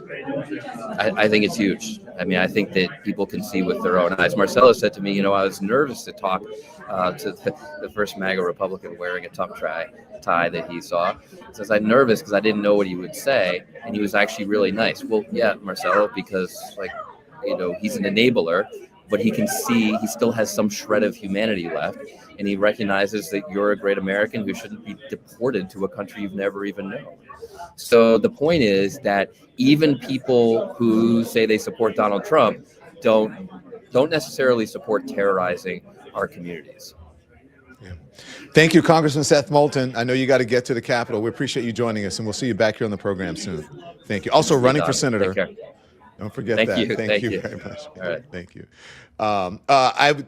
Danielle Moody, sorry, I interrupted your response to what was happening. I had to bring the congressman at a time issue because he's trying to get to the Capitol. Oh, you didn't interrupt me.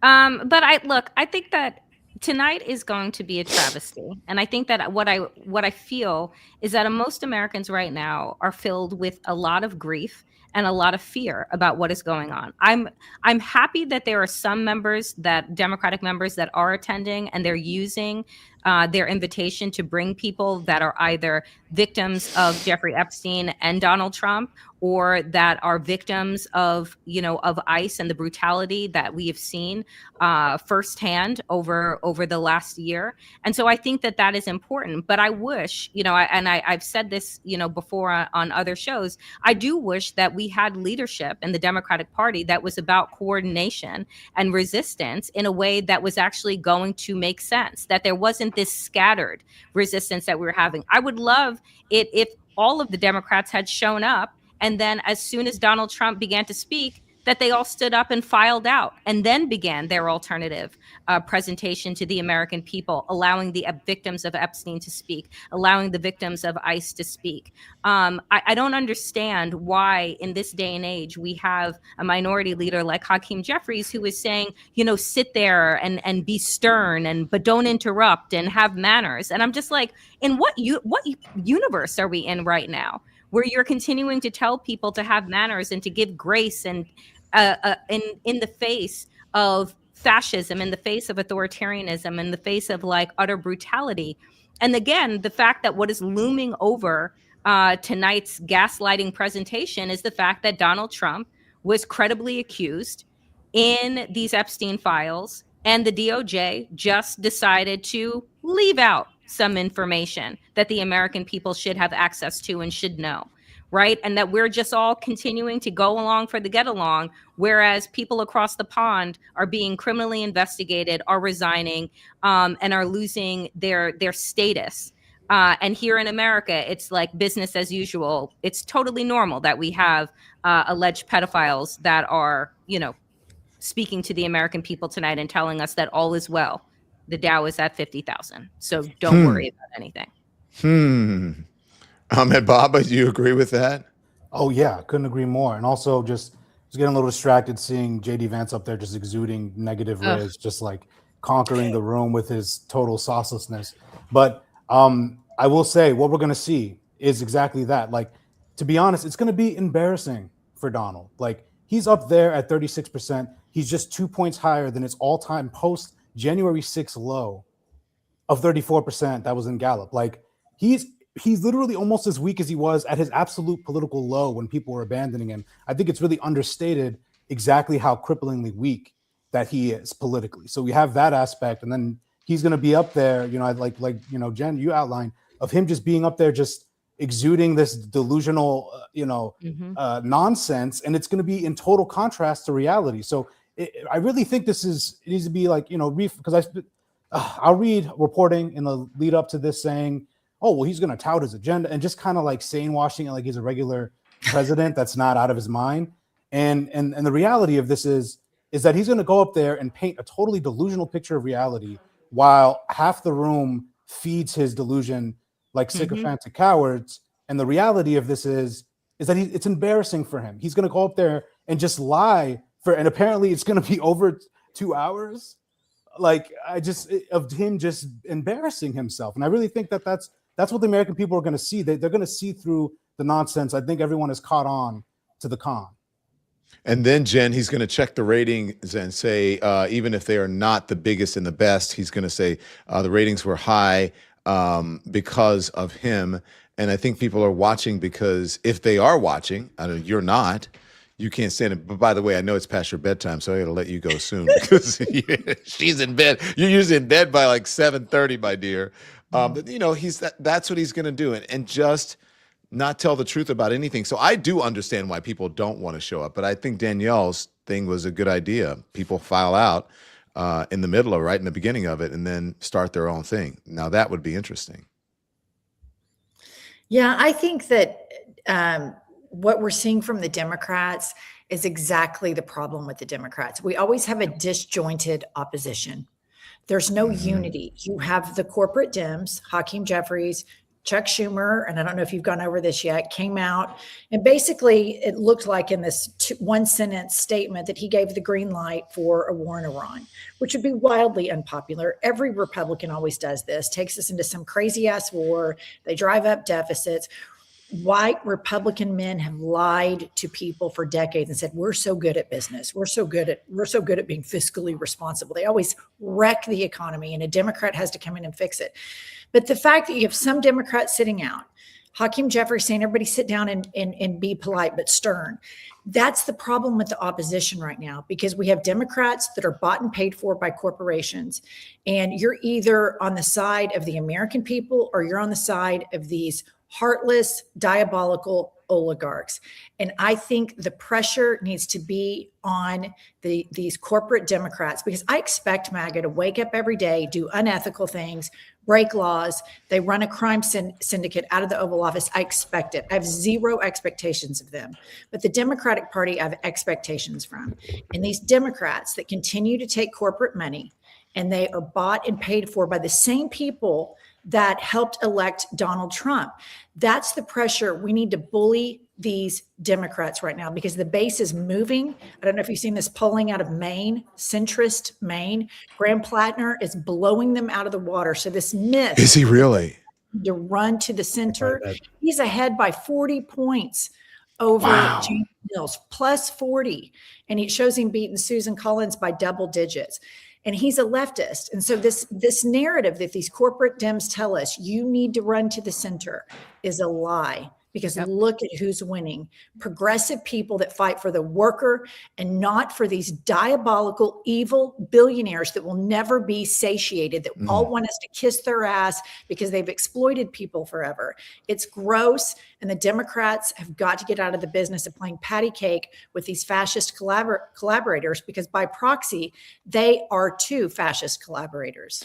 Jen, let me just say this, and you know this, Ahmed, I think you know this, Mike Nellis, you know, and if you watch Danielle, you know, since 2024, I've been telling people that the energy in the Democratic Party was on the progressive side, and if they were smart, they would lean into those folks, they would elevate them and put them in leadership positions, and they would put them out front, right? But they didn't do it, right? Everyone wants to run to the center. I've been saying that. People thought I was crazy. I said the party likes AOC. The party likes Jasmine Crockett. Look at what's happened. And this was before Zohran Mamdani. And then look at where we are now. Jen, I think that you are 100% correct. The question is, do you think they'll do it? Do you think they'll get it in time for 2026? I think some will. I think that we as the people, we're going to have to bully the politicians we have right now into moving with us. It's the only option we have. And you see that protests work. You see when Jimmy Kimmel was put on probation or whatever, that worked. Taken off the air. Yeah. Right. And taken off the air. And you see that we have these No King marches that make a huge impact. But as the problem that I'm seeing is that you have a lot of corporate Dems, like Chuck Schumer has endorsed this Janet Mills. And so remember that the Democratic Party, after Zoran won, they ran Cuomo against a Democrat that won a primary. So there's just a lot of cleanup we have to do. The Democrats need to be clear-eyed. We need to be the anti-war party, universal human rights. We're not throwing one person under the bus because we're not dicks. That's why. We're not going to throw trans people under the bus. We're not going to throw Black people under the bus. We're not going to throw Mexicans under the bus. If you want to do it, you want to talk about genitals, Lady Graham, swing for the fences. But we're not doing that. And we need to get moral clarity. And these corporate Dems, I'm just telling you, I'm so mad about it, Don. I can start talking about it now because I have no expectation of these MAGA people. None. They're going to do horrible shit tomorrow. We're all going to talk about it and it's going to be depressing, but we have to push the people that we can hold accountable. And I think that's the Democrats. Did you find your way back home yet to us? Oh my gosh. So I went to Mexico for a week and then I looked at the weather and I came back to my house in Oklahoma. I'm here with my husband. So I dodged the bomb cyclone, but I'm coming to New York on Friday. Okay. I thought you were back with us.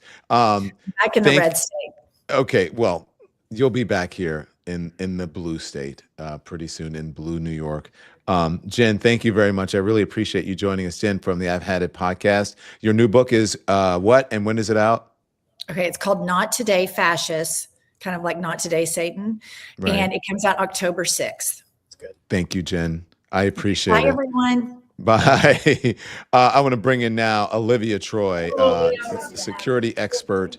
And she's joining us now, for a security expert and former, you were on the Trump administration, correct? So you know all. Olivia Troy, I know it, Don. You're at the State of the Swamp event, and I what am. say you? What are you looking for this evening? Are you going to watch from there, or are you just going to ignore it and then discuss You later? know, I'm keeping tabs. I'm keeping tabs. You know, I just spoke to the crowd earlier here at the State of the Swamp as someone, you know, as a deep stater, as I was called by Trump, and as a member of the Deep State Swamp in DC, I felt like I needed to stand with the Portland Frog Brigade Army that's here. You know, and I talked about the real State of the Union, which was the harm that's happening to working class families, the harm that's happening to immigrants across the country, the harm that's happening to journalists around the country. Yes. And yeah, so here we are. But yeah, so, you know, there's a lot of energy here, though. And I think that people are sort of just like, yeah, Trump is going to deliver his usual State of the Union speech, which is state of the lies. And that's how it's going to go. So, yeah, it's good to see you, though, Don. I've been, you know, tracking everything, reading for you, you know, and I know the history. If there's anyone that knows the history about the Trump team and Don Lemon, it's certainly people like me, because they don't like it when you're out there calling them out and speaking the truth and, you know. Yeah, I may have to have some folks call you for some information. You know, I'm just saying. Danielle Moody, any last words? I know that you have to go. What would you like to say before you leave? You know, I kind of want to say the fact that, look, I know that people are filled with fear and grief right now, but that everyone has the opportunity to do something where they are, right? Like, if we use the people of Minnesota as our example, as our blueprint of what collective community care looks like, if we use what we all do here in independent media as a way to like lift up narratives and tell the truth, everyone has the opportunity to do something where they are. And I don't want us to get sucked into this void, this alternative universe that they're trying to pull us into, that their power is inevitable. It isn't inevitable, right? It's only inevitable if we choose to do nothing and we believe that they are just going to conquer and continue on. So I just want folks to remember their power in this moment, and to ground in that and each other. Danielle Moody, thank you so much for joining and spending so much time with us. I wish that you had more time. If you do, come back. We would love it. You probably have to go to bed too. Are you an early? I am an early bed person. It's 9:00, but yes, like, you Look, know, Danielle, I skincare. can't believe that I used to anchor a show every night till midnight, because at midnight I've been in the bed for so long. It's like, thank you. But Be thank well. you, Don. Thank you for having me, and good to see everyone. Oh, Danielle, before you go, are you there? Yes, I'm here.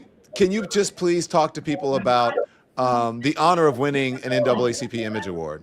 Oh, for you. I mean, just in general.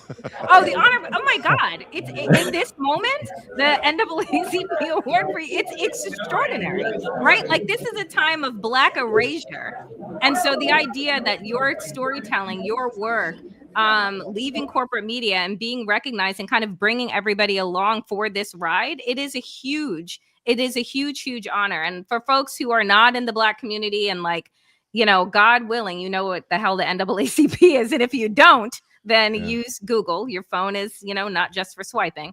But yeah, it is extraordinary. And I think that, look, it is an institution, it is an honor, and it is a recognition that is very much deserved.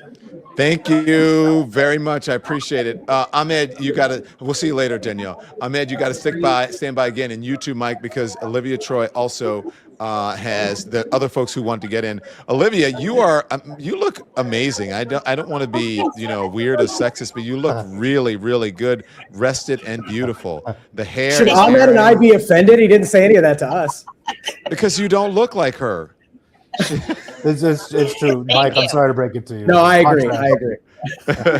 So, Olivia, you did say, I thought it was very important that you said that you know about this administration, and you do. And so you know how this president is going to react tonight, and he's going to speak for a long time and just sort of gloat, you know? I understand that he had a meeting today with all the news anchors or a lunch or something at the White House, which is very interesting. Yeah. Butter him up. Mm-hmm. Yeah. Is that what's happening? The traditional approach. 100%. I'm sure. You know, I always am struck right now by his press when he does his press events. If you notice in the Oval, where he kind of cracks the jokes and he does like self-deprecation and he gets them to lower their like walls around him and the vulnerability. It's all an act on. I mean, like that's exactly like that's so classic Donald Trump. So I'm sure that was part of it today, of what he did, and I think he wants positive coverage when he lies to us about the real state of the union, which we know is not great. And so I expect him to talk about how wonderful the economy is, even though I see the Supremes are walking in right now. And Kavanaugh, you know, Gorsuch, I see Amy Coney Barrett. Who else is there? Oh, John Roberts is there as well. So they're walking in now. Thank you, Olivia. We'll see you soon. We appreciate you joining us this evening. Thank you. Yeah, and call me. I might have some other sources for you too. Holler. So you know. Thank you. I'll holler. Thank you, Olivia. Appreciate it. Bye, guys. Enjoy And you the guys look evening. fabulous. Okay, everybody looks good. We needed to hear that. No. We don't need that. So whose turn was it? Was it Mike's or was it Ahmed? It's your show, my friend. I know that, but look, you guys are part of the elimination, so I feel like you won NAACP Image Award. Like, you know what I mean? I don't think I'm allowed to win that. No, Mike, you are honorary NAACP beneficiary. I'm going to put that on my LinkedIn. So, well, let me just say that obviously I can't do it alone. I have the best team in streaming, like amazing. The reason that we're on the air tonight is because of Nikki, Peter, and of course Andy, who does all the technical stuff. The social media team, they're okay. No, I'm kidding. They're here, so that's why I said that. Chris, Mike, John, Anders, just amazing folks over for the social. Woo! Say hi, everybody. Who's here? Is it just you, Chris? Mike's here. All right. So, anyways, guys, are you talk to me about this, Mr. Nellis, because you are a Democratic advisor. You were a former advisor to Kamala Harris. I've been seeing lots of things, her now saying, hey, you know, I haven't ruled it out. Maybe I will run. And as I'm looking at this and I'm seeing this mess, I'm like, why would she want to get back into this mess? It's just something that I don't think that I would ever want. I sometimes I think about maybe I should run for office. People tell me all the time, but this is a very tough thing. And obviously this administration, this president, they're not handling it very well. They're not governing very well. No, I mean, and the administration's backed into a corner and they have no way out. I think for Kamala Harris, like she's got to decide what's best for her and for Doug and the rest of her family. She spent her entire life in service of others in California and then nationally as a senator and then as the vice president. So for her, I hope she gets in, to be honest with you, because I hope for the biggest, messiest, most vibrant version of the Democratic primary that we could have in 27 and 28 and let the people decide and let the party get stronger, because the 2 times we lost to Donald Trump were times we didn't have big open primaries. And I think that's a mistake. Like I wish more people had run in 2016, not because I didn't like Hillary Clinton. I worked for Bernie, but because I think Hillary Clinton probably would have emerged from that and been a better candidate. And I think if Kamala had been able to run a full primary campaign against other competition, she probably would have won and then been a better candidate, better set up to win. And the party wins when you have that many campaigns too. So I hope she runs. I really do. I hope everybody runs, like Gavin Newsom, Gretchen Whitmer, Pete Buttigieg, Wes Moore, everybody. Like, I just think we should have a big, messy, open primary because Trump, I don't know if you saw this. There's a story this week that Trump is walking around the White House and asking everybody that he can talk to whether or not they think J.D. Vance or Marco Rubio will be the better candidate in 2028. So it seems pretty likely that he's going to anoint his Republican successor. And I think the Republican voters, primary voters, should do that, not Donald Trump. So if they try to have him be a kingmaker in 28, we should let our people decide. And I think we'll whoop the floor with them if we let our people decide. Well, Don, I think your mic. Yeah, you're muted, Don. Now, I did not mute myself. I don't know what happened. But Ahmed and I were going to have to run the show for a second. Wouldn't people kind of like that because they don't like it? You know what I mean? I think like the Democrats would probably like that because people don't want. I don't think that people want J.D. Vance. And speaking of, there's Marco Rubio coming in right now, and there is Scott Bissett and Pete Hegseth. Brawler Besant, who apparently gets Scott Bissett. You know, I too am a peanut farmer, or whatever he said that he was. No, it was a soybean farmer. I am a soybean farmer. Listen, I've said this about Scott Besant before, is that he looks like a guy who laid off your dad. That's just what he looks like. And looks like a guy that what? That laid off your dad. Like that if your dad got laid off. Scott Besant. Yeah, he looks like he laid off your father. And I'll tell you what, I can't say what I think he looks like on here. He doesn't look like a guy that fights half the administration. No. Apparently, he fights everyone in the administration. You guys seen that reporting, right? Where he's getting in people's faces and nearly fighting with Elon Musk. And is he the one who punched Elon Musk in the face? Is that I'm just saying. I'm just saying that reporting. That's what they said. That's what they said. He looks like he looks like what they used to call a walker. Do you know what a walker is? Mm-mm. There was a gay guy that would escort like rich old ladies around back in the day. Oh. That's what he looks like to me. I'm just saying. Look it up. You guys are like, I'm not saying anything to that. Oh, and there's Pamela Bondi and what's his name? Governor, what's his name again? That's Doug Burnham. Yeah. Yeah, Burnham. Yeah. Who was supposed to be like some big shot and was going to win everything, but who knows? Didn't happen. Pam Bondi's wearing a tan suit. We got to impeach. You got to impeach. Well, hold on. Where's the Dow right now? Are we allowed to talk shit about Pam Bondi? It's over 50,000, under 50,000. Yeah, it's just honestly the pageantry of all this is really just we have the Supreme Court that just ruled on limiting his power right in front of him, and he's going to be speaking about tariffs potentially. Like you have Vance up there. It's all just so, and you have Rubio who's apparently basically in an apprentice battle with Vance.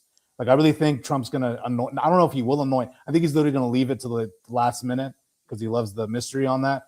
But yeah, it's honestly, this whole charade really just feels like something out of another dimension because it just doesn't fit really where we're at, right? Well, like if I can interrupt, is we're also on the verge of war with Iran. Like we've got an unbelievable military buildup with no congressional authorization. Donald Trump hasn't even explained to the American people what the hell we're doing over there after claiming they destroyed Iran's nuclear capabilities in the strikes they did last year. So everything about this is just very odd, just very weird to try to normalize. Well, to answer your question there, Mike Nellis, we can talk about Pam Bondi because the Dow is at 49,174.50. And as she would say, dollars, but it's not. I know that it's not dollars, but that's where it is. So the Dow is over 50,000 is not exactly accurate. I'm going to put that song. That song's going to be stuck in my head. The Dow is over 50,000. Have you seen those? Yeah. They're incredible. We played that, and I can see in the green room my producer Peter laughing because he's the one who introduced us to that song. The Dow is over 50,000. It's below now. We got to get T-shirts with the Dow's below 50,000. We see Susie Wiles, chief of staff, has entered. Yep. Is that Kellyanne Conway in the red? I can't tell who that is. That's hard to tell.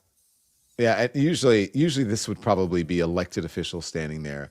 I always wonder, like, why are these people like lining up at the like standing there. I don't know if that's Kellyanne Conway, but it's someone who's got a very similar hairdo as her. Why do these people stand there on the edge just to like glaze these? Like, don't you see them all the time? Like, why are you like in such a like to, so anxious, so thirsty to like shake hands with these people? Like, who gives a, proximity to power?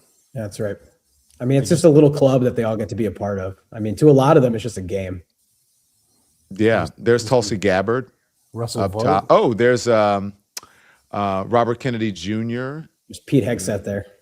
Yeah, we saw the Hegseth, or as Wajahat calls him, Pete Kegseth.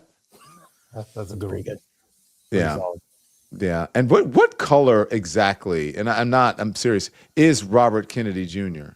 Because he's standing next to Byron Donalds, and Byron is brown, but he is a very odd shade of ruddy.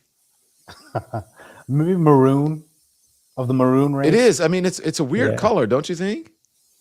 It's not exactly a tan.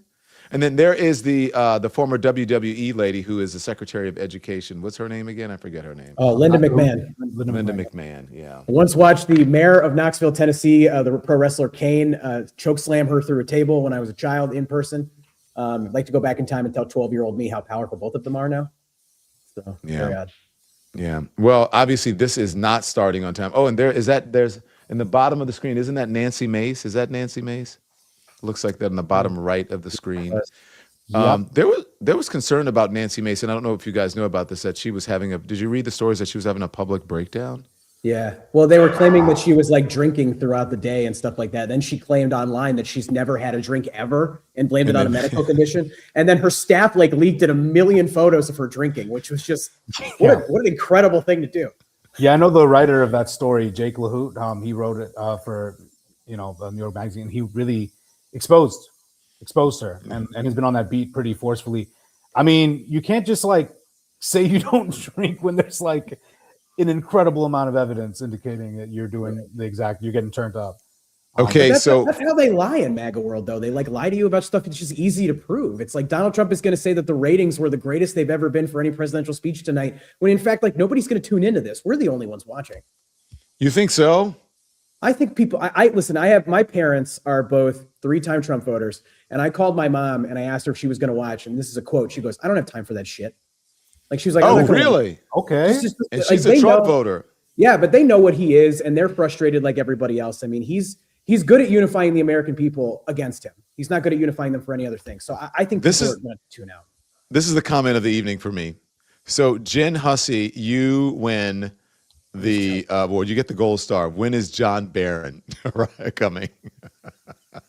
Do you think it was him that called into C-SPAN, Don?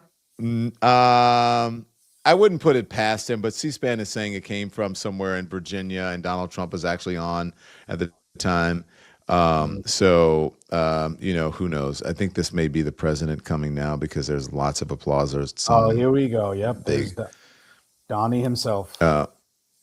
Is that I can't see? Oh, there he is. Yeah, there's speaking of what color is that? But at least, I mean, Donald Trump is a very, very pale person, but I wonder if that is like a permanent stain on his skin, that he's been doing it for so long. No, because it fades sometimes. Like you can tell, like along the edge of his face when it's really bad. I hate that I know these things. Like I should not have to know these things. Yeah. Yeah. Let's see. Oh, Wajahat is here. I did not know that. Is Wajahat here? Wajahat Ali? Wajahat Ali. Are you in the house? I didn't realize that. You guys have to yell at me in the thing and say, Don Wajahat is here. Wajahat Ali, political commentator, the host of the Democracy-ish podcast, and the author of the Left Hook Substack. I was just referencing you, Wajahat Ali, because your nickname for Pete Hegseth is Pete Kegseth or Pete's Keg's Breath. Pete Kegseth. Pete Kegseth. Yes. How are you, my friend? How do you like watching this rogues gallery of a regime arrive at the State of the Union this evening? So I feel pretty good because I'm in Washington, D.C., and I'm in the National Press Club, and we're surrounded by a lot of our friends and allies who are here at the State of the Swamp, So Mehdi was here, Olivia Troy was here. We had a whole bunch of good folks, Brian Karam and Jojo from Jers, Glenn Kirshner. So they're all walking around here, and we have a counter response. And now I see this old, decaying, cankled mother effer, and I'm slightly I've got Ramadan gas has come back in my stomach. If you know, you know. If you know, you know. Emma knows. He's like, I get it. Look at him. How will he last 2.5 hours, Don? I heard this is going to be a record-breaking epic speech. How can those cankles hold 2.5 hours of lies and anger and hate? Compression socks. That probably. I mean, he has to wear compression socks. I think he wears them, but I don't think he likes them. That's what I'm told. So. Oh, he just walked by. You see, just walked by Al Green. Like, how long until Al Green just starts yelling at him again? I know. We're going to see. Al Green still doesn't have his committees back from that last time. That's my favorite. That's my favorite image from any State of the Union ever. Just swinging his cane at him. Like, what? Wait, Don, do you know how many Democrats are there? How many Democrats are in attendance? No, I don't. Do you know the numbers? I don't know the numbers. Oh, there's Schumer. That winner, Schumer. Yeah. I want to bring in now Monique Presley, friend of the show, and also joining us is Will Westmoreland, our farmer friend, who's going to talk about, let's see if Donald Trump mentions the farmer. Will, I don't know. Welcome to both of you. Will, we'll talk about this in a bit. I don't know if you saw there was a bit of good news for your friend John Boyd Jr. Did you see that story where he? No, I didn't. All right. I've had a busy day today, so you're my first media hit of the day. Amazing. So continue on. If you can talk to us, Wajahad, how is this state of the swamp in your opinion? Well, it was actually 500 people packed, a lot of energy. There's a frog brigade here. Apparently you were supposed to be here to collect some award, but you sent Pete instead, so he'll probably collect it for you. I don't know what you're talking about, but but there's a whole bunch of energy. I mean, I'm really surprised. I mean, it's a sold out crowd right now. They've been here since 6:30.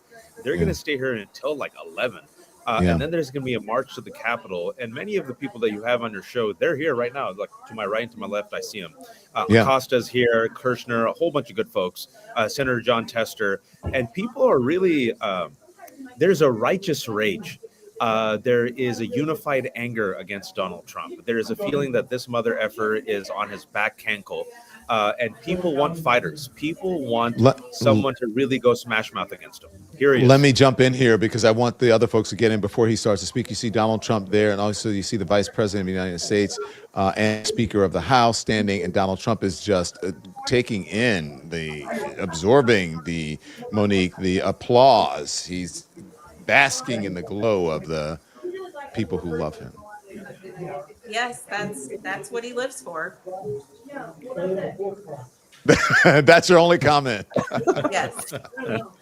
By the way, I have some reporting. Al Green was holding a sign that said "Black people aren't apes." Said what? Black people what? Black people aren't apes is the sign I'm seeing on C-SPAN feed. Yeah, he was holding a sign. I'm not sure if you'll be able to see it, but he was like behind Donald. Yeah, we can see it. Yeah. Good for Al Green. Yeah. Members he gets of Congress have the high privilege and distinct honor of presenting to you the President of the United States. Okay, well, we will see you after. Sorry, you got to say a little bit. Monique got to say her 2 cents literally. And so there he is now basking in the glow. Just real quickly, if you can tell us, Will, what do you want to hear from him for farmers? Just a quick 10 seconds if you can.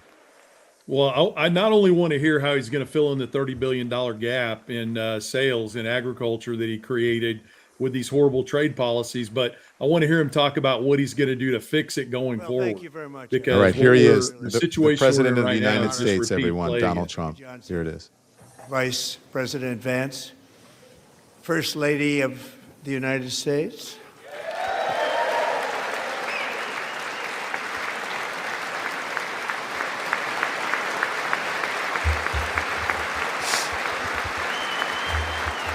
Where is she? Oh, there she is.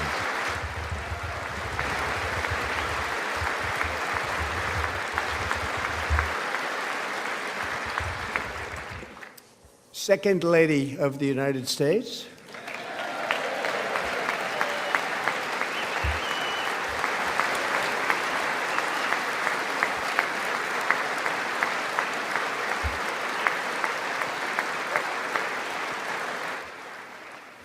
Members of Congress and my fellow Americans, our nation is back, bigger, better, richer, and stronger than ever before.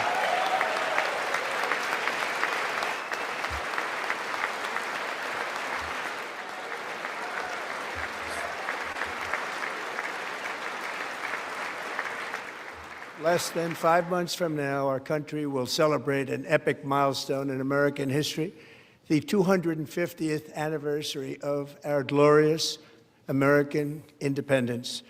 This July 4th, we will mark 2.5 centuries of liberty and triumph, progress and freedom in the most incredible and exceptional nation ever to exist on the face of the earth. And you've seen nothing yet. We're going to do better and better and better. This is the golden age of America.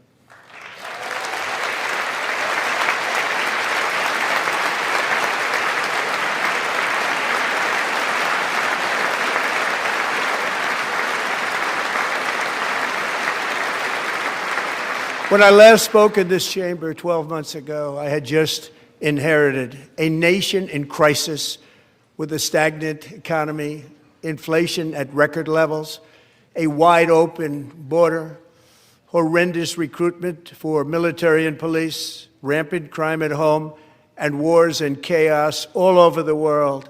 But tonight, after just 1 year, I can say with dignity and pride that we have achieved a transformation like no one has ever seen before, and a turnaround for the ages. It is indeed a turnaround for the ages.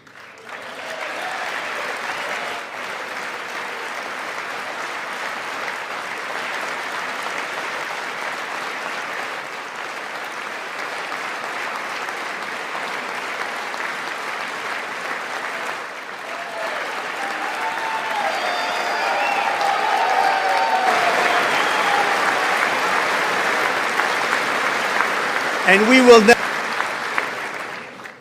Second Lady of the United States.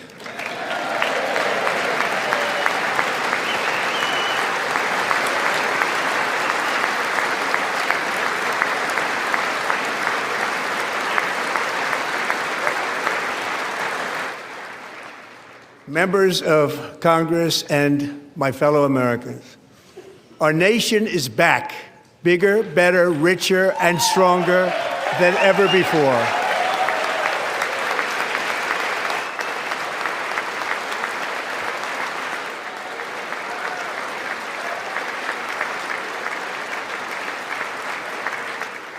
Less than 5 months from now, our country will celebrate an epic milestone in American history, the 250th anniversary of our glorious American independence.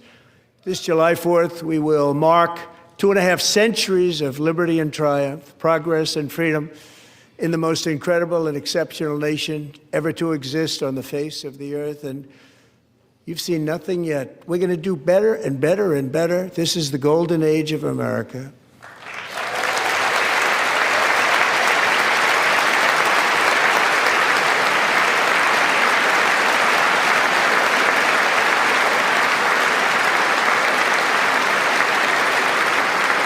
When I last spoke in this chamber 12 months ago, I had just inherited a nation in crisis with a stagnant economy, inflation at record levels, a wide open border, horrendous recruitment for military and police, rampant crime at home, and wars and chaos all over the world. But tonight, after just 1 year, I can say with dignity and pride that we have achieved a transformation like no one has ever seen before, and a turnaround for the ages. It is indeed a turnaround for the ages.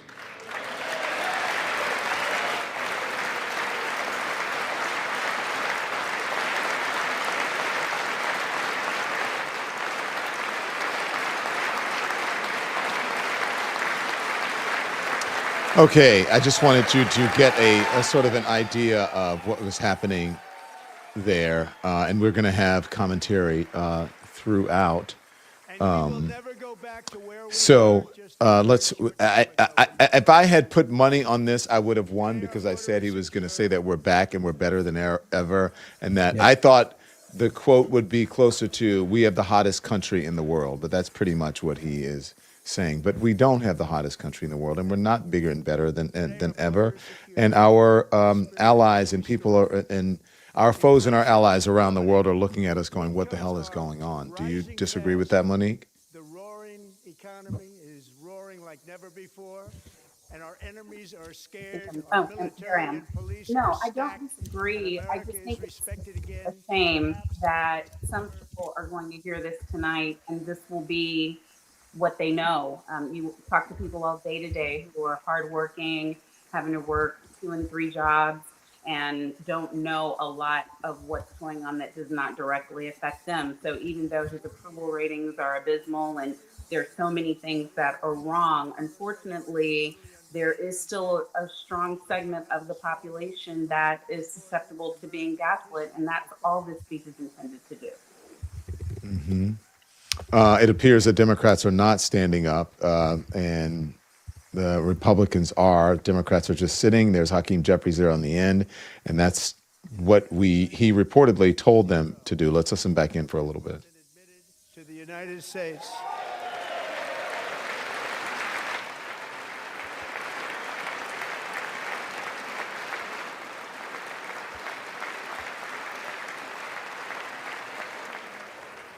But we will always allow people to come in legally, people that will love our country and will work hard to maintain our country.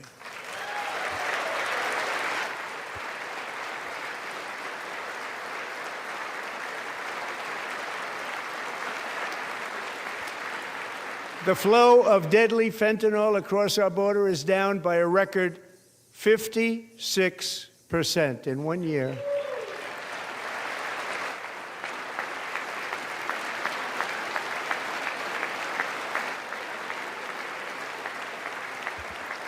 And last year, the murder rate saw its single largest decline in recorded history. This is the biggest decline, think of it, in recorded history, the lowest number in over 125 years, year 1900. In fact, substantially before my wonderful father, I had a wonderful father, Fred, before he was born, substantially before he was born. That's a long time ago. He wouldn't like me to say that, but that's a long time ago. The Biden administration and its allies in Congress gave us the worst inflation in the history of our country. But in 12 months, my administration has driven core inflation down to the lowest level in more than 5 years. And in the last 3 months of 2025, it was down to 1.7%.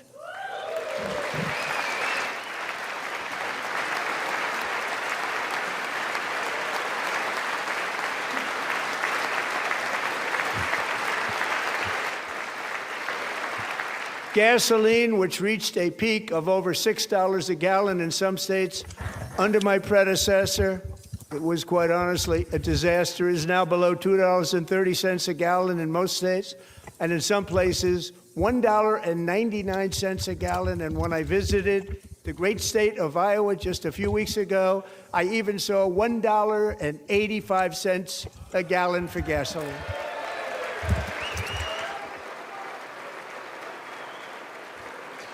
By the way, fentanyl has been on a decline since 2023, and it just did not happen this year, and in 2024 as well. The gas prices that he's mentioned, there's no evidence of that, and that is not the entirety of America. It's not even the majority, if that is indeed true.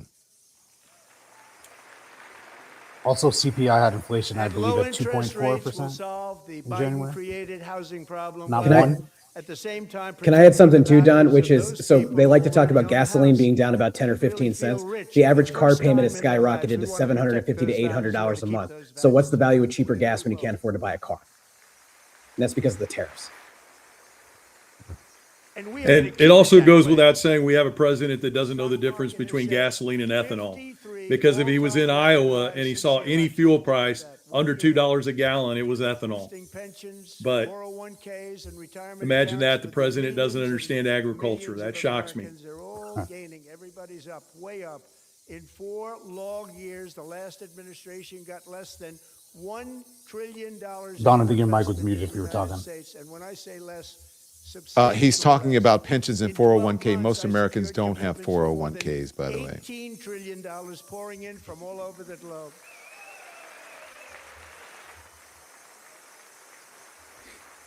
I thought it was 18 trillion, Don. What are you saying? He just said 14 trillion. He's having a little bit of difficulty remembering which inflated number to give.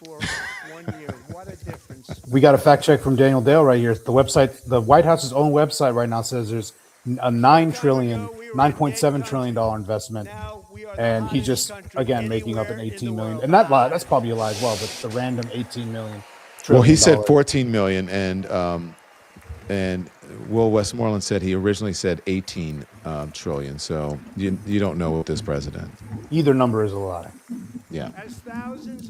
I guess to be a speechwriter in this administration, you just have to, one, not have a soul, and number two, you've got to have a really powerful 8-ball.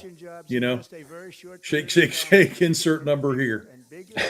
Pretty much. Nobody can believe what they're watching. I was afraid you were talking about a different type of 8-ball. I was like, wait a minute. Yeah, well, no comment. I mean, RFK Jr. could hook you up in the bathroom. That's what I was thinking. Yeah. 80 million barrels of oil. 80 million barrels of oil. Let's talk about some of the prices as he's going through this. In January of 2025, this is when when Joe Biden left and he took office, a whole milk gallon was $4.03. Now it's $4.04. It's up 0.2%. Bill, there we go. Drill, baby, drill. Bread loaf was $1.98. Now it's $2.05, up 3.5%. Ground beef was $5.59 when he took office from Joe Biden. Now it's at $6.18, which is up 10.6%. If you want a steak, sirloin steak, by the pound, $11.97. Now it's $14.03, up 17.2%. So, and I can go on and talk about prices and all of that, but yeah. I want to bring in now Asha Rangappa is here, who is a friend of the show. Asha, thank you for joining us as we are watching this. Are you listening to it? Are you doing any fact checking? He's saying that we are the envy of the world right now. You might have a few things to say about that. 1 year, we have lifted 2.4 million Americans. You're muted, Asha. Off of food stamps. I said that you all are doing God's work. I have blissfully not had to watch anything that is going on because I'm at the State of the Swamp alternative programming from defiance.org, which has been amazing and inspiring and uplifting. I'm guessing that is not what you are experiencing watching the State of the Union. No, we're not experiencing that, and we're watching people stand up and sit down, stand up and sit down. I feel like I'm at Catholic Mass on Sunday with the kneeling and the standing, and the sitting and the kneeling and the standing, and this is even more than that. Do you at least? Here it is. So he says our country is winning again. I was asking, do you have any drinking? Like, I think the only way to get through this is if there's some buzzword that you have to drink on. I feel like I should have had a cocktail. I think if you say great or we're winning or America is the hottest country, I think that's probably it. I think win is the word. We should have made bingo cards. What's the biggest? He's screaming. Stand by. He's screaming. Made the entire nation proud. The men's gold medal Olympic hockey team. Come on in. He's introducing the hockey team. And for which he said that he was going to fly here after, what's his name, Kash Patel, chugged beers with them in the locker room. So that's the men's hockey team. Agents that, I think it's made them really sad to kind of see the stature of the FBI fall. I mean, and congratulations to the hockey team. It's not them. It's just the whole scene there. You said that agents are the whole team. It seems like not the whole team. No. I wonder if people declined. Yeah.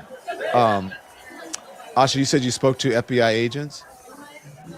Yeah, they're retired agents, so they're not in. I mean, there are a few that are still in who I said, what's the morale like?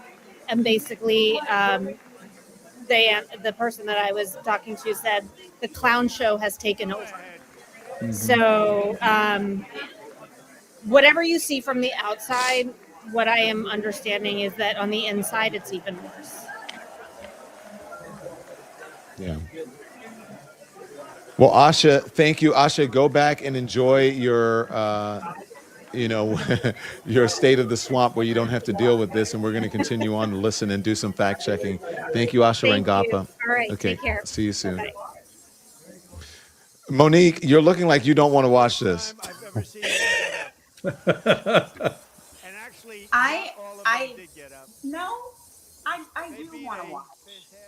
I want to be a responsible citizen, and I think with this president, it's sometimes not just about a script, because I would always at least figure out what he said, but I am interested in the people who are in the room who represent us on both sides of the aisle.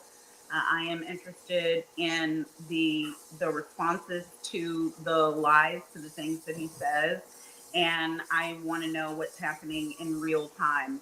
It's sickening for sure. You didn't get to ask me my State of the Union because I hopped on late, but I talked about it on my show earlier today. The State of the Union is piss poor.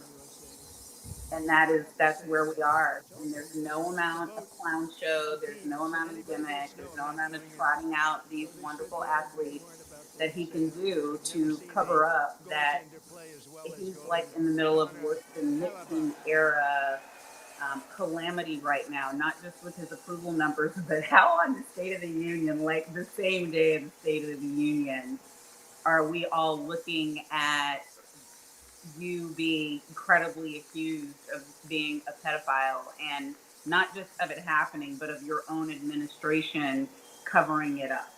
So this is uncharted territory for sure, and it's history. So I'm gonna face it down. Allegedly. I'll say allegedly. I said that. You did? Okay. I felt like we were just watching the gold medal ceremony right now. Stand by. I want to listen for a little bit, and then we're going to come back with commentary, and we have another guest who's going to join us in just a minute. Just give us a minute. This great hockey squad will be very happy to hear, based on their vote and my vote, and in this case, my vote was more important, that I will soon be presenting Connor with our highest civilian honor, which we will be given, and which has been given to many athletes over the years. But when I say many, not too many, like 12, it's called the highest civilian honor in our country, the Presidential Medal of Freedom.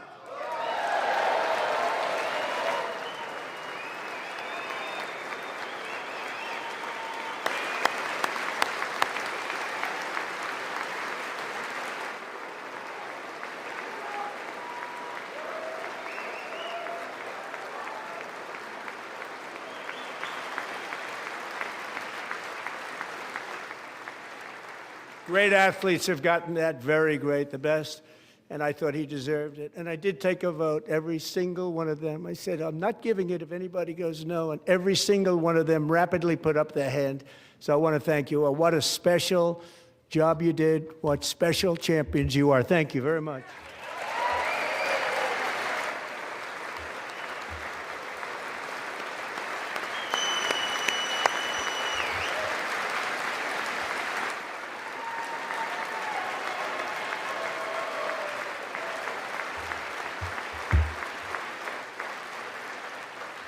I'm also pleased to say that the next time the Olympic torch is lit, it will be here in America for the 2028 Olympics, and it's the summer version right in Los Angeles. We're going to do a good job in Los Angeles.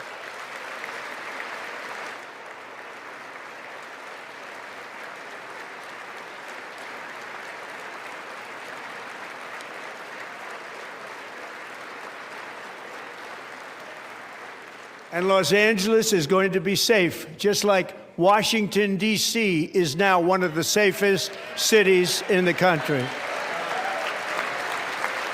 Wait, did I miss something? Is he saying he's sending the National Guard to Los Angeles? And this year, and I must say I got them both. He's saying he's going to clean First it up. term, Los Angeles, and I was we're going to do a disappointed because I fantastic didn't job. think I'd be the Oh, president for the when this Olympics. happened. Okay, got it. But strange things took place. Don, you need to do an entire And now segment I've got about the 'em new because I sports got that will the be Olympics, I introduced at got the the Summer Olympics under Donald Trump. 2026 FIFA World Cup. Which will and be I wanted what? to claim the I don't know, like tear 250th, gas but I didn't canister get away roll. with that one. I couldn't claim that one for myself. But we're getting the World Cup, so we have. I could think of some others. I mean, flag football, but that's a real one they're adding. So. Yeah, there you go. Tear gas, canister rolls. That's pretty good, Will Westmoreland. I never would have Thank you. expected that one from you. Pretty you. freaking good. Hang on one second. Let's see. He's taking credit. Let's bring someone. I want to bring someone in now. Political commentator, social media influencer, Mr. Harry Sisson. Harry, welcome to the program. Thank you for joining. So we're half listening and half commenting, and everybody's got their popcorn. Are you listening so far? What do you think?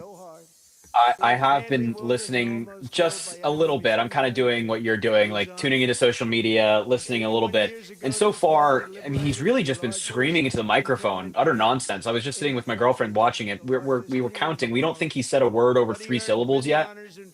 We're waiting on that to see if he does. But it's been pretty terrible so far, safe to say.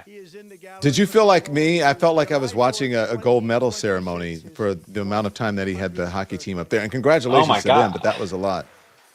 No, I know. I mean, like you're right, exactly. Congratulations to them. It's an amazing feat. But he spent a long time on that hockey team. If only he spent that much time on literally anything else. Any other topic of importance would be great. But no, he doesn't. Of course not. Yeah. Oh, yeah. I want to bring in. Pardon me, because I'm not checking my messages as I should and listening to my producers. I want to bring in now. Let's see. Representative El Sayed is here. Is that correct? Dr. Abdul El Sayed, the Democratic Senate candidate. Senate candidate. Not quite yet.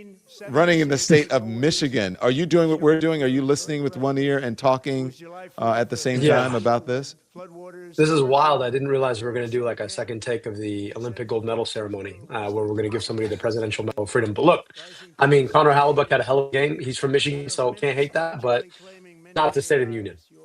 Yeah. How are you feeling about what is the state of our union for you? Fractured, scared, frustrated, upset, uneasy, uncertain.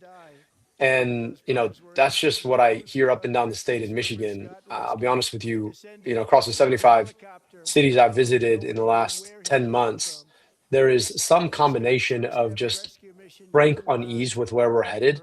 And then the kind of fear that curdles into a sense that we can never get past this. And I just, you look at this sort of combination of showmanship and then just pure political evil. And it creates a certain fear, the kind that you only really appreciate in history books. And that's the hard part. You look at him, he's a hell of a showman, right? You trot out the whole Olympic hockey team a couple days after they win an Olympic medal. You give one of them the Presidential Medal of Freedom from the rostrum. And, there's a big question I think we all have to ask, which is, A, what does it take to take something like this on? And B, how do we tell a better story? And that's what we've been thinking quite a bit about on our campaign. Yeah. Similar to what I do, Harry, you go out and you talk to people. I talk to folks today, and public sentiment just from, random workaday Americans is not on Donald Trump's side, and the polling is showing it. What are you hearing out there? I'm hearing the exact same thing. Not only is it showing up in the numbers, but if you just go out in the streets and you talk to any American out there, how you feeling about the state of the country without even asking a political question, they're not feeling great. I mean, the economy sucks. Despite what Donald Trump is saying in this speech, things are still too expensive. People can't afford their health insurance. People can't afford to buy a home. People aren't happy. And so it really is a slap in the face, in my view, for Donald Trump to go up there, pretend that everything's great, and he's just doing such an amazing job. And in 1 year, he's completely transformed the country, when for so many different Americans, that's not the reality. It's great for billionaires. If you're super wealthy, oh, you're having a blast. But anybody else that's trying to get by, no, you're not doing too well. And you're seeing it just across the country in the numbers and in one-on-one conversation. Similarly, from the farmers as well, what are you hearing from people who are in the ag business and also rural farmers, Will Westmoreland? Well, I want to talk about something really positive that relates to that, and that is he was a great showman, but he's a good showman in the sense that somebody would be a good showman that, if we had a silver alert at the Thurston Howell, nursing home facility in West Palm Beach, and somebody broke out and went to give a State of the Union address, in that sense, he's doing a hell of a good job.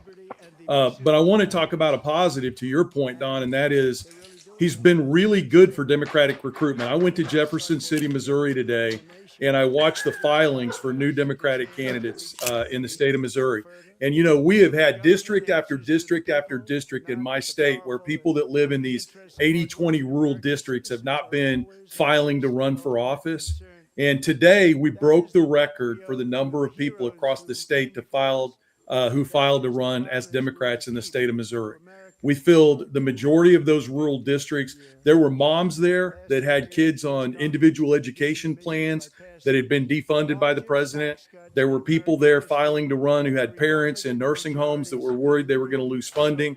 There were a couple of farmers there filing to, people who have never been political ever in their entire lives, filing to run for office because they've got a $230,000 deficit on their farm and they don't know how they're going to make up for it. So Donald Trump has been really bad for Democrats in the presidential election itself, but he's been really good for us in regard to Democratic candidate recruitment and elections outside of the presidency. And I do think that change is trickling down. He's lost 9% of his support in rural America, and we can't ignore that. And, Will Rogers said once, he said, everything's funny when it's happening to somebody else. And I'm ashamed of my people in rural America that we had to feel the pain before we cared enough to hold him accountable for the pain he's inflicted on other people. But that is starting to happen now. And you're starting to see that trickle down effect where people in rural America who voted for him are starting to turn against him. That's why his poll numbers are 9% down. He's got the lowest approval rating among independents in rural America of any president ever. So I think we got to cling to those positives. And, everything for the president looks bad right now in regard to polling. We just have to make sure that he doesn't try to use legal voter suppression to change the results in November. Monique, did you I know see I something answered that way more than your question. I apologize. No, that's okay. Monique looks like she saw something that was worth reporting on. Well, no, I think my large screen might be a little ahead, so it's still coming, but he's still doing this whole recognize this person, give him a medal, recognize this person, promise him an award. Like we're how many minutes in? We're over 30 minutes into the speech and we're still doing it. And he just now recognized a couple of billionaires who donated a whole bunch of money for some computers. And I was like, yes, be tone deaf enough to acknowledge the billionaires who you invited to the State of the Union with all of these people like hungry and lacking medical care. And that's, and of course the GOP is just up and down and up and they're standing for everything. So when he did the tips thing, that's what he's doing right now, the tips thing. Oh, they hop up for that. They brought some lady who's saving $5,000 because of the no tax on tips. That's where we are right now. It's a show. In the audience, clown show. In the audience, Mike Nellis is David Ellison, who is the American executive film producer. His dad owns Paramount and thus now CBS. He's in the crowd, and I think he's a guest of Lindsey Graham. And obviously, he wants to buy right now. He wants to take over Warner Media, which owns CNN and HBO, etc. Yeah, I mean, they're working overtime trying to use the power of the federal government to help them get control of as much media as they can. They already basically did it with CBS, and we've watched them just completely gut any journalistic integrity that CBS had left. I mean, Anderson Cooper is leaving 60 Minutes now. Barry Weiss has just totally torched their reputation, so they want to do that again. But I think Netflix is going to stay in the fight and try to keep that deal afloat. But Paramount's not giving up. But I can't imagine Netflix gives up on that, no matter what meddling the federal government does. And as I understand, he just mentioned the Dow, Ahmed. The Dow? Did you say the Dow's under 50,000 this time? The Dow is under 50,000 right now. Did he correct himself? Yeah, I mean it's unreal, and I think it's interesting that he used the first part of this to spend the bulk of it kind of just awarding people, because he knows he doesn't have that much to talk to. He's finally got around to the beautiful bill about 5-10 minutes ago, starting to get into that, which is the largest wealth transfer in modern history, if not history in its totality. And I really think it's remarkable that he's spending all that time on there, because he knows he's deeply politically weak. He's very crippled. He's leaning over the podium. He's like balancing himself because he's probably personally feeling exhausted himself. This man is sitting here, and they're just all glazing him. Look, they stand up for everything he says, like you said. They're congratulating people, and most of the time, presidents space that out a little bit more. They spend the bulk of the beginning really trying to actually tout their genuine accomplishments, but he doesn't have any. Everything, his signature policy is incredibly unpopular, and his signature economic tool was just struck down by the justices sitting right in front of him, and he's now trying to circumvent them using all these other gimmicks. So again, like I said earlier in the show, it's embarrassing for him, frankly, and it's delusional how he's carrying on up there. And the American people see through it. It doesn't matter how many gold medals you give. Everyone wants to see Alyssa Alou up there. She's not there. She's not there, like you're going to just award the hockey players. There were other gold medalists too, he's really just creating an alternate reality that no one buys. That he wants to own the libs. Someone in the comments said that Harry was mogging. Say you're mogging. Can someone explain to me what mogging actually means? Go on, Harry, show him what mogging is, please. I don't know. I don't even know how to show you what that is, honestly. Don, you'd probably be able to do it better than I could, honestly. It's what Harry's doing to the rest of us right now. I know, it's what Harry's mogging. Harry, stop brutally mogging us. You're just out here. Look Yeah. It's my bad, guys. Are you bone smashing too? Or are we doing all that, Harry? Oh, I'm going all in. Why not? I might as well, right? No, but just on picking up on that last point, I think this is he is a master of deception. Nobody has done more with less than this president in terms of being able to command attention on the little details. And I'm just thinking, as I travel this state, what is the lesson to be learned? The man is obviously morally and intellectually bankrupt. But what is the lesson to be learned from somebody like him? I think sometimes as Democrats, we show up with big, fancy policy packages that move structure, but we fail to explain what's happening on the small side. And what he's been able to do is he does these little things like no tax on tips while he's rewarding billionaires huge amounts of money that feel very relevant to folks in ways that are easy to understand and to pick up. And I'm just thinking, for us, we can win on the structures if we're serious about fighting on the structures when we're on the side of working people. But it's also really important for us not to just show up with a list of policy priorities, but also to make sure that we're doing the work of translating to everyday people. Because that's the thing about it. You either show up for billionaires or you show up for working people. But the problem is too often, even when we do show up for working people, and sometimes we fail to show up for working people, let's be clear about that. But even when we as Democrats show up for working people, it's not always in ways that are obvious and clear and direct. So this guy can pull this huge deception because he's communicating these small time wins while he's creating and architecting big time losses for the average working person. For us, I think the lesson is that if you want to be able to outcompete this, which albeit a clown show, is still a show that 50% of the American public have voted for twice, not 50%, but enough of the Electoral College to make him president twice. I think it's important for us to really not just show up on the structure, but also show up in the day-to-day details in ways that are legible for everyday people. And I just think for me, as I think about this, that lesson is really important for us as Democrats. However terrible he is, however much he's destroying our Constitution with ICE, which ought to be abolished, however much he's giving as much money as he can to billionaires while he's scraping money off the top for his family, he puts on a show that's convincing to people. Our job is to be able to make sure that we're communicating top to bottom in a way that makes sense for everyday folk. Can you respond to one thing for me as I eat my popcorn? I said I was going to have popcorn and watch this. Did you see Al Green was holding a sign that said "Black people are not apes"? What do you think of that, Abdul? And I think it's an important message. You've got a White House here that thinks it's okay to put up messaging that that just undercuts the dignity of one of, I think, the best to ever do it in the presidency, in President Obama and First Lady Michelle Obama. And I think it's an important message. And I think Al Green understands that this is a moment to make sure that the world understands that you can't just get away with that and that you're going to be called out. And so I appreciate his courage in doing that. I also think, for us, right now, to beat him, the thing that he's very good at doing is putting out just terrible, awful messages that demand a response. And then while we're responding to what he's saying, he's out there doing and changing the narrative over and over again. And it's hard because you've got to respond to all, you feel like you've got to respond to all of this at the same time.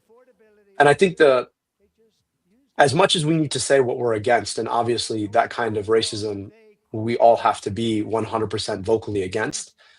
I think the way that we win in the future is to say what we're for, right? And we need to say what we're for better, louder, and in a way that drowns out the clown show, the obvious deception that we're seeing here.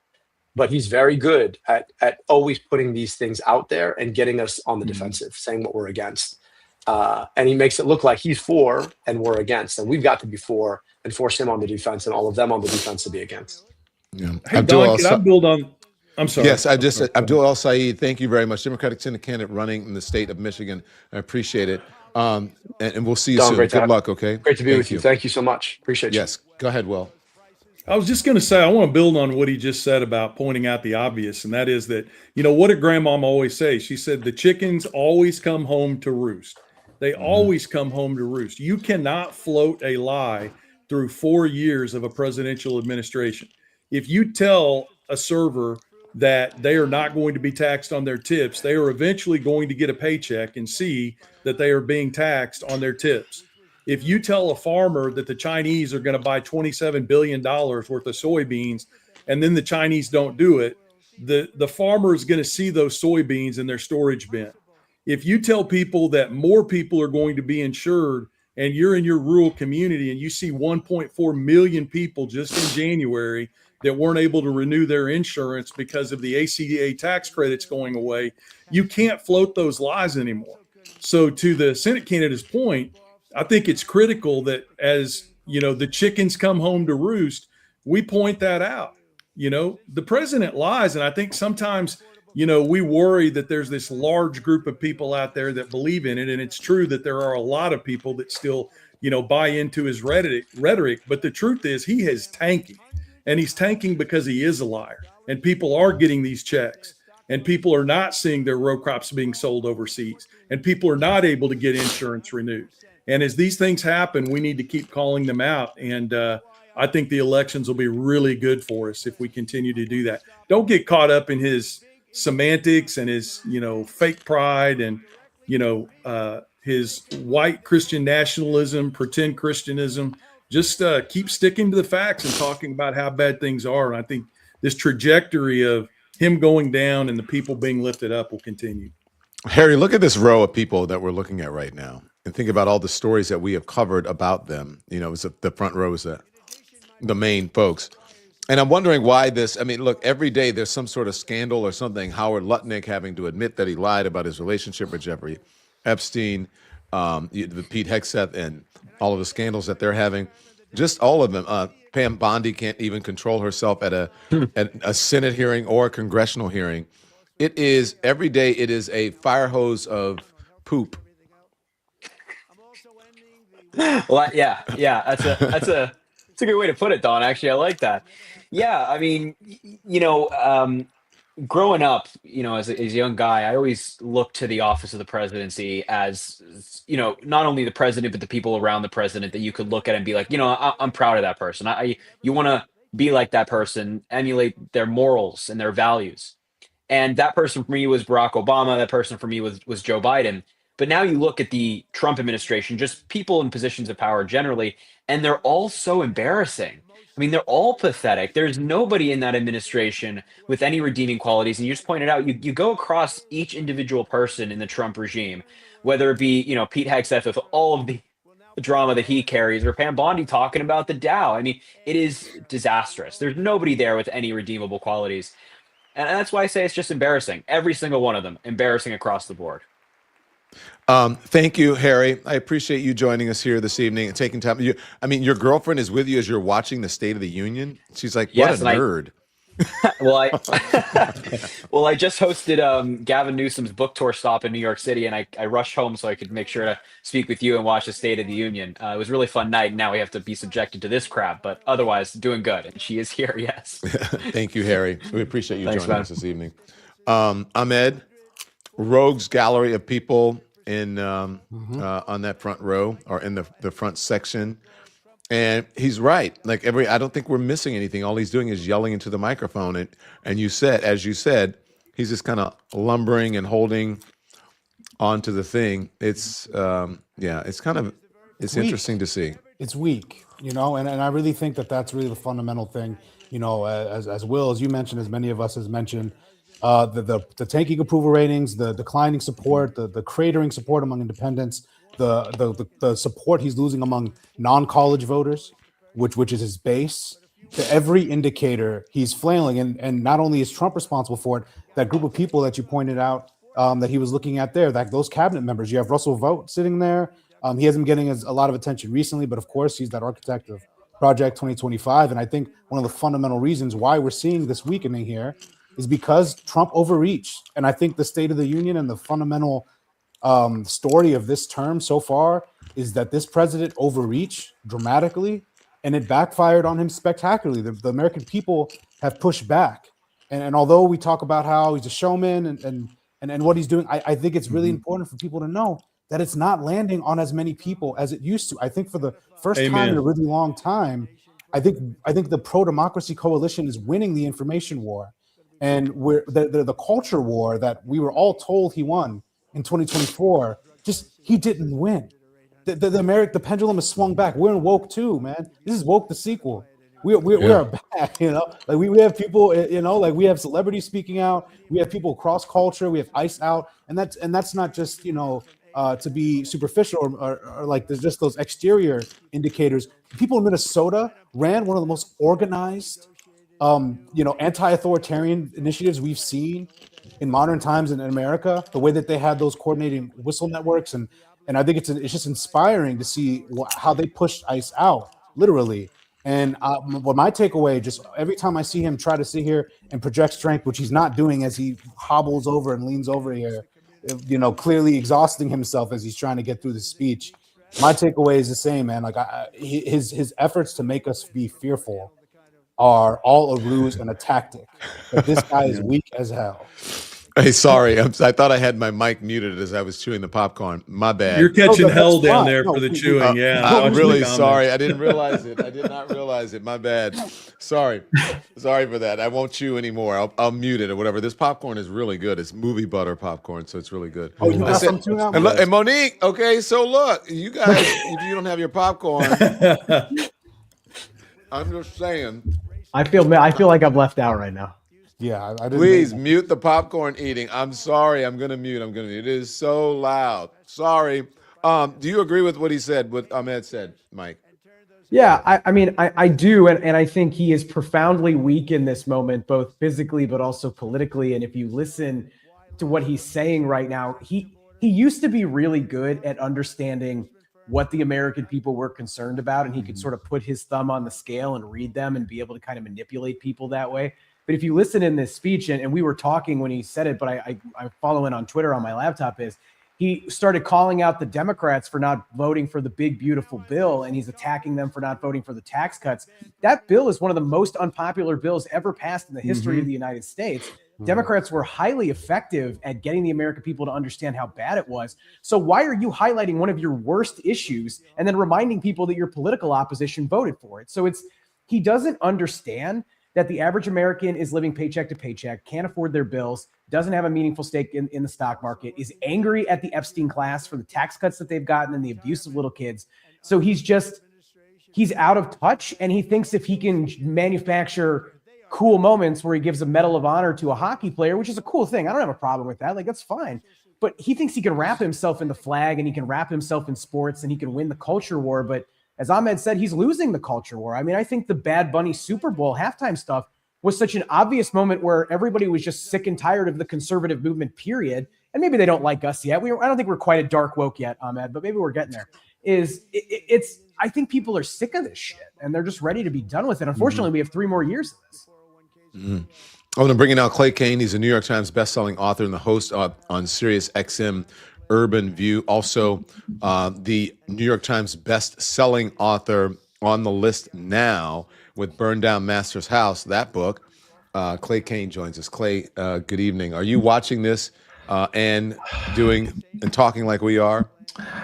Yeah, I am. And I keep thinking of this iconic Aretha Franklin quote, lies, lies, and more lies. More lies. Lies on top of lies. Lies. You always correct me on that. No, lies, and more lies. Lies on top of lies. Exactly. Thing, yeah. I'm hearing the legendary Aretha Franklin in my mind.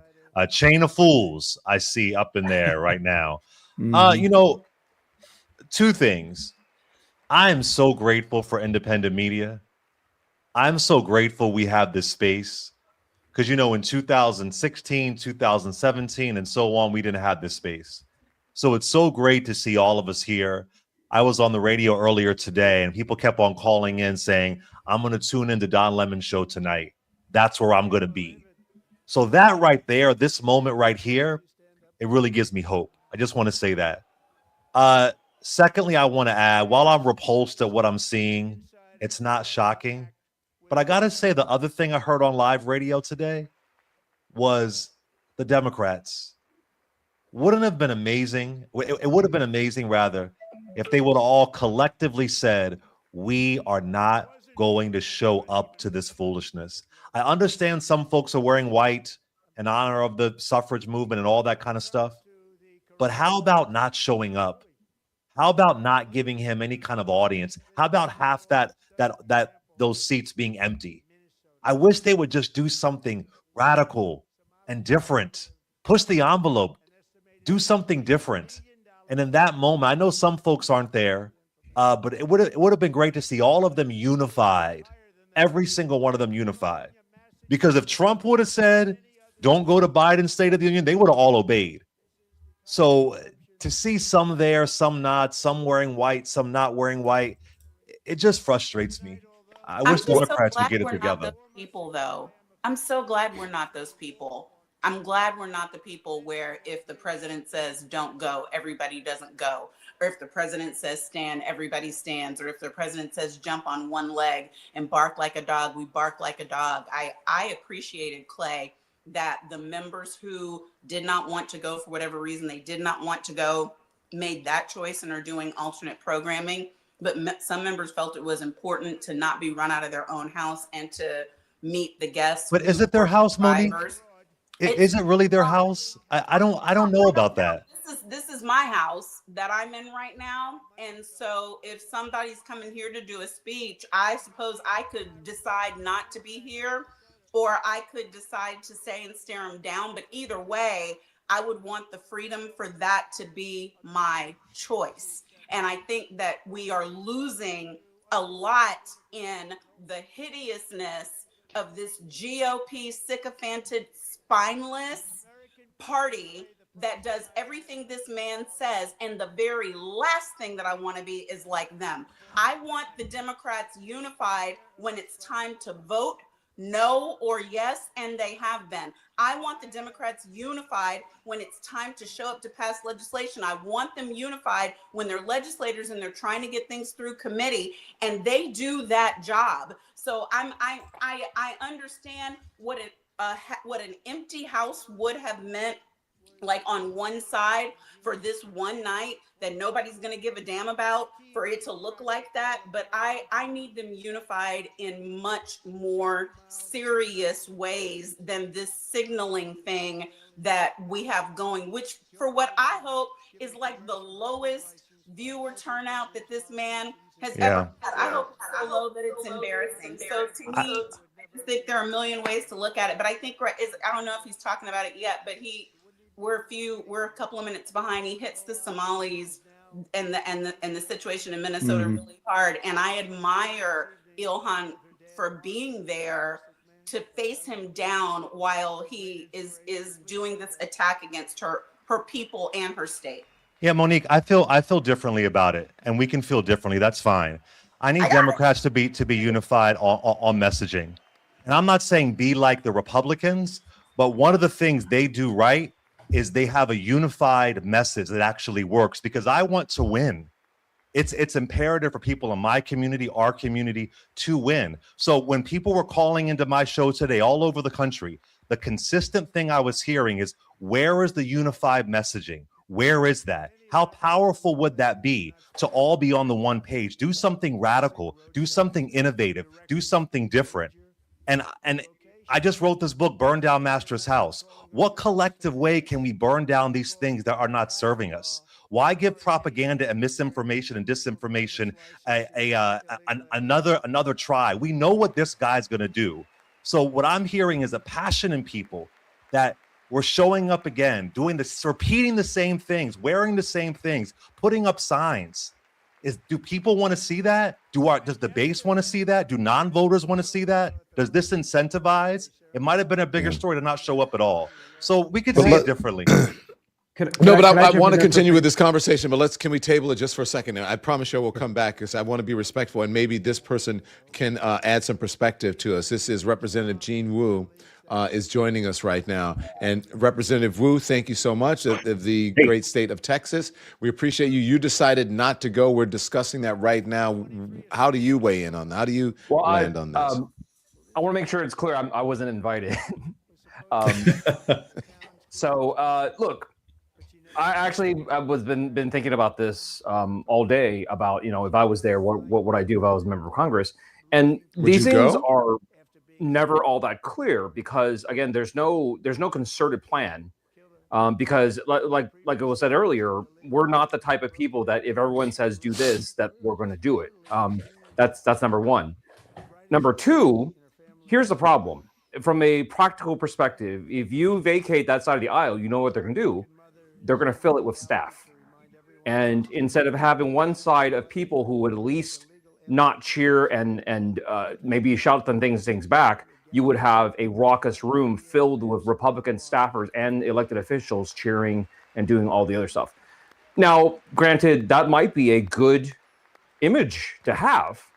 The president and the Republicans celebrating and cheering while the nation is burning, while people are losing their homes, losing their jobs, losing their cars, not being able to afford food, healthcare, or even education.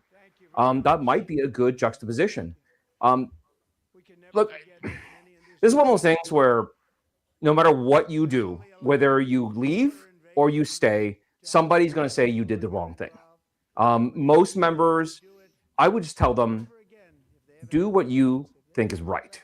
Because when we're called on to do things, when we're called on to take action, like either breaking quorum, refusing to sign a warrant, all these things, whatever it is, you don't know what that is at that moment. And sometimes you say, well, why didn't you do what the other person did? It's like, well, it wouldn't have been my protest.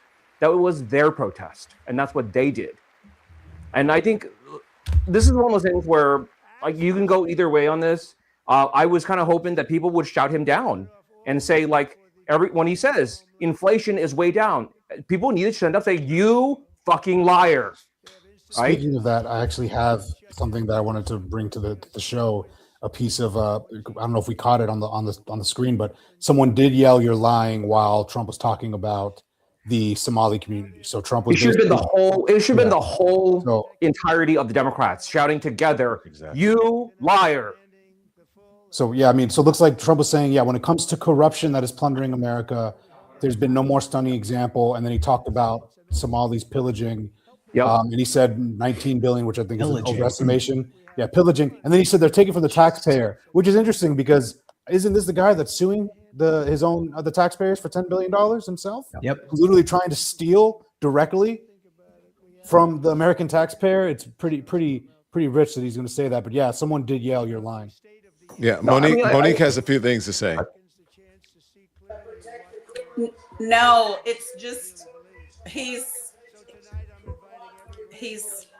I don't have anything to say. It's going to the left. We should start watching.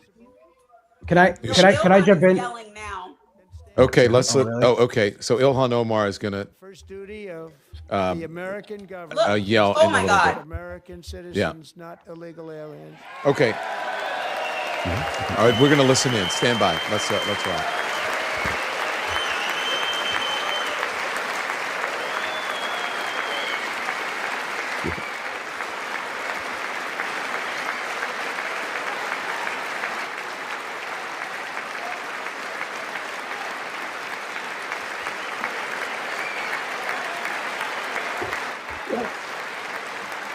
You got it?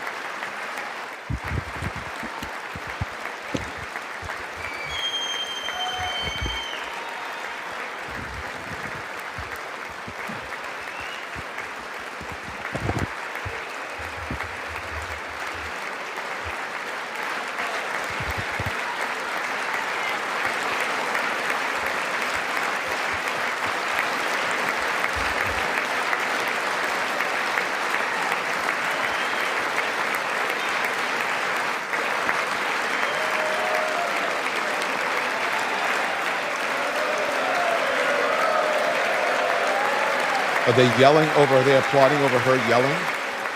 I think so.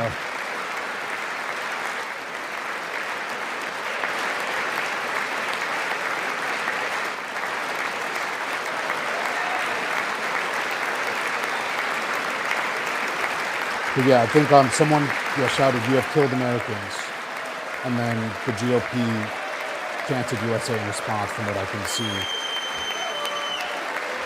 Say again, Ahmed.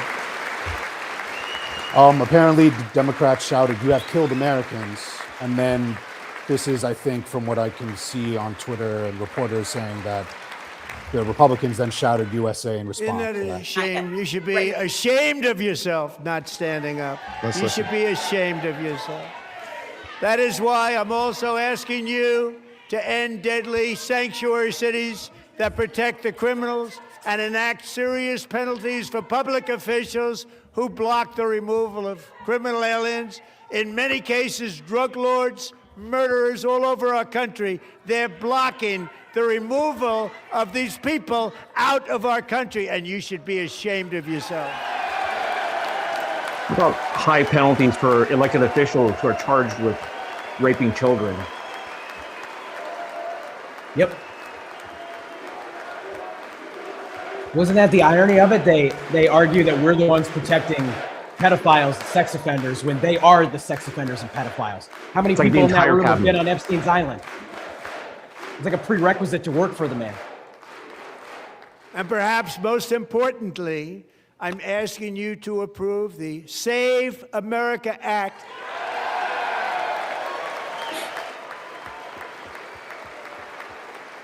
Okay, the Save America Act. Okay. So Stop what were you? illegal aliens and others who are unpermitted persons from voting in our sacred American Illegal aliens and elections. others. That cheating is rampant in our elections. And It's this is like rampant. people have asked me, like, "Hey, It's you know very politics? simple. What All Republicans voters are must okay to vote show for?" Voter ID. And I'm like, which Republicans do you think are going to stand up to him? Like they're each like fighting each other to see who can lick his boots harder. And what is a legal alien? Who are the and others? Women. That's the answer. Because look at the way that Minorities. the law is written. The way the law is written specifically makes it harder for women to be able to vote. Like that's what it's designed to do. It has nothing to do with voter ID. Voter ID as a concept is not a problem. Like, provide people with an easy way to get voter ID. Who gives a shit? It's not a real problem. They want to create a bureaucracy where you have to go to the DMV. And if you're a woman and you change your last name when you get married to a man, you have to find your birth certificate. You got to bring your marriage license. And most people don't know where the hell that those documents are. And it's a disaster. And the first thing they're going to do after they pass this, if they pass this, which they won't, they're going to close all the DMVs in Democratic areas. It's exactly what they're going to do. Not just women, the unhoused, college Yes. students, Black and brown people Yes, exactly. who don't have proper driver's licenses or struggle to get the original certification to show citizenship. We are at the show me your papers moment with this regime. And Yes. half of that house is supporting it. Yes. And thank you, Monique, for adding that, because I should have said that too, and I apologize. No. Yeah, back when we took the Texas law to the Supreme Court, part of the argument was there's 400,000 Texans who were born without a birth certificate because they were born in a rural community and they weren't in a hospital. How are those Americans supposed to prove their identity? How are they supposed to prove that they were born in America? And they would have to jump through extra hoops, pay a lot of money to get those records. And that's what the courts kept saying was not okay. There's nothing wrong with voter ID. You cannot make voting an expense for people, for some people and not for others. Look, I want to talk about this. Let's get back to the conversation that we're having. These folks are like trained SEALs, the Republicans who are they're applauding, they're standing, they're sitting, they're applauding, just because for anything, and so it makes their standing and applauding really it waters it down because it doesn't mean anything, right? It's just it's like performative patriotism, it's fealty to their dear leader. Now, I understand where you're coming from, Monique, but I also understand where Clay is coming from. And I think what people want and what people realize, as we've had this conversation this evening, that the energy in the Democratic Party is on the progressive side. And the folks who are on the progressive side are a bit more vocal. They're a bit more irreverent. And that is what the public wants. And the public ultimately are the people who are going to vote you in or vote you out. And also, this is also indicative of a Democratic Party. If they all can't decide on something, that's how Democrats lose. Regardless if you think that they're trained SEALs or not, and are they're lemmings or whatever, Republicans fall in line. And by falling in line, you know what they do? They win. They win because the object is to win, and it's not so much about individuality. It's obvious we're all different. Men, women, Black, white, straight, gay, thin, Asian, a little bit plumper, whatever it is, we're all, but when it comes time to the Democratic side, it seems like everybody has their own ideas and issues.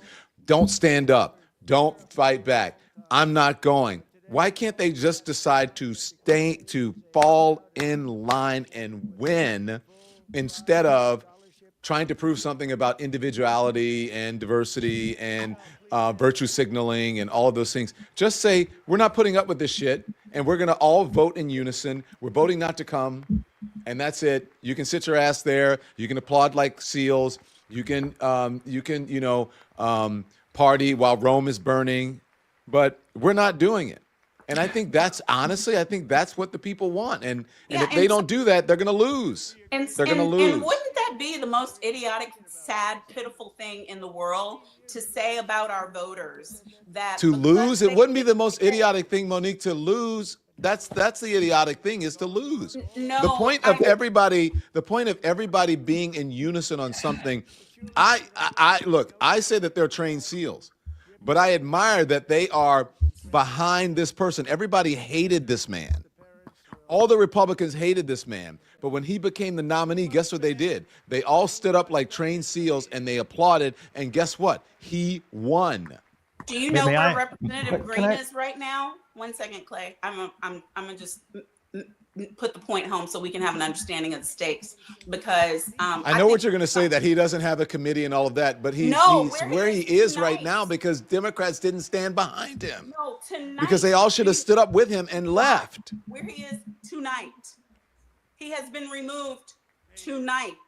He is not in the chamber for holding the sign, which Steve Scalise snatched, and then people came and put him out. So when people are saying, I'm not talking about not coming because then your liberty isn't affected, but when people are saying that they want you to go in there and break the rules of the House and not pay any attention to what they can eject you for, and then we are dealing with this DOJ, we are dealing with this GOP, where he still doesn't have, it wouldn't have mattered. Other people followed behind him, and some of them lost their committees also.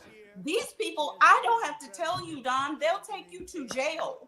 They will sue you. They will file charges against you. I need my legislators in this very thin minority that could turn majority within not a matter of months, but within a matter of days. I need them to hold on to their committees. That's the only reason we have Epstein hearings right now, because they actually have committees. But don't you understand the frustration of someone like an Al Green who's sitting there, who's a fighter, who comes out of the civil rights movement, who's saying, you guys need to start standing up and you need to start falling in line and not everybody having a certain agenda. He can still vote. He can still vote. He's just not on committees. He can still vote as a congressperson. But that's not what he says at all. He tells his members to not do what he does because he's prepared to pay the price for the thing that he has decided to do. Everybody can't afford to do what he does. We got GoFundMe's right now for LaMonica MacGyver.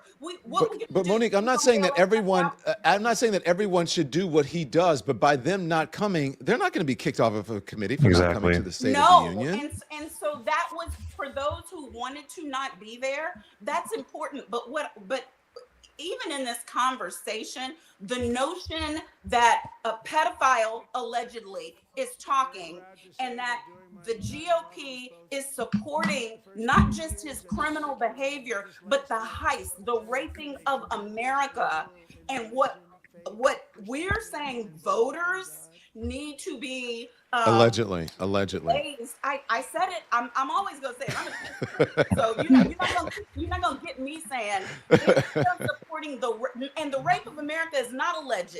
We're a part of the heist. We don't have the Medicaid or the Medicare or the SNAP benefits or the education, all of the things. And so for the voter, the responsible voter, if what they are pissed off about is some people decided to be at the State of the Union and some didn't, then I am failing at my job of educating them of the stakes of. Okay, Monique, I don't think you're hearing what I'm saying. I take your point, but the point is that the American people, the people who ultimately decide who goes to Washington and who doesn't, that is what Democrats want. They want the Democrats to be in unison. They want the Democrats to fall in line at this point. So that doesn't mean like standing up and yelling and showing your ass or whatever. Okay, if you want to do that, that's your business. But if they all came to an agreement and said, we are not going to this, they're not going to get kicked off of a committee. They can still go vote. And then the American people who actually support them will say, oh my gosh, finally, the Democrats get it. Because you're talking about this guy who is, in the Epstein files and all of his foibles and all of this. What people are not understanding is that they don't care. They care about winning. And so if this is the person and this is the strategy that is going to get them to win, that's what they're going to do. And the American people, the people who want the Democrats to win, who believe in democracy, they want Democrats to have that same energy. They don't care about, all of this respectability stuff. They don't care. It's like, stand up. Everybody fall in line. Stop looking for perfection. Stop looking for everybody to be so buttoned up and so traditional. We're not in that place anymore. Don't go to this shit. Don't put up with it. Don't stand for it. Let the American people know it's not normal and you're not going to stand for it. And then tomorrow morning, you go back to work, you go about your business, you go to your committee, you vote on whatever, but I'm not going to the State of the Union. They got to do something to show the American people that they want to win no matter what. I think a lot of people are purposely not going. I think a lot of people are boycotting. Yeah. Okay, can I just add really quick? Here's the distinction. Monique, I hear what you're saying about being a trained SEAL and you don't want everybody to fall in line. I think the distinction here is that the GOP they're falling in line for the wrong reasons. Right. They're falling in line for white nationalism. They're falling in line to bow down to their dear leader. They are falling in line as people are being killed by ICE. They're falling in line on the wrong side of history. When I'm saying be in unison, on the right side of history, do something radical. And if I have this right, I got to fact check this. I believe in 1985, Reverend Jesse Jackson did not go to the State of the Union for Ronald Reagan. Jesse Jackson passed away on Huey Newton's birthday, who was one of my favorite Black radicals. We need something radical in this moment. Do something different. So fall in line for citizenship. Right, fall in line for, wait, hold on one second, let me get this out. He wasn't, Hold- you mean when he was a shadow senator? I don't understand what the But Jesse Jackson ran. Jesse Jackson. Jackson ran for president. He was considered a leader. He obviously didn't win. I'm just talking about we just lost him recently. No, And I'm that's- saying was it during his shadow senator period? Was No. that why it would be important for him to not go to the State was- of the Union? Because I thought we were talking about members I not going. understand that. I'm connecting that we just lost him recently. And here is somebody who was forward thinking. Jesse Jackson believed in radical hope, so he did not attend. And they're not even properly honoring Jesse Jackson. Speaker Johnson refused to even properly honor him. So I just think in this moment, being in unison is what I'm hearing from folks on the radio. What I've been hearing as I've been traveling the country is that the Democrats feel disjointed, and you want to see unison for the right issue, That's why I said I'm failing, because the Democrats are unified when they vote, and I need to make sure people understand that that's what actually affects them. It's not performative. But Monique, that's not what people see. People don't see the votes. Don, They can I- don't go in the votes. What they see. Hold on, please, Mike. Educating people. Yeah. I am not a reporter. I take it upon myself, and a lot of us do, to ensure that our people understand the stakes and know what is important. And so I really want people to understand that when the unity matters, when the people get on the steps and they say, we voted 100% against this, or we voted 100% for that, like if it had been up to the Democrats, they would still have health care. And if they vote for them for November, they'll have health care. Now, they might have some people who show up or don't show up to the State of the Union, but they will live, which would be more important than who showed up at the State of the Union or not. They have members who actually are legislating things that will keep us alive. And I want them to know, no, we're not perfect people, so we don't get everything right that you But want. Monique, let me jump in You here. don't need people who are trying Please. to kill you. It's not that hard. Okay, I think that you're right about what the vote actually matters, but politics is performative as well. And most people, when I go out and talk to people, they don't know about the votes, Monique. They don't know how the vote works. They don't know. But what they will know tomorrow is Ilhan Omar yelled. What they will know tomorrow is the Democrats didn't show up. And so if they don't see that and they don't feel it, then they're not going to be energized to go vote for a Democrat because they don't see the inside. They don't see how the sausage is made. That's the most important part, is the sausage. That's the most important part. And they're going to know that the hockey team was there. And it has nothing to do with votes. And they're going to know that Donald Trump put on a great show, but it has nothing to do with votes. Can I point out the irony of us talking about Yes. what Democrats should join together to do when this group panel can't decide what we should do? Yeah. Can I also just say, because I work with a lot of members of Congress, like I don't think you're ever going to be able to get all of them on the same page. Like we just have a much more individualistic coalition that is not united around one man.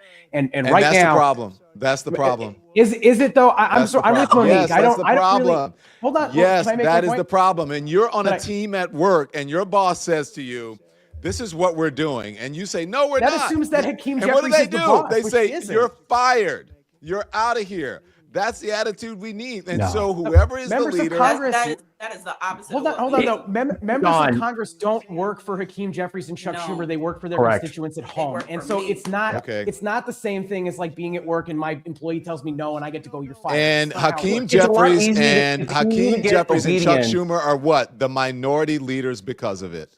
Okay, go on. I don't think that's fair. I don't think that's fair. It's And I'll easy also to tell get you, obedience when your Venn diagram of your similarities are so so together.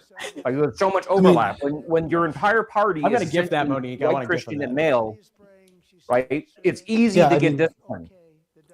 But I mean, I think we could talk about, you know, what should have, the Dems could have done here, and I do actually. I'm on the side. I mean, Danielle Moody had an argument earlier that the Dems should have arrived, and then all left in unison if something really terrible was said or at the beginning, or you know, and if anything, like I don't think it's that consequential of a thing, because I think, Monique, the point you're trying to make is that this doesn't really matter. The votes matter. Right. Well, the unity that matters is what happens. She's right. And then the votes. Yeah. But the thing is, of course, the other side also has credence in this argument as well, where it's like these performative attention grabbing moments do matter as well. And when you have a president up there who's truly desecrating the office, who doesn't warrant the respect of us because he doesn't respect the office himself, I think that's why people do feel that, hey, maybe Democrats should have agreed ahead of time to all do the same thing. And of course, this doesn't mean it's an authority, but I'm not saying anyone's dictated. Like, I think there's a misunderstanding or a disconnect in the conversation. No one is saying Democrats should have been ordered to do anything, right? I really do think what I think people are hoping for is that there would have been some kind of coordination ahead of time in the strategy for these big moments. Because we see with Donald here, although he's lying, you know, nonstop, he has a plan with the way, you know, it's all falling flat. Those little performative, the medals, these things that he's doing, they all organize. And I think what people were just hoping for was that Democrats could have potentially all left or all stayed, but all did the same thing. It doesn't mean we have to walk a certain line. But I do agree, nonetheless, that like this night specifically, like this is just an embarrassing moment for Donald. Like right now, we're spending this time talking about this. This guy's over here just lying.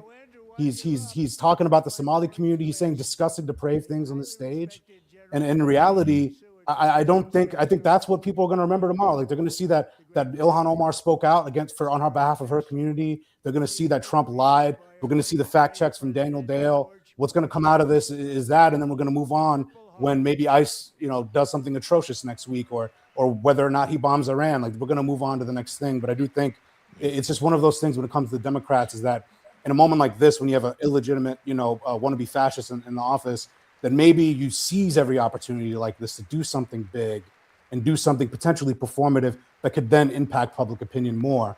But I do think unless it costs you your office, right? Well, can I? So you've got the ones who could do something. Oh no, I get what you're saying. Like if you're doing like an Al Green type. Okay, guys, can you please hold on one second? I'm sorry, Representative Wu, you need to leave. Is that correct?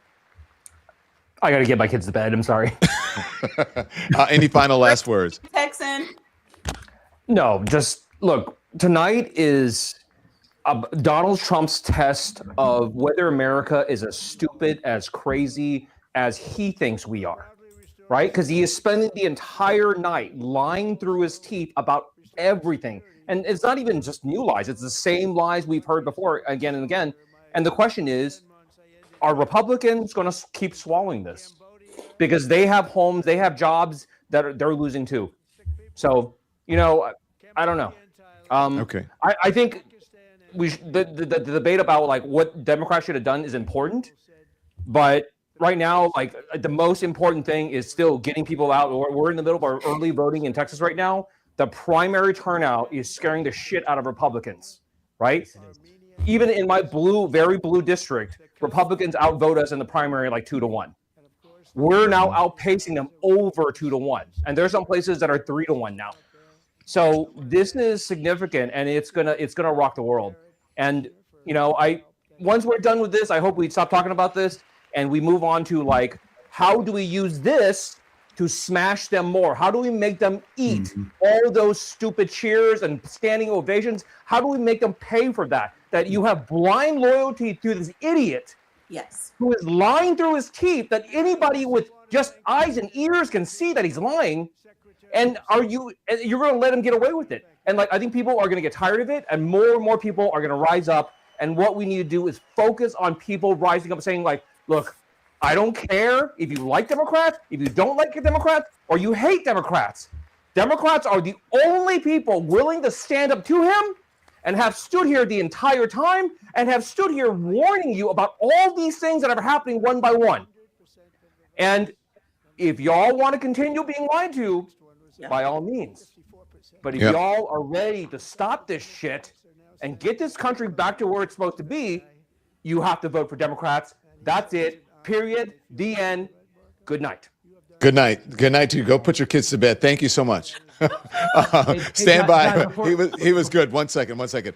State Senator Nate Bluin is here, a Democrat running for Congress in Utah's 1st Congressional District. Also, Hugo Lowell, a White House correspondent for The Guardian. Okay, I interrupted. You guys go back to what you were discussing. Sorry. No, the only thing I was saying is that there's a dichotomy.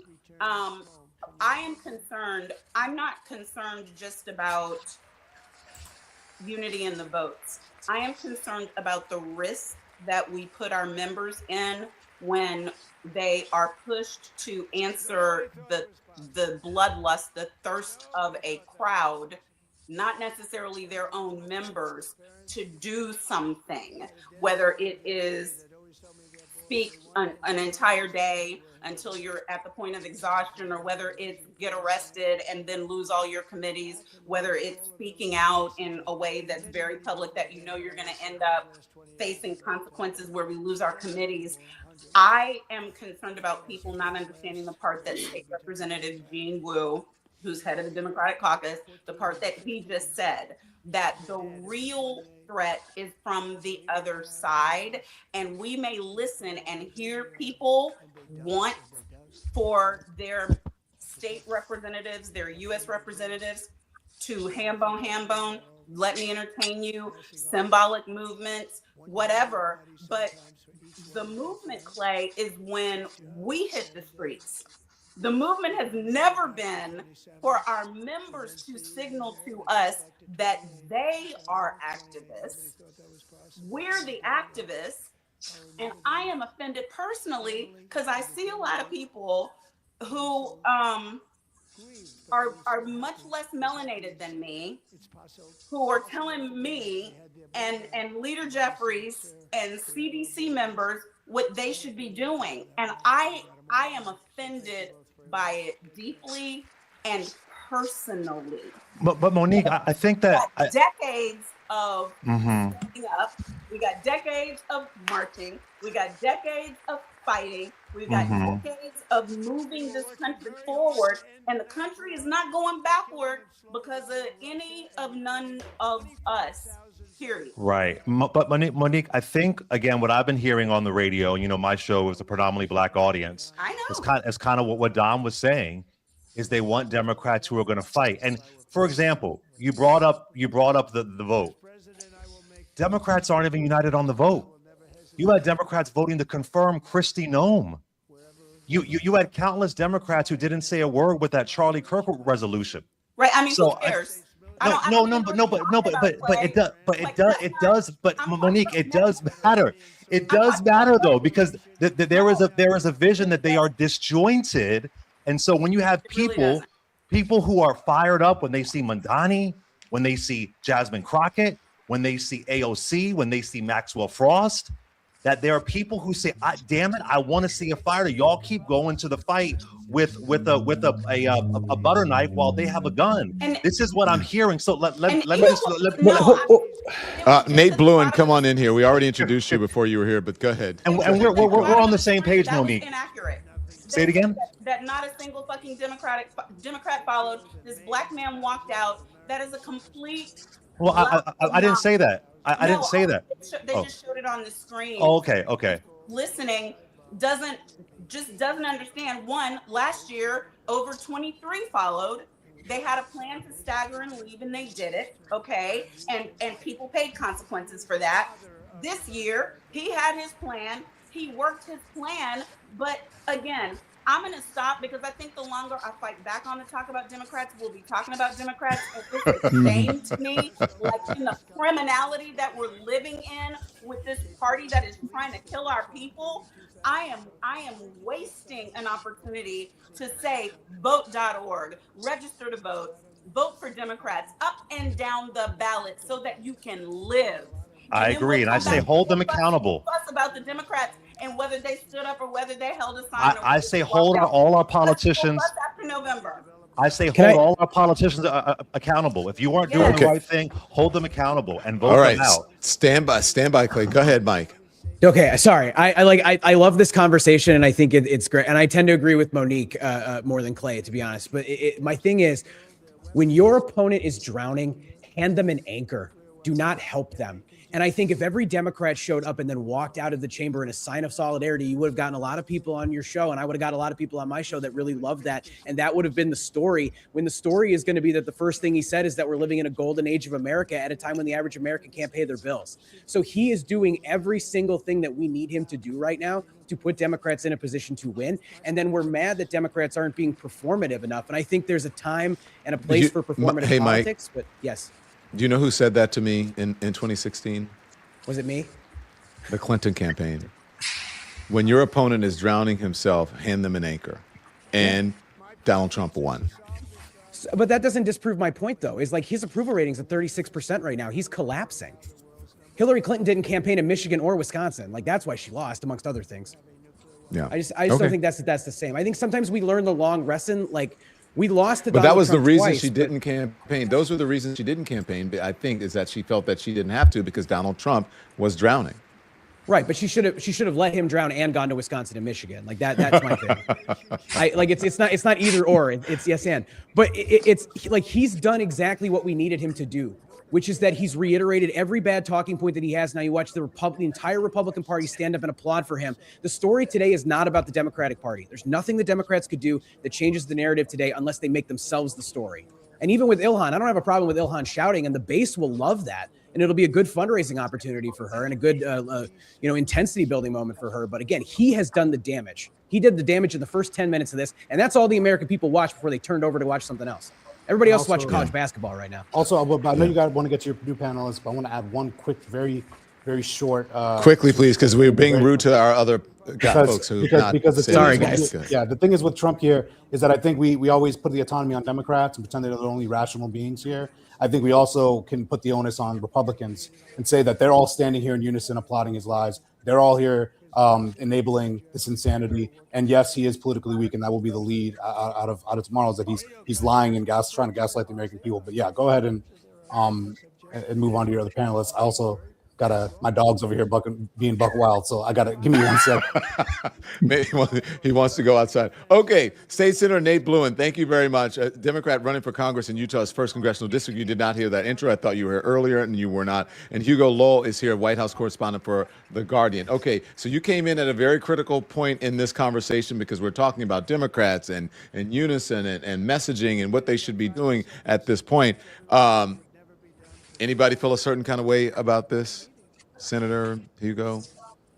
Yeah, it's been frustrating to watch Democrats here in Utah struggle to actually have a cohesive message on anything where we need to push back. We just saw Donald Trump say he's going to come into Utah and save the Great Salt Lake the other day, which is an environmental crisis here. And people, bought it hook, line, and sinker. Our governor's all in on it. And I'm just so frustrated that we don't have anyone who's willing to speak up and stand up against what we've seen. We have a supermajority legislature here in Utah, and they're all standing up applauding. We had, I think Erica Kirk might have been in the Utah Capitol yesterday, and no one is pushing back in a way that we really need them to right now. Are you seeing that? So go ahead. Can I just jump in and just say something on the back of all of this? I had quite a long day at the White House today, and among other things, I cover national security now and legal policy. And one of the things that really stood out to me, today, kind of leading into this State of the Union, was the fact that Democrats have been pretty happy to just let Trump do his thing, especially in Congress. And I kind of get that sense watching this State of the Union. I mean, Trump's basically taken it over with theatrics. I mean, he's given out 3 medals at this point in the evening already. But to a wider point, it is very interesting to me as a reporter to see. There was that Gang of 8 briefing today on this Iran question. We're about to go bomb Iran, and Trump is busy handing out medals. And the only thing that we heard from Democrats today, from Chuck Schumer and from Jim Himes on the Gang of 8 briefing was, we're really concerned about whatever Trump is going to do because, we're really alarmed. And that was the summary and the synopsis of their statements. And I can't help but think if the shoe was on the other foot, And the Biden administration or an Obama administration was contemplating bombing Iran without going to Congress to get a war powers authorization, without articulating a case to the American people of why we are going to go to war with Iran, why we're just going to bomb military sites, potentially even push for regime change. You would see Republicans come out and leak the contents of that Gang of Eight briefing and say, this is unacceptable, and Democrats are running with power. And you never see Democrats do that. And it is staggering to me that we are now in year 2 of the second Trump administration, and Democrats are still playing by the same rules.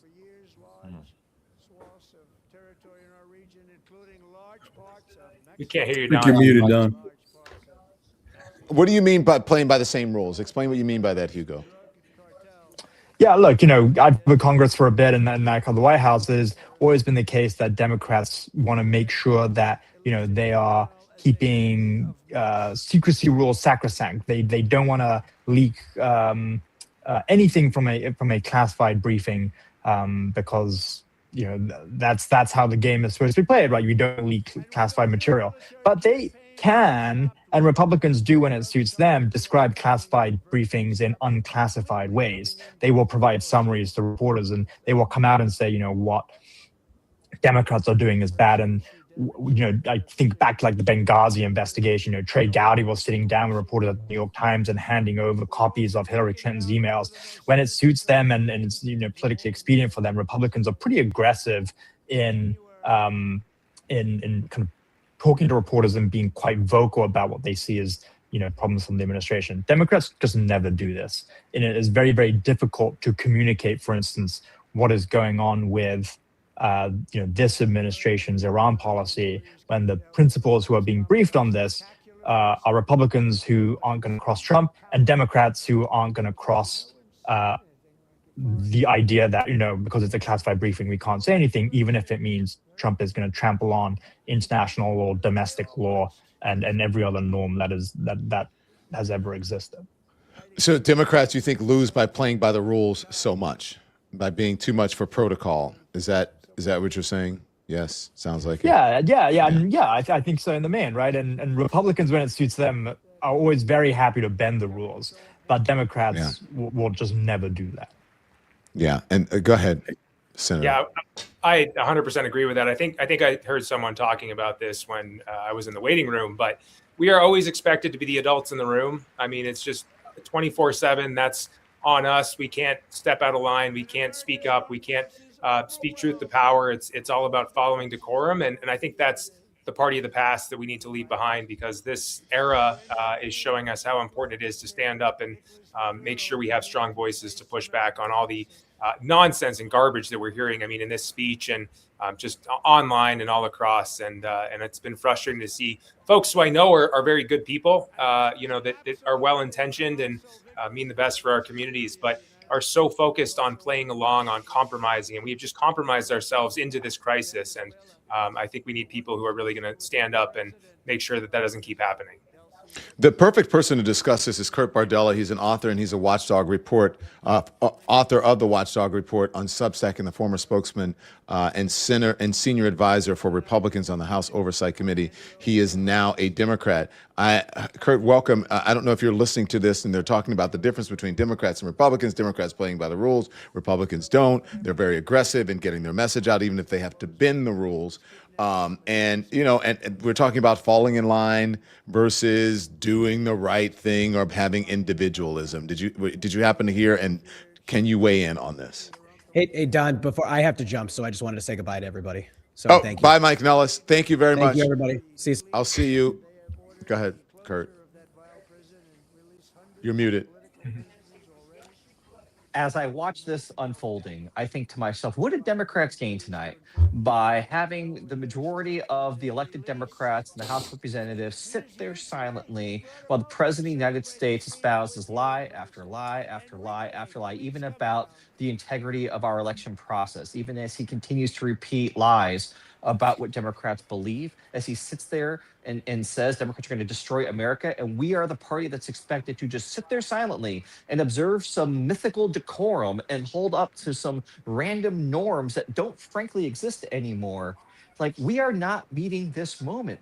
There's not a single person watching the State of the Union right now who's going, you know what? I didn't really like those Democrats, but now that I see them sitting there responsibly and quietly, I'm going to now vote for them instead of Republicans. There's not one voter out there who is thinking that tonight. And yet we have the leader of the Democratic Party in the House, Hakeem Jeffries, who I respect, send out the edict. Please observe decorum. Don't bring signs. Don't jeer. Don't stoop to the level. I am so fucking sick of this. When they go low, we go high. You know what? When they go low, they hit us in the balls, man. And every norm falls by the wayside. What would have worked tonight, and we talked about this the other day, is if Democrats had boycotted en masse, if that chamber is half full right now, and instead they are standing, not inviting Epstein survivors to sit in the balcony of the House of Representatives where the president doesn't have to look at them, doesn't have to acknowledge them, doesn't have to see them, instead stand with them and boycott this address and go to the National Mall and use the response to the State of the Union to actually say something, not some God lover, Governor Abigail Spanberger, who's not going to offend anybody, and I get why they picked her for that reason, but instead go to the Democratic response and say, you know what, instead of a politician standing alone in a room talking to you tonight for 15 minutes, saying stuff you won't remember 3 days from now, we're going to give the microphone to Epstein survivors so they can tell you what justice looks like, so they can tell you why we need to get answers, so they can tell you why Pam Bondi and Donald Trump have stood against them. But instead, Democrats are going to do what they always do. And you know what? You don't get to tell voters time and again, this is the most important election of our lifetime. This is the most important. You have to show up and keep acting the same way and playing by the same playbook. It drives me nuts. End of rant. No, can I just say, Don, I really resonating with me, including the state senator. Our respectability will not save us. You know, I'm on the radio 5 days a week, 3 hours a day, hearing what they just said from people. I mean, this is not going to incentivize voters in Philly, where I'm from. It's not going to incentivize voters in Atlanta, where I spend a lot of time. I mean, we know the trash of the Republicans. We know the script. We know what they're going to do. We know what they want to do. It was laid out in Project 2025. What are y'all going to do with the little bit of power that you have? How are you going to motivate people? How are you going to trigger people? How are you going to activate people? And again, playing by the rules and being respectable, how is it going to save us? We're in, this is beyond, really beyond Democrat or Republican, beyond the D or the R. It is our humanity.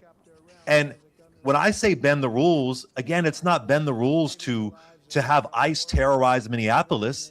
It's to bend the rules to make sure that ICE cannot terrorize Minneapolis. And that's just not what I'm seeing right now. And I feel like we are at an impasse where going back to the way it was before, trying to go back to the way it was before Trump came down that golden escalator, that's gone. That's gone. We need to reimagine, reinvent, and whatever that looks like. I love what Kurt just said, and people aren't seeing that right now. And I hear all these Democrats saying that they're really sure of what's going to happen in the midterms. I don't know about that. If we have a midterm. There's that too, Don. If we even have a midterm, because they're saying they're going to put ICE agents at, they're going to put ICE agents at polling places. And Kristi Noem is out here, and Donald Trump said a very similar thing tonight. He said about voting the right people and the right legislation. And then, but I hear Democrats saying, well, the president can't, he can't federalize elections. Well, they'll find another way. Exactly. They're going to intimidate people. They'll declare the Insurrection Act or martial law or whatever it is. Hugo, what say you on this? I mean, I don't know if you've said your piece this evening. Yeah, I got to be a little more careful voicing my opinion on some of these things. I think, because I have a day job here. You're a reporter after all, Hugo. Yeah, but I do look at this in its totality. I've been covering Trump for a long time. Who knows what he does with the midterms, in particular. But look, I think it's tricky in a lot of ways, and I keep coming back to the same point with Democrats, because there is just such a different set of structures around for Democrats, especially in Congress, that is very difficult to get around. If I don't know. I don't want to repeat myself as a broken record. I come back to the same thing at the end of the day, which is Republicans play by such a completely different set of rules. And when things suit them, they make a lot of big deal out of it. And they're quite happy, whether it's leaking or whether it's using cable networks to push their narratives. Democrats just seem much more tepid. And the current crop of Democratic leadership in the House and Senate seem a lot more tepid when it comes to that. You know, I covered the House when Pelosi was Speaker, and compared to that era, this does seem much more pliant and kind of trying to find ways to compromise and, you know, trying to find ways to work with Trump. You know, Trump just said in the State of the Union today, he has no intention of negotiating with Democrats on the DHS funding bill. Democrats and Schumer are still hoping there is a way that they can work with the White House to hammer out a negotiation. Trump isn't interested in negotiation. So I think there are kind of systemic issues here that Democrats probably have to grapple with. Yeah, Democrats are soft. Thank you, Hugo. I appreciate it. State Senator Bluen, go on. Yeah, I think one of my favorite moments in recent years was seeing Nancy Pelosi rip up that speech behind Donald Trump a few years ago. And actually, that was during the time that my Democratic opponent in this race was in Congress. And he said that he thinks the president had every opportunity to tout his successes. I'm actually reading this. And that we have a lot of things to celebrate from what the president said during the State of the Union address. So that's a big reason I'm running, is because we have a big progressive seat here in Utah. We can change the narrative. And I'm so frustrated that we continue to focus on these civility politics when we never get that in return. As a state senator here in Utah, I've never gotten the sort of respect or civility back that I think is expected of me to actually advance legislation or make allies up at the Capitol. And so it's super important, I think, that we realize that we are not being treated the same way that we expect to be treated, and that we really need to fight back in ways that actually move our agenda forward. And sometimes that does mean using the rules in different ways that advantage our approach and make sure that we get our message across and that we can actually speak up for our constituents. Because I know what I hear time and time again is just that people don't feel like they're spoken up for, and they're not so worried about, you know, advancing a single piece of legislation or something, at least from a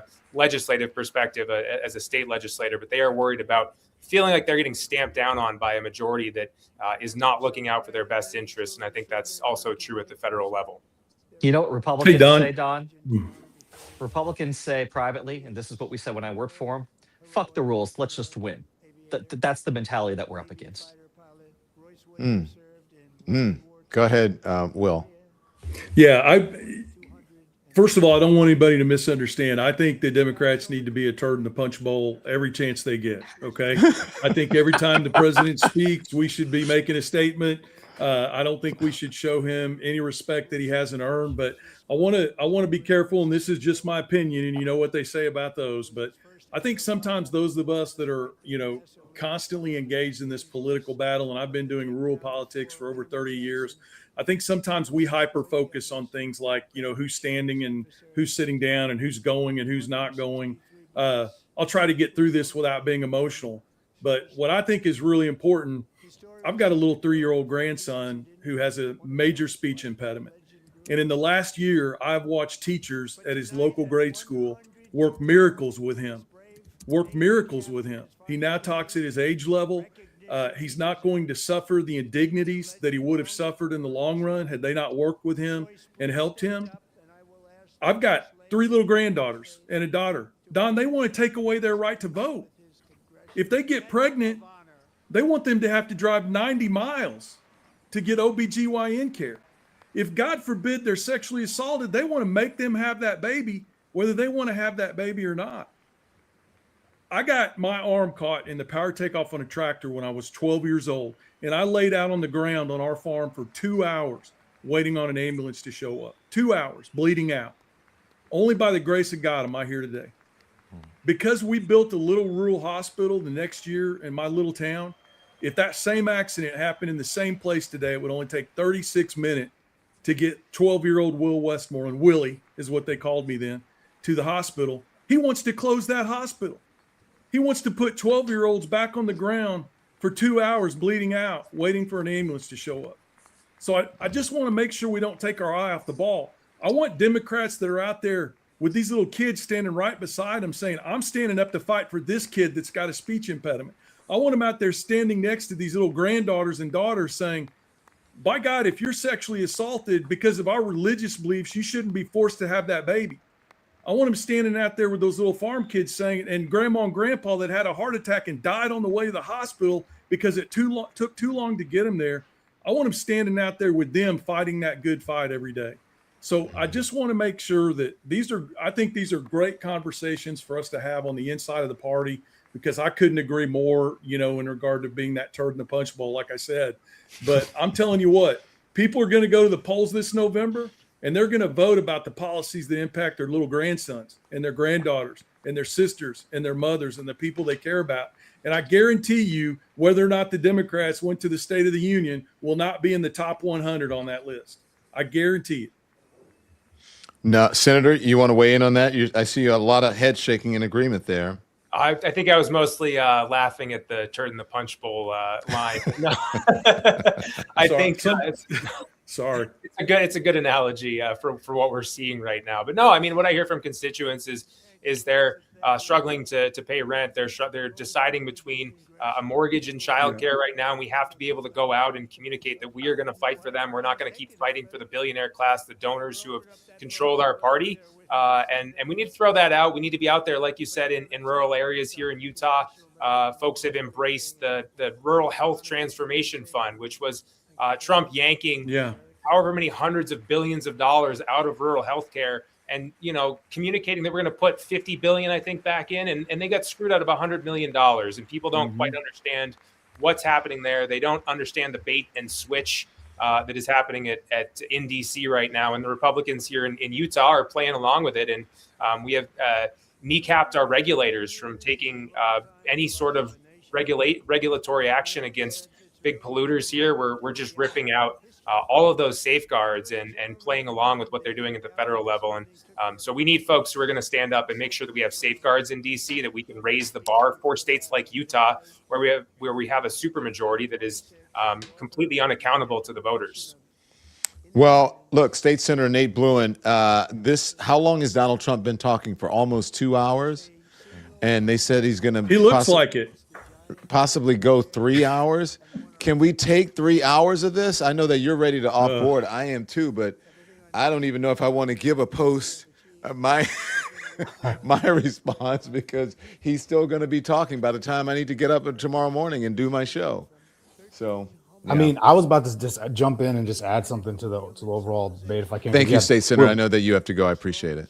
Thank you. Go ahead, Ahmed. Nice to meet you. Yeah, I mean, okay, so this guy's hitting the 2 hour mark of his delusional scream, right? And just to recenter all this, I'm glad, Will, you brought it back to real life circumstances and the stuff that's actually going to matter. Like I do think Democrats could have been tougher here, but I do think ultimately, no matter what, I think we're approaching a midterm election where they're cooked, and Trump knows it, right? I think the Republican Party is incredibly weak, along with Donald Trump.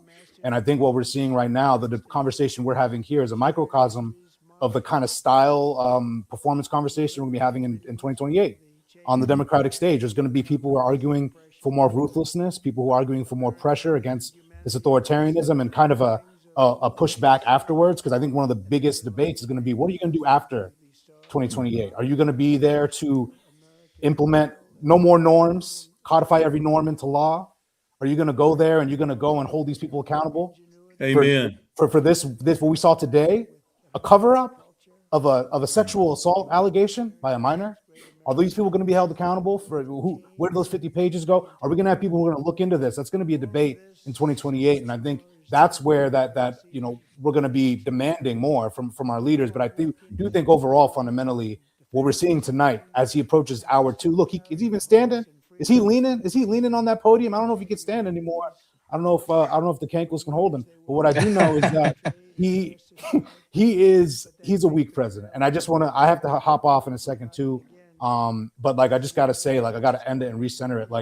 The real core of this is that we have an authoritarian president who has dramatically overreached. He has pushed the entire American public against him. Every poll after poll, he is historically weak.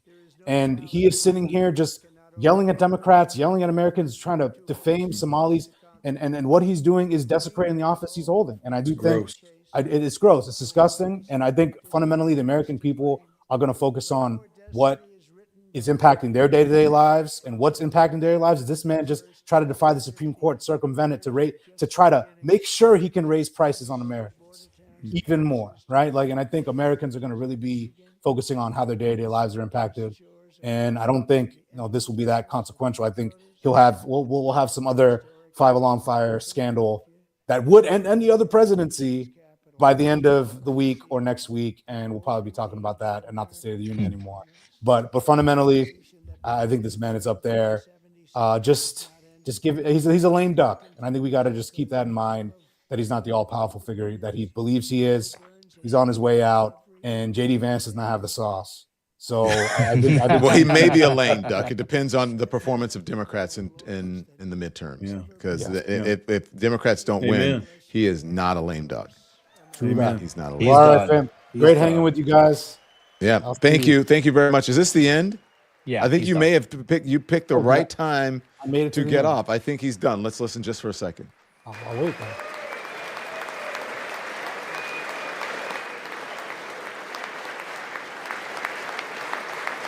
Don, your comments are the best, buddy.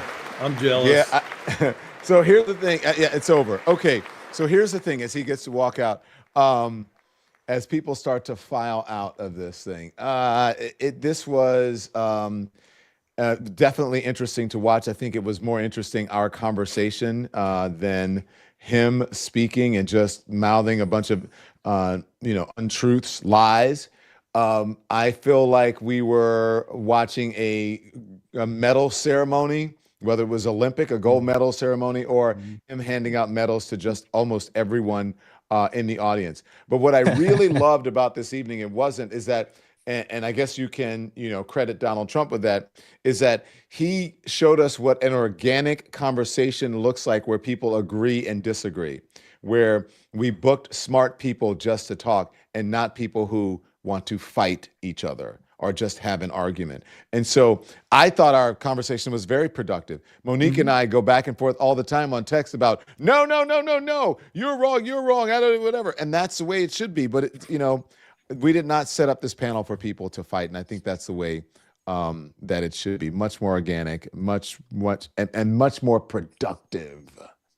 I'm still trying to figure out how I made it on here with all these high IQs. So, well, what happened is you clicked on a link. There we go.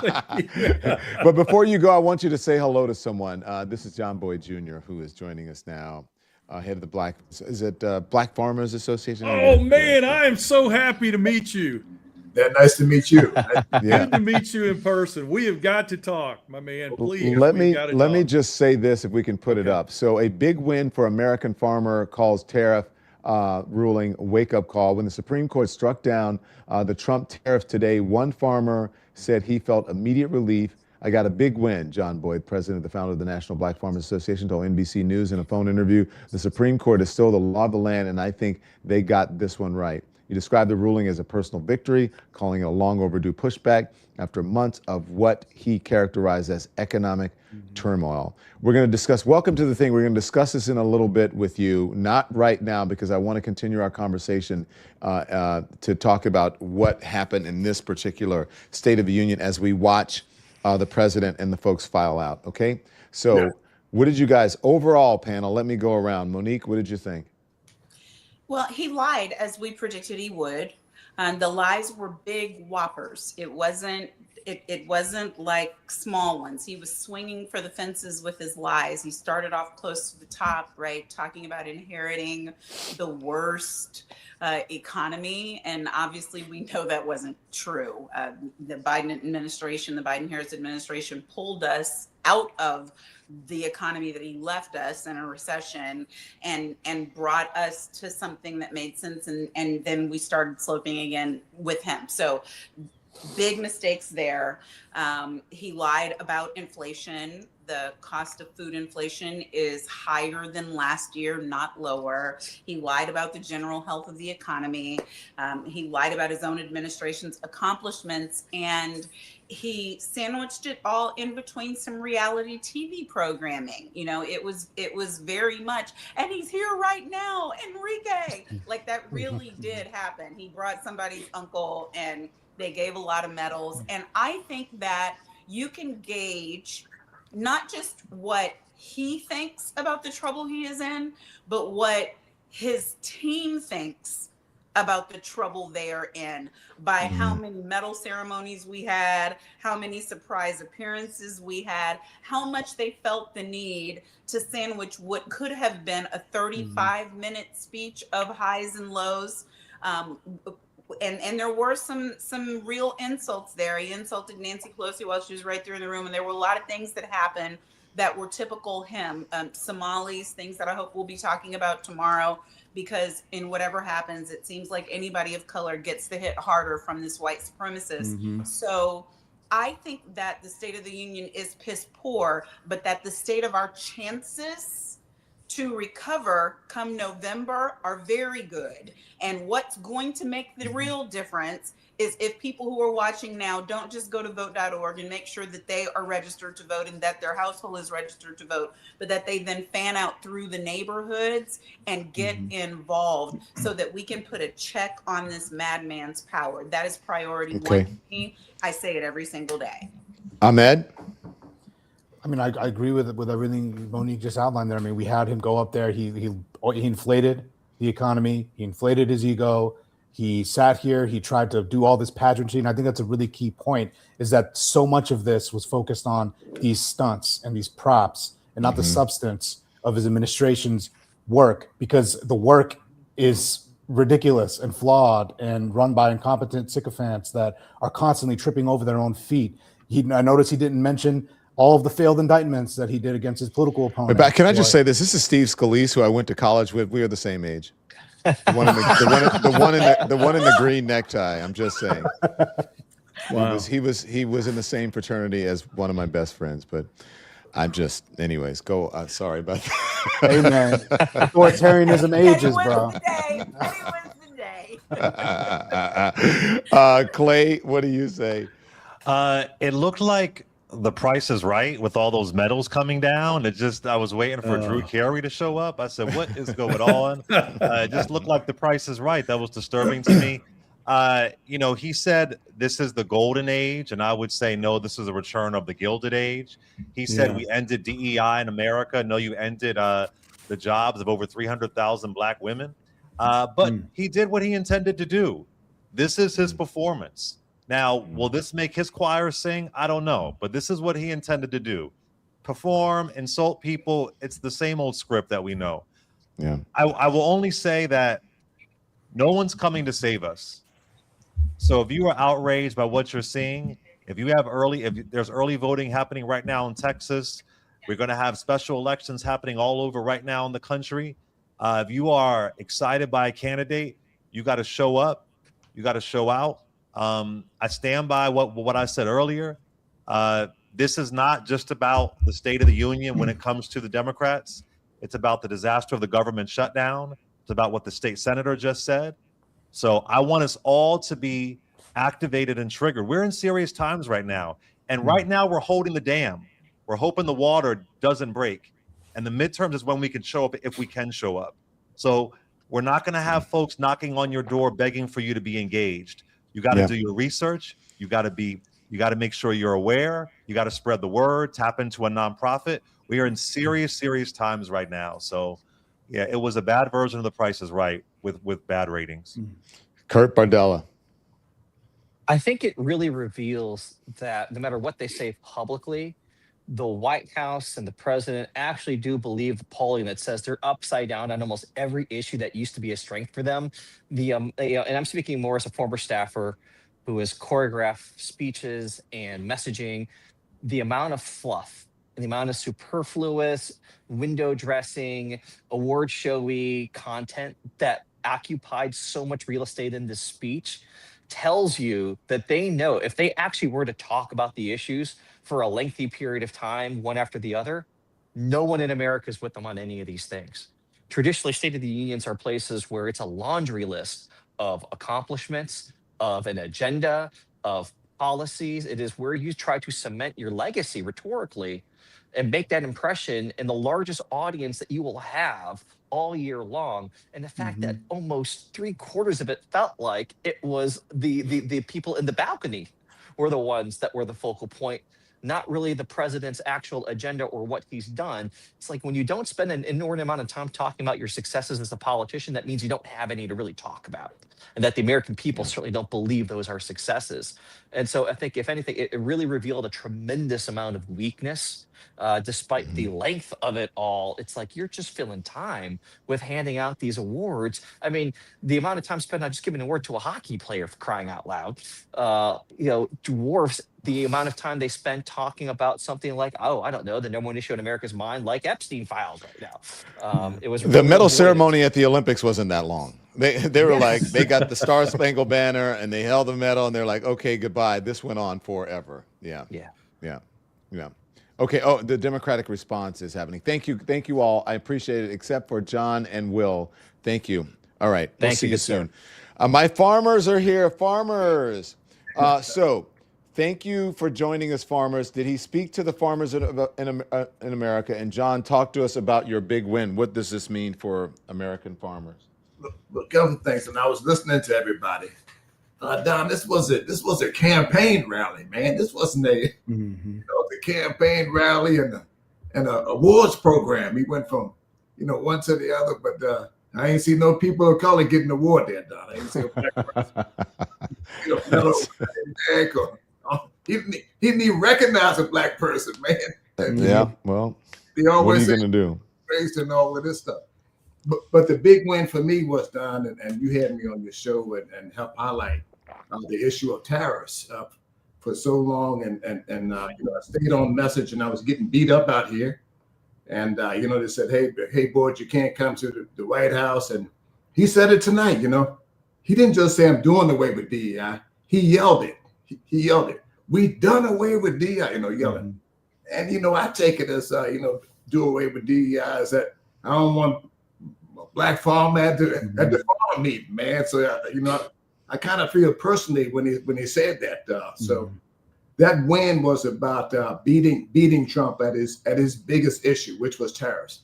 He's not admitting it, Don. This was a big blow to him. So it's $175 billion on the table, and we're going to be looking for some of those resources to come back to farmers, all farmers, to include black farmers. We feel that we were cheated out of a lot of money. We lost a lot of money. And we were the ones paying the tariffs, man, on these high price equipment and parts. So nobody wants to talk about that. So we're looking for some law firms that can file on behalf of us. I see the companies are filing. They have no problems getting law firms to file on their behalf. But I'm out here today looking for some firms that can represent farmers so we can get some of our money back. So that was a big win. 6-3 is the biggest, hardest no that this president has had since he's been elected, Don. The Supreme Court told him no. They didn't just say, maybe. And the other decisions that came out of the Supreme Court have always been a light touch to Trump, not a hard no. This was a hard no, a punch in your face saying, you can't do this, and we're still the Supreme Court of the land. We don't always agree with the Supreme Court, but I definitely agree with them on this one. 6-3. 6-3 I won, and the president lost big. The president lost. Hey, Don, I'm using this word. The president lost bigly. I mean, doesn't he use that word? Bigly. He said, but they say he's actually saying big league, but but bigly. That's bigly or big league or something. But my heart goes out. We have 270 farmers, Don, that are pending farm foreclosures. We don't have the resources to help them. We lost 15,000 farms last year that this president doesn't even want to talk to. Farm suicides are up. Farm foreclosures are up. All of these things are up. And 46%, man, we have 46% of farm foreclosures in this country. And the president keeps saying farmers love them. That's what he says. He says black people love him. That's what he says. He needs to ask black farmers how we feel about him. and his leadership and having 270 farm foreclosures that are pending. Well, and we asked in Congress for immediate relief. Well, I want to know how black farmers feel and how all farmers feel as well, because a lot of those farmers, as we know, Will, voted for him. This is a big win for American farmers, and as John Boyd Jr. said. And how do you think that have the farmers come around since Donald Trump is giving them some subsidies or grants Well, hold on, Will, hold on. The biggest point, Don. We did not get to $12 billion. You didn't get it. That's right. I want to be very clear. He keeps saying it, and he's getting away with it in the media. It's the biggest lie, man. We did get the money, and I'm sure Will can back me up on this. He says I gave farmers $12 billion. How many of y'all got it? And Will close your ears. Some white farmers held their hand up and lied for him and said we got it. Not one dime of that $12 billion has been paid out. And Congress needs to pull him on the carpet and ask him, where's the money? And I'll go ahead, Will. I'm sorry. No, you just took the word. First of all, John, I want to just thank you. You don't know who I am, and you have never met me, but I watched a documentary of yours that you were in about 5-6 years ago about the American farmer, where you were highlighting the issues of black farmers in this country.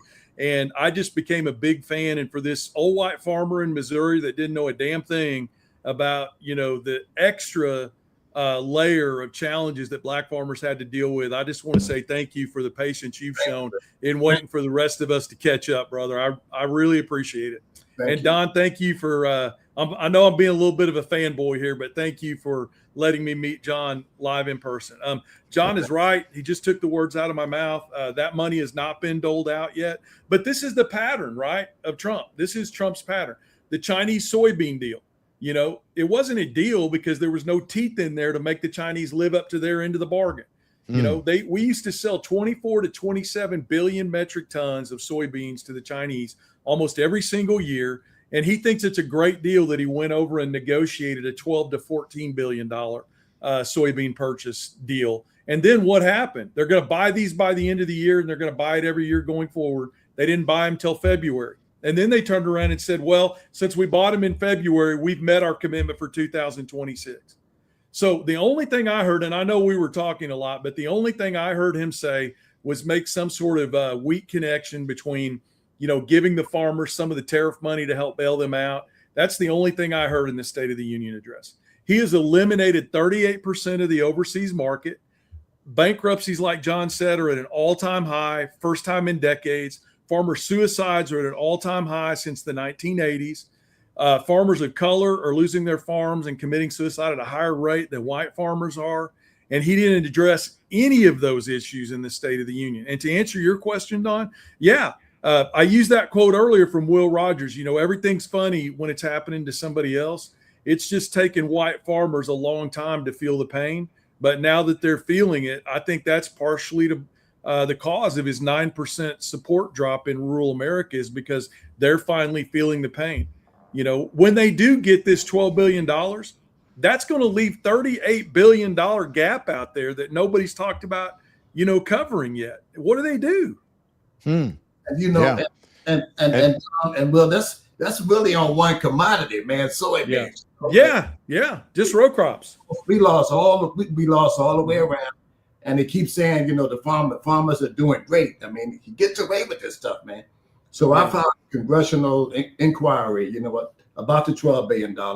Where is it? And is it truthful that those farmers in Iowa was telling the truth or lying? And all three of us know already that they were lying for this precedent, that the money has not been paid out. And we can't let the president go around and say this kind of stuff. And we'll continue to follow it. You're right, and we can't. But I wanted to get you on to discuss this, and I'm so glad that both of you came on. I'm glad that you got a win, and I got to go to bed. As the folks are watching, I got to say one thing to you personally, if you don't mind, because I want to say this with everybody on here real quick.